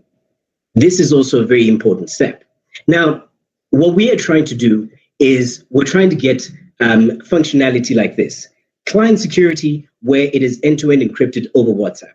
We're also trying to make sure that each and every service delivery issue in your community is reported. And because we're using WhatsApp, it's a low technical barrier because a base smartphone, that MTN base smartphone costs about 200 rands, and a lot of people have it. I know because the numbers are sitting at 22 million WhatsApp users in South Africa. And these are smartphones, right? Just based purely on that. We also then have an additional functionality that I think I need to speak about. From the other end, people will be able to, from a clerical perspective, they'll be able to allocate jobs to service providers within a municipality using the chatbot. In addition to that, they would have a dashboard to view problem areas, and in their problem area, they'll be able to see exactly what problems are arising. And because they're able to know what problems have arisen and which problems are being constantly reported, they're able to do asset tracking in terms of their assets and plan ahead for the future. This is important because a lot of our municipalities are not getting clean audits.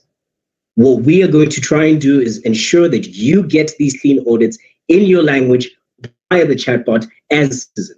In addition to that, we will be able to provide this to answerable people in political office so that they be able to say the corruption happened at a lower level, why and how.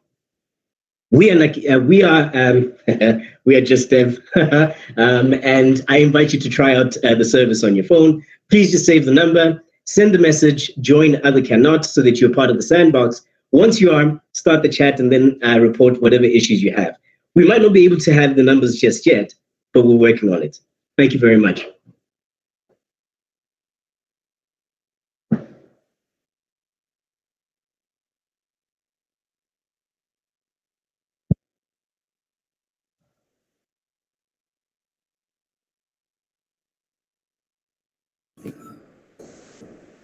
That's the end of my presentation. Am I still in the call? Yes, you're still in the call. We're just taking judges' comments and questions. So Anita is starting off first. Cool. Thank you. Thank you so much, Andile. So just to confirm, right, GovChat has something similar running where, people in society and people in communities can report whether it's about, stuff that's happening in my community or pothole or electricity outages. How is this different from that? And have you considered partnering up with other sort of startups and fintechs that are looking at doing something or that are already in the market doing something like this and maybe adding a different angle and grow in terms of the scalability of what you could offer and bring to the table to other startups that are doing something similar? Okay, thank you so much. So we are aware of the GovChat platform. The one drawback with GovChat is it is related and almost restricted to people who are within that GovChat platform.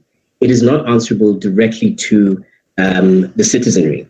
And you also then do need to download the GovChat app, which we did a little bit of work on last year, but that's beside the point. So there is already platforms and we do want to partner with people. However, what we're trying to do in terms of monetizing is we want to just build this and get it out there. Whether it is taken up by government or not, that is not where our true revenue lies. It lies in breaking apart all the different bits and pieces and selling those particular modules off. So the language translation is a way in which we're looking to monetize that. All of these things that I've spoken about right now, as a platform, that is freely available, and essentially it is developed so that we can have a more answerable community. I hope that answers the question. Yeah, it does. Thanks. Okay. All right, so do we have any further questions, judges? Yes, Mr. Tselane.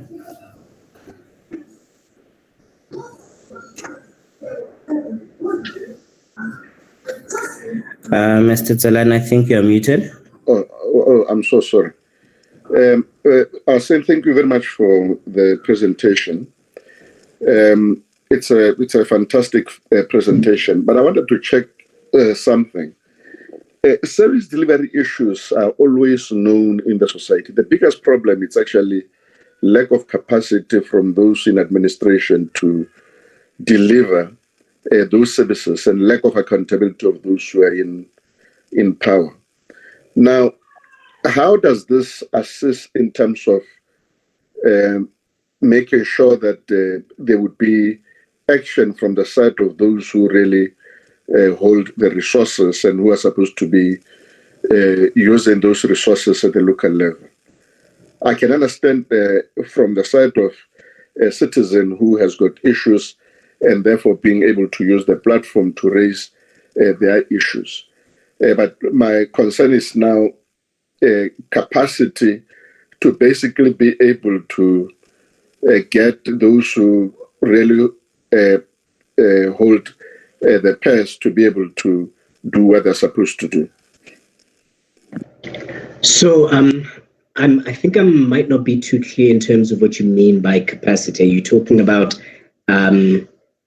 capacity in terms of legislative capacity, or are you talking capacity in terms of ability and controls and processes, or is it capacity from a manpower perspective? No, I'm doing more in terms of accountability. So I can understand from your side that the intention of the app is to basically get the communities to voice out their grievances. And I'm saying that most of the time the grievances are known. The issue is actually the response on the other side. So how can the app be used basically to ensure accountability by those who are in power? Okay, all right. So maybe let me then go back just a little bit. So one of the things that we ensure that the chatbot does is that it is a reporting back service, right? Now, what the chatbot essentially will be doing is that it will be reporting that your particular matter has been handed over to this person in the department, right? And it then gives you the standard turnaround time for that department. But what it does is that it puts a reminder from the administrative side to ensure that that happens. And essentially, the higher ups would then be able to ensure that they be able to know exactly what's happening because they get in the dashboard. Essentially, as an issue is reported, those who are in positions of power would be able to hold those that are beneath them to account.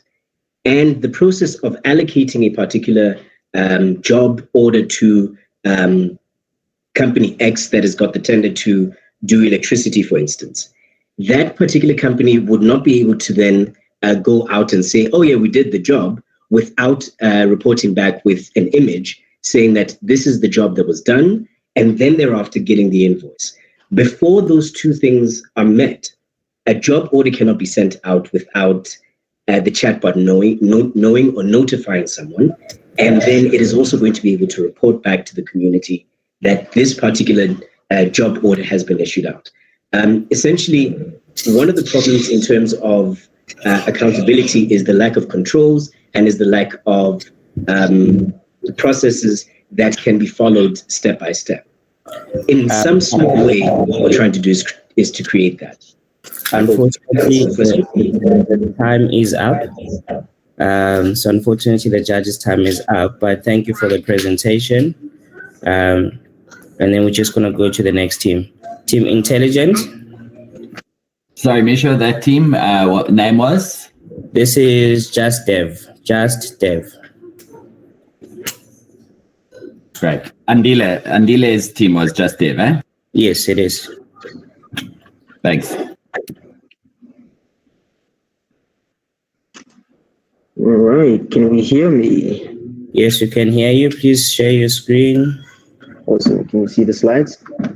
Yes, we can see the slides. You've got 6 minutes to present. Please jump into it starting now. Greetings, we are Team Intelligent Developers, and audit has found a problem. Municipalities in South Africa have, in the period between 2014 and 2019, obtained gradually declining audit reports from the Audit General South Africa. And of course, this declining situation like to recuperate despite the low disclaimer of the audit outcomes. Local municipalities have the responsibility to ensure that all citizens are provided with services that satisfy their basic needs, such as water supply, refuse removal, and your municipal health services. An unqualified audit implies that the municipality is using their allocated resources adequately, and your qualified audit is lack of monitoring tool and poor oversight from staff members, as they only get their audit reports at the end of the financial year. So why are we doing this in any case? Well, the goal of this research is to monitor audit outcomes and extract insights from them. The primary question that this research seeks to answer is, after someone is elected, will they deliver on their promises? To address this question, the research adopted this objective: assist municipalities to improve accountability by providing them with a preliminary monitoring tool. Security and data privacy. Finally, we have the POPI Act, which aims to promote the protection of personal information processed by public and private bodies, such as your access to information, breach notification, as well as big data. Well then, how does this project called Audit do business? Looking at our customer segments, we're looking to expand our target market, so not just working with government, we want to work with private as well. And then our value proposition, what do you get from us? Well, you get verifiability, access to new products, less expensive things, smart contracts thanks to blockchain, and this obviously leads to less middle layers. And how do we make money? Well, recurring revenues, right? So there's obviously subscription-based, And then we have also transaction revenues, service revenues, and crowdfunding was startup after all. Channels, well, you can look at our website, audit.com, or try out our APIs for custom solutions. In terms of our customer relationships, this is one that's important to us.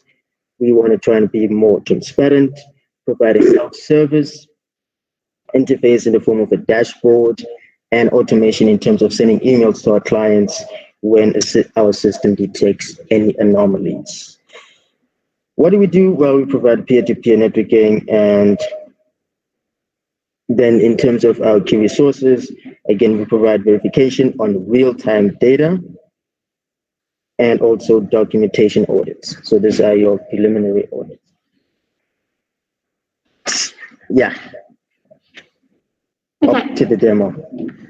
Hi guys, I'll be presenting the demo today. My name is Stephanie. So firstly, we got our data set. We're using NHF free, and we got our data set from the website you guys provided for us. So we noticed that all of our audit outcomes were in rainbow blocks, meaning that you could only see the color. But when we read our CSV file into Python, we noticed that the rainbow blocks actually had data embedded in them. So further on, we also cleaned our data by removing null rows that had no values in them. And this also prevents us from, when we finally visualize our data, that our data will have null variables. So we created our dashboard using Streamlit, and also for our interactive graphs, we use Plotly. So firstly, for our first graph, we use our province, and we wanted to see what was the impact of, in that particular year, how did those different provinces, how was their audit outcomes. So for interactive graph, what we mean is that you can actually hover over the data set or the graph and see the bar chart to see what's going on. So for instance, here we have KwaZulu-Natal, and we see that it was qualified, which means that as previously mentioned, the financial statements were not balanced. Further on, we were looking at scatter plots using the municipal, the district, and also for the different variables. Sorry guys, I'm Afrikaans. So you can also do the same here with the interactivity as such. As we can see here, we have Cape Town Metro, and it was unqualified with no findings. So we also, with clustering, we decided we're going to see how was the impact of the different years with the audit outcomes. So we used our most recent data, which was 2018, compared to previous data. So we saw the relationship here. It had a positive correlation of 0.57. And also, as the years progressed, we noticed that the relationship got stronger. Here is 2017, and we saw that was 0.17. So we created a word book, and in this word book, we wanted to see how the audit outcomes were going with different provinces. So we sectored out different the audit outcomes in a bar chart. Your time is up. Judges, can you give an extra minute from your time, or do you want to jump straight into questions? Happy with the extra minute? All right, team, you've got 1 extra minute. Please continue. Okay, so what we have here, we have the provinces and also the bar charts for the different audit outcomes. For instance, here we can see the Northern Cape, and it was unqualified for findings, and this occurred 8 times in our data set. So what we also wanted to look at is how much times a province occurred in our data set. So, okay, for instance, here's KZN, and it occurred 66 times in our data set, the annexure free. So we also wanted to see the different audit types, and here we can see KwaZulu-Natal it was the highest occurrence in our local municipality and also our district municipality. We did further research, and we found out that KwaZulu-Natal does their own internal audits to help improve the outcome of the audits and also to have more clean audits. Okay. That's all. Thank you. Perfect. 1 minute done. So we're going to hand over to the judges. I see Anissa's hand was up. Who starts? Awesome, cool. Guys, I think this is a really good idea, and I think much needed in terms of where we're at in South Africa, right? Just a question from my side, well, two questions. So who is this aimed at? Who's going to actually be using this capability that you guys have built? So basically, primarily this is targeted at the government right now because these are the people who actually have to get things done. Okay. Yes. All right, cool. So that's my first question. My second question is, you guys mentioned blockchain, right? That's quite power intensive. And if you think about municipalities that are struggling with access to data, how would you enable them to be able to use the system with its, full capability, bearing in mind that blockchain does have some drawbacks in terms of access and the amount of power that it holds? Looking at weighing the pros and cons, right? We noticed that blockchain has this immutable nature about it. So we kind of concluded that, you know what? Let's use blockchain because of all the pros outweigh the cons. Yes, we know that it's resource intensive, but it's really going to help in terms of improving accountability in the government. Thank you.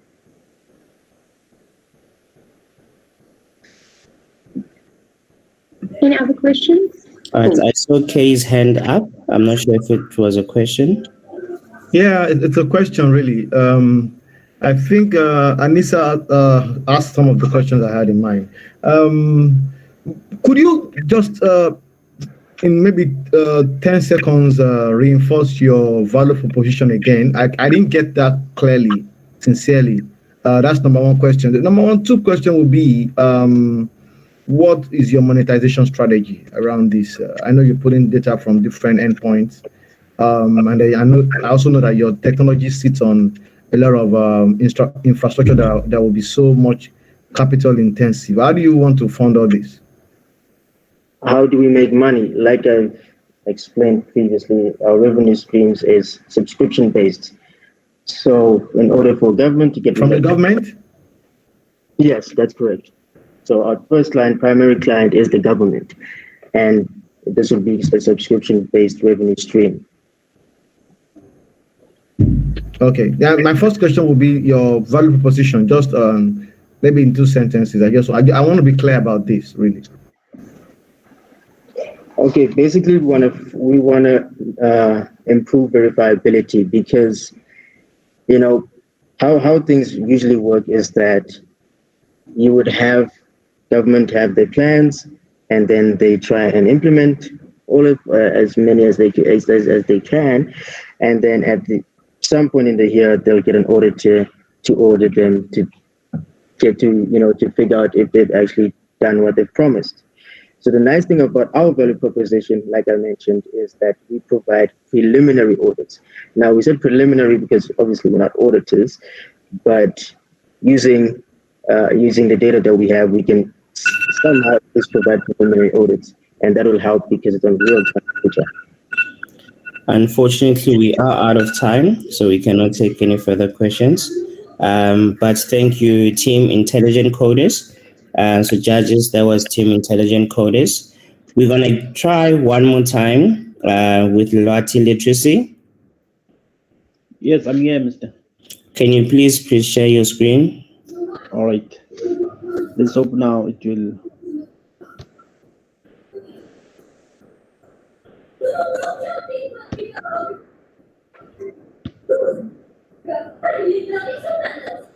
Is it appearing? Nothing yet. It's coming. All right. All right. Yeah, you can start your presentation. All right. To me, it's still loading. Doesn't get appeared. All right. Let me just do like this. All right. Our project, it's a Lwati literacy space. We address the issue of reading and writing in our community, which is community of Msokwaba. All right. Can you see the next slide? Your slides are not moving. We are still seeing the last slide where you say thank you. Oh, it's a problem. Can I maybe suggest that you take us through your present, and then when the slides come up, they'll come up, but from your side, can you just continue presenting? All right, no problem. Let me just go through as I started. Okay.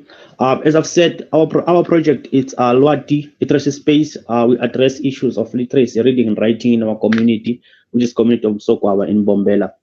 All right, the problem statement goes like this. In the community of Sokwaba, many people cannot read and write, and that prevents them from accessing many opportunities within the employment fraternity. Reason being, reading and writing is recognized or suggested as a basic requirement to engage the world. Our solution is that we have created a website that will provide or avail decentralized reading and writing resources through partnership with stakeholders that are active within the literacy space or literacy sector and other charity initiatives, also government departments. This online platform will be strengthened by potential stakeholders that are active in the literacy sector, as I've said, also funders from different companies and the public, which is the people, will be invited to donate books, also to donate other reading material that will assist the people to read.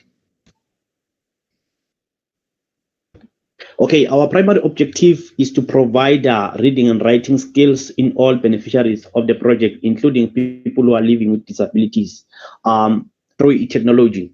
So we'll also be promoting reading for enjoyment. We'll provide simplified concept of reading and writing in all age groups.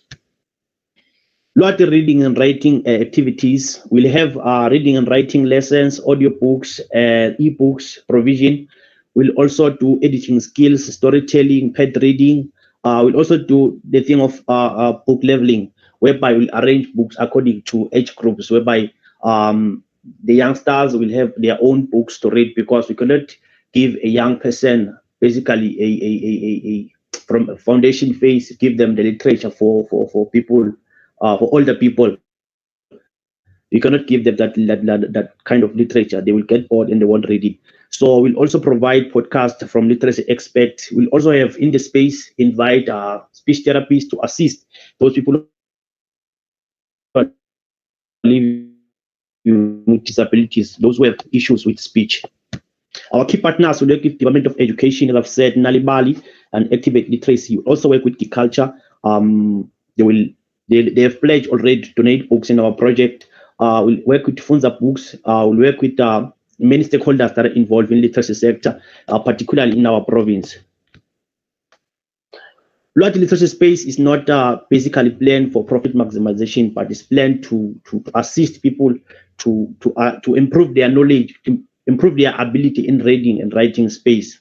So our website will be updated with content that is created with home languages and English, so that it can be easy for people to access it. Lwati Reading Program will work on membership subscription. Basically, I think yearly will make it, where people will subscribe each and every year for our services.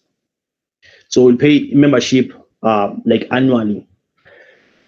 We'll be affiliated with stakeholders like local libraries, radio stations, mobile libraries, and youth networks, whereby we'll take the library to the people.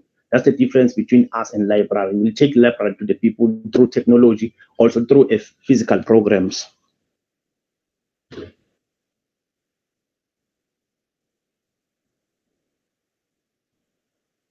I'm done. Thank you. Oh, you're done. All right, thank you, sir. I'll just initiate the time for the judges. Judges, your time starts now. I see, Anissa, your hand is up. I'm not sure if it's an old hand.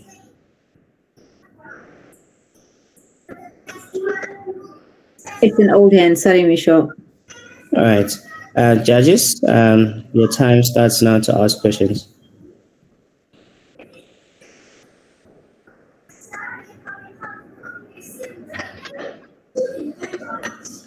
All right.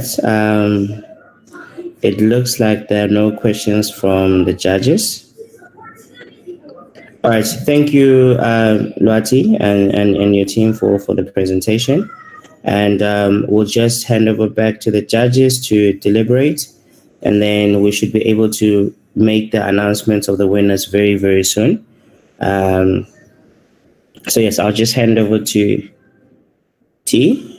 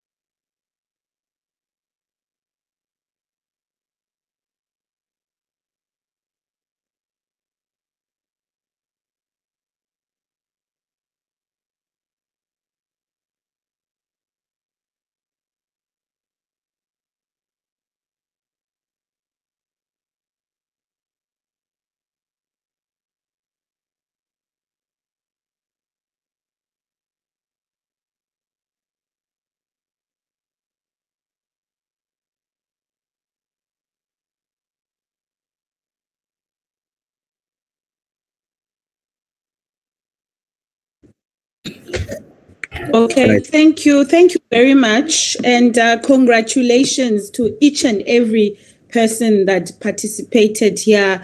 I am thoroughly inspired, and I have just informed another very high level group within the country that look, the future is in good hands through the young people that we are seeing today.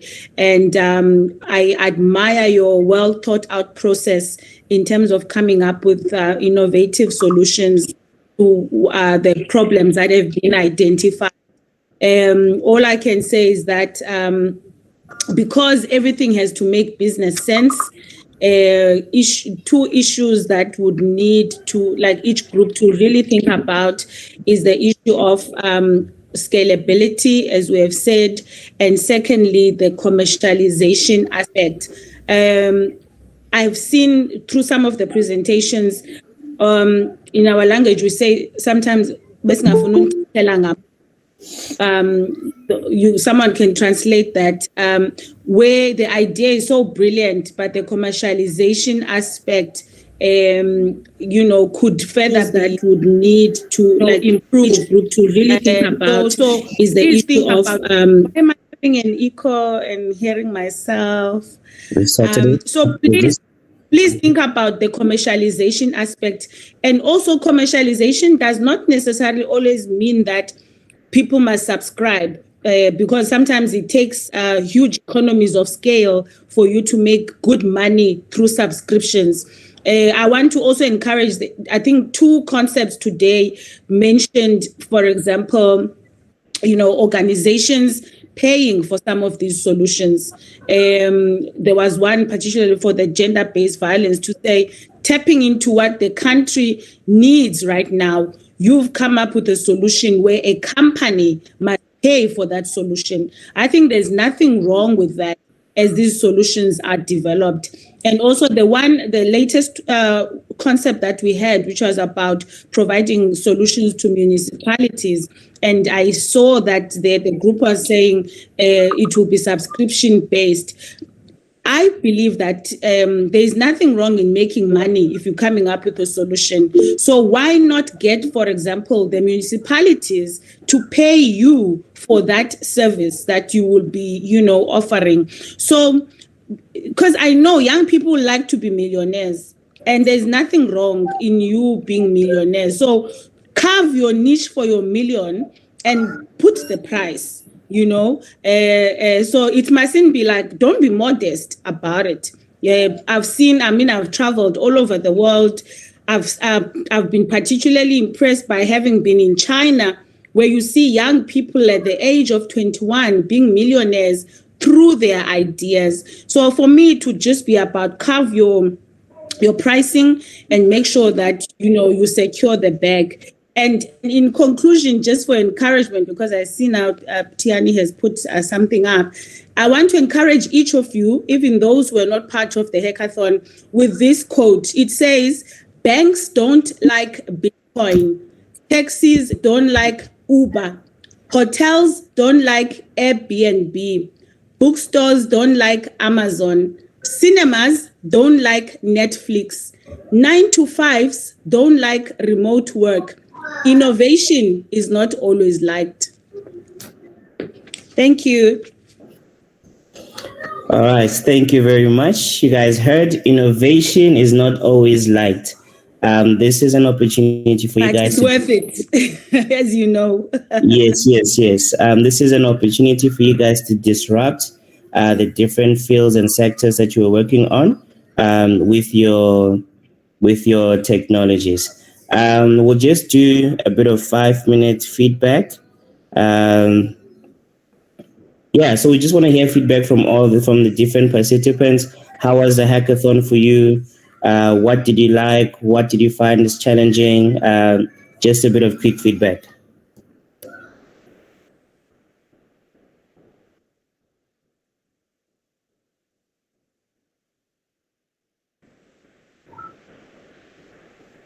All right, thank you, T. Judges, the rest of the judges, please do share some bit of feedback. I think, Misha, if I can maybe go, I think, innovation is a very lonely place. Being the head of innovation for Life, everyone always wants to be somewhere where your project is green and everything's going fine. People don't want to be linked to failure, but part of innovation is failing, right? And I really encourage you guys to just start small, get those mini MVPs out, do as much customer research as you guys can do. If it doesn't work, try a different angle, but just don't give up. I think there's such amazing power and potential in the ideas that each one of you have presented today, whether it's opening yourself up to a partnership, creating some sort of an ecosystem play.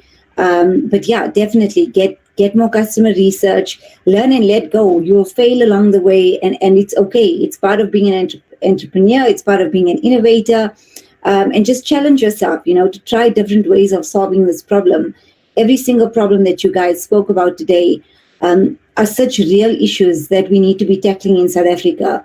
And I think just, to the point around the fact that there's this comfort around the fact that future leaders and you guys are going to make a change for us. And I think that gives much hope and much inspiration to just a better world that South Africa can be.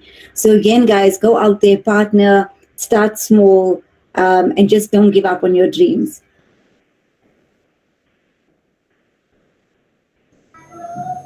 All right, thank you for that. Do you know the judges want to share some feedback? Okay, I see you. Okay.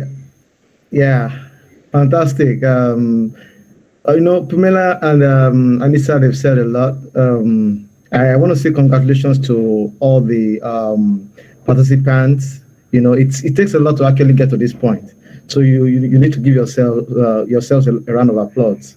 But having said that, for me, I've seen a lot of potentials, around everyone that has presented, and we live in a continent whereby we need a lot of innovations to drive our development. So I put down 3 major points that I think every presenter, every team should look at addressing in their solutions. The number one is privacy.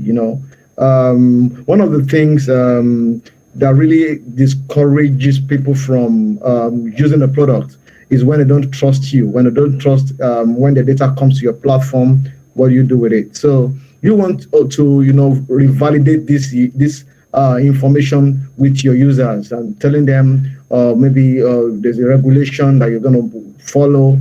It's very, very important. And another one is your product market fit. So even if you don't win, when they announce the winners, don't stop. Just try and get as much as possible in terms of feedback, like Anissa mentioned. Feedbacks are very important. They help you to get to a place where your product actually fits a particular need in your target market. So strive to get product market fit. And the last, which I think is also very important, is the social impact. So while driving towards profitability, driving towards revenue, it's also very good for you to have an impact in your community, in your locality. It's something that every African innovator should look at. Thank you, and thank you for having me as part of the judges. Awesome stuff. Thank you for the feedback, Kay. There is a form on the chat. Please fill it in. It was just shared now. It's a form for feedback. So any of you guys who still have feedback and you don't want to say it here, please fill in the form. We want to hear the good, the bad, and the ugly, and also ways of improving going forward. So please do fill in the form. I still want to give some chance to the judges. If there's any judges still want to add, please go ahead.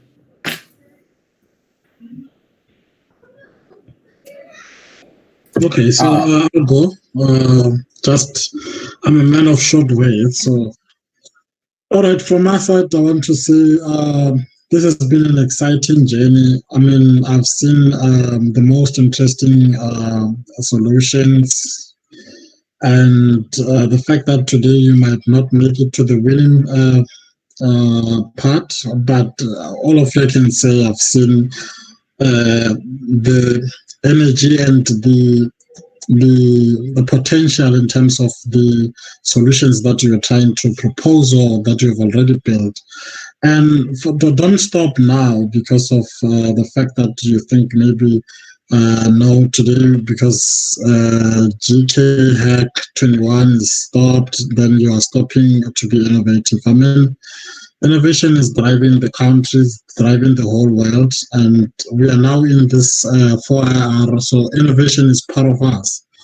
So we need to keep on innovating in order for us to disrupt the status quo.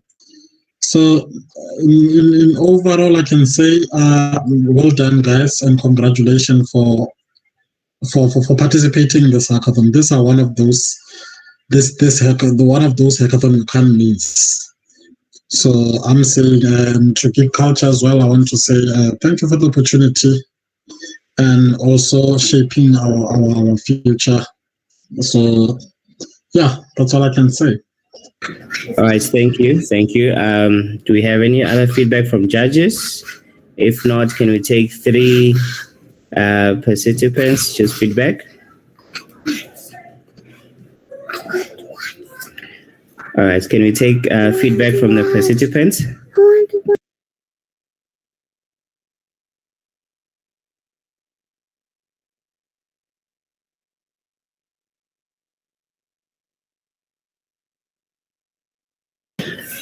All right, so we don't have any feedback from the participants. Oh, okay, please go ahead.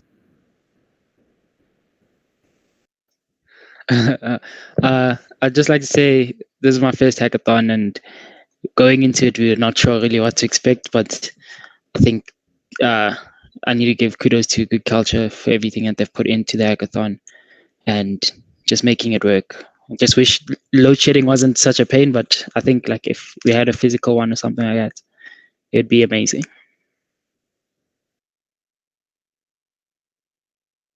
All right, thank you for that feedback. I think there was Trevor who had a hand up. Yes, I would like to thank Geekulcha for the platform. Thank you to all the mentors who stayed up late at night offering us assistance. Thank you so much to the judges for the insight and wisdom, and hopefully we carry it out. And thank you to my fellow participants also for making this hackathon a success. Awesome stuff. Thanks, Trevor. One more. Is there anyone else who wants to give feedback?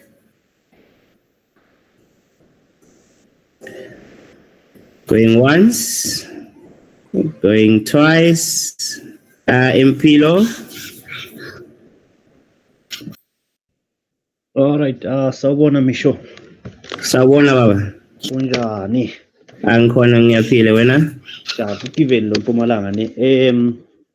Siyabonga guys kakhulu. Thank you man for the opportunity. You know, load shedding was here, busy playing with us, so we managed to pull it through.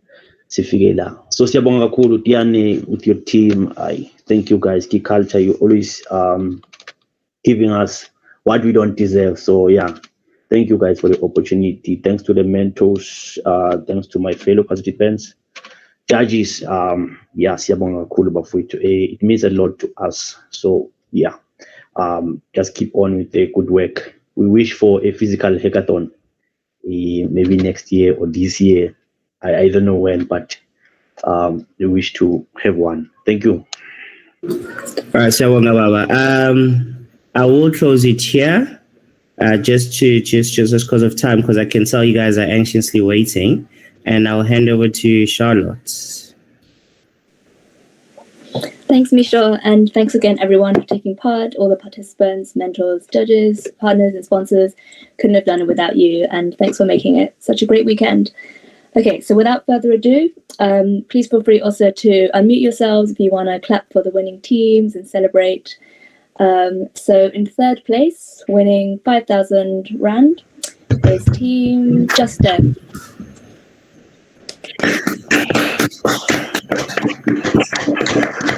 So congrats to Just Dev, great presentation. In second place is Team, and winning 10,000 Rand is Team Lemzolo Koda.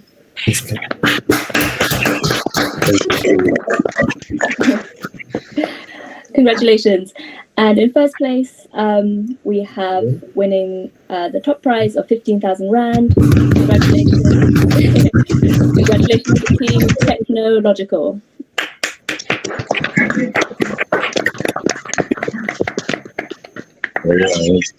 Well done.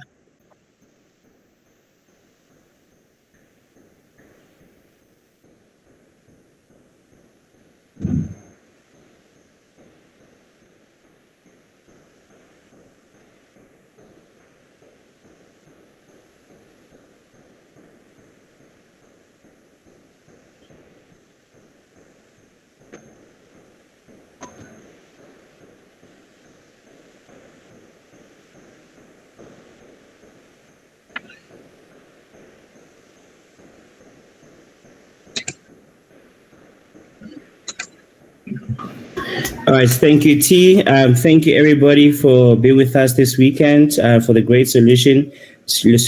Please do reach out to us if you do want to still need some guidance in polishing those ideas. Let's not let them stay. Let's work on them to make them better.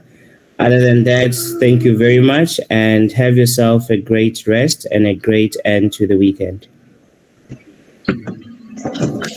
Awesome. Thanks, Michelle. Thanks, guys. Thank you. Thank you.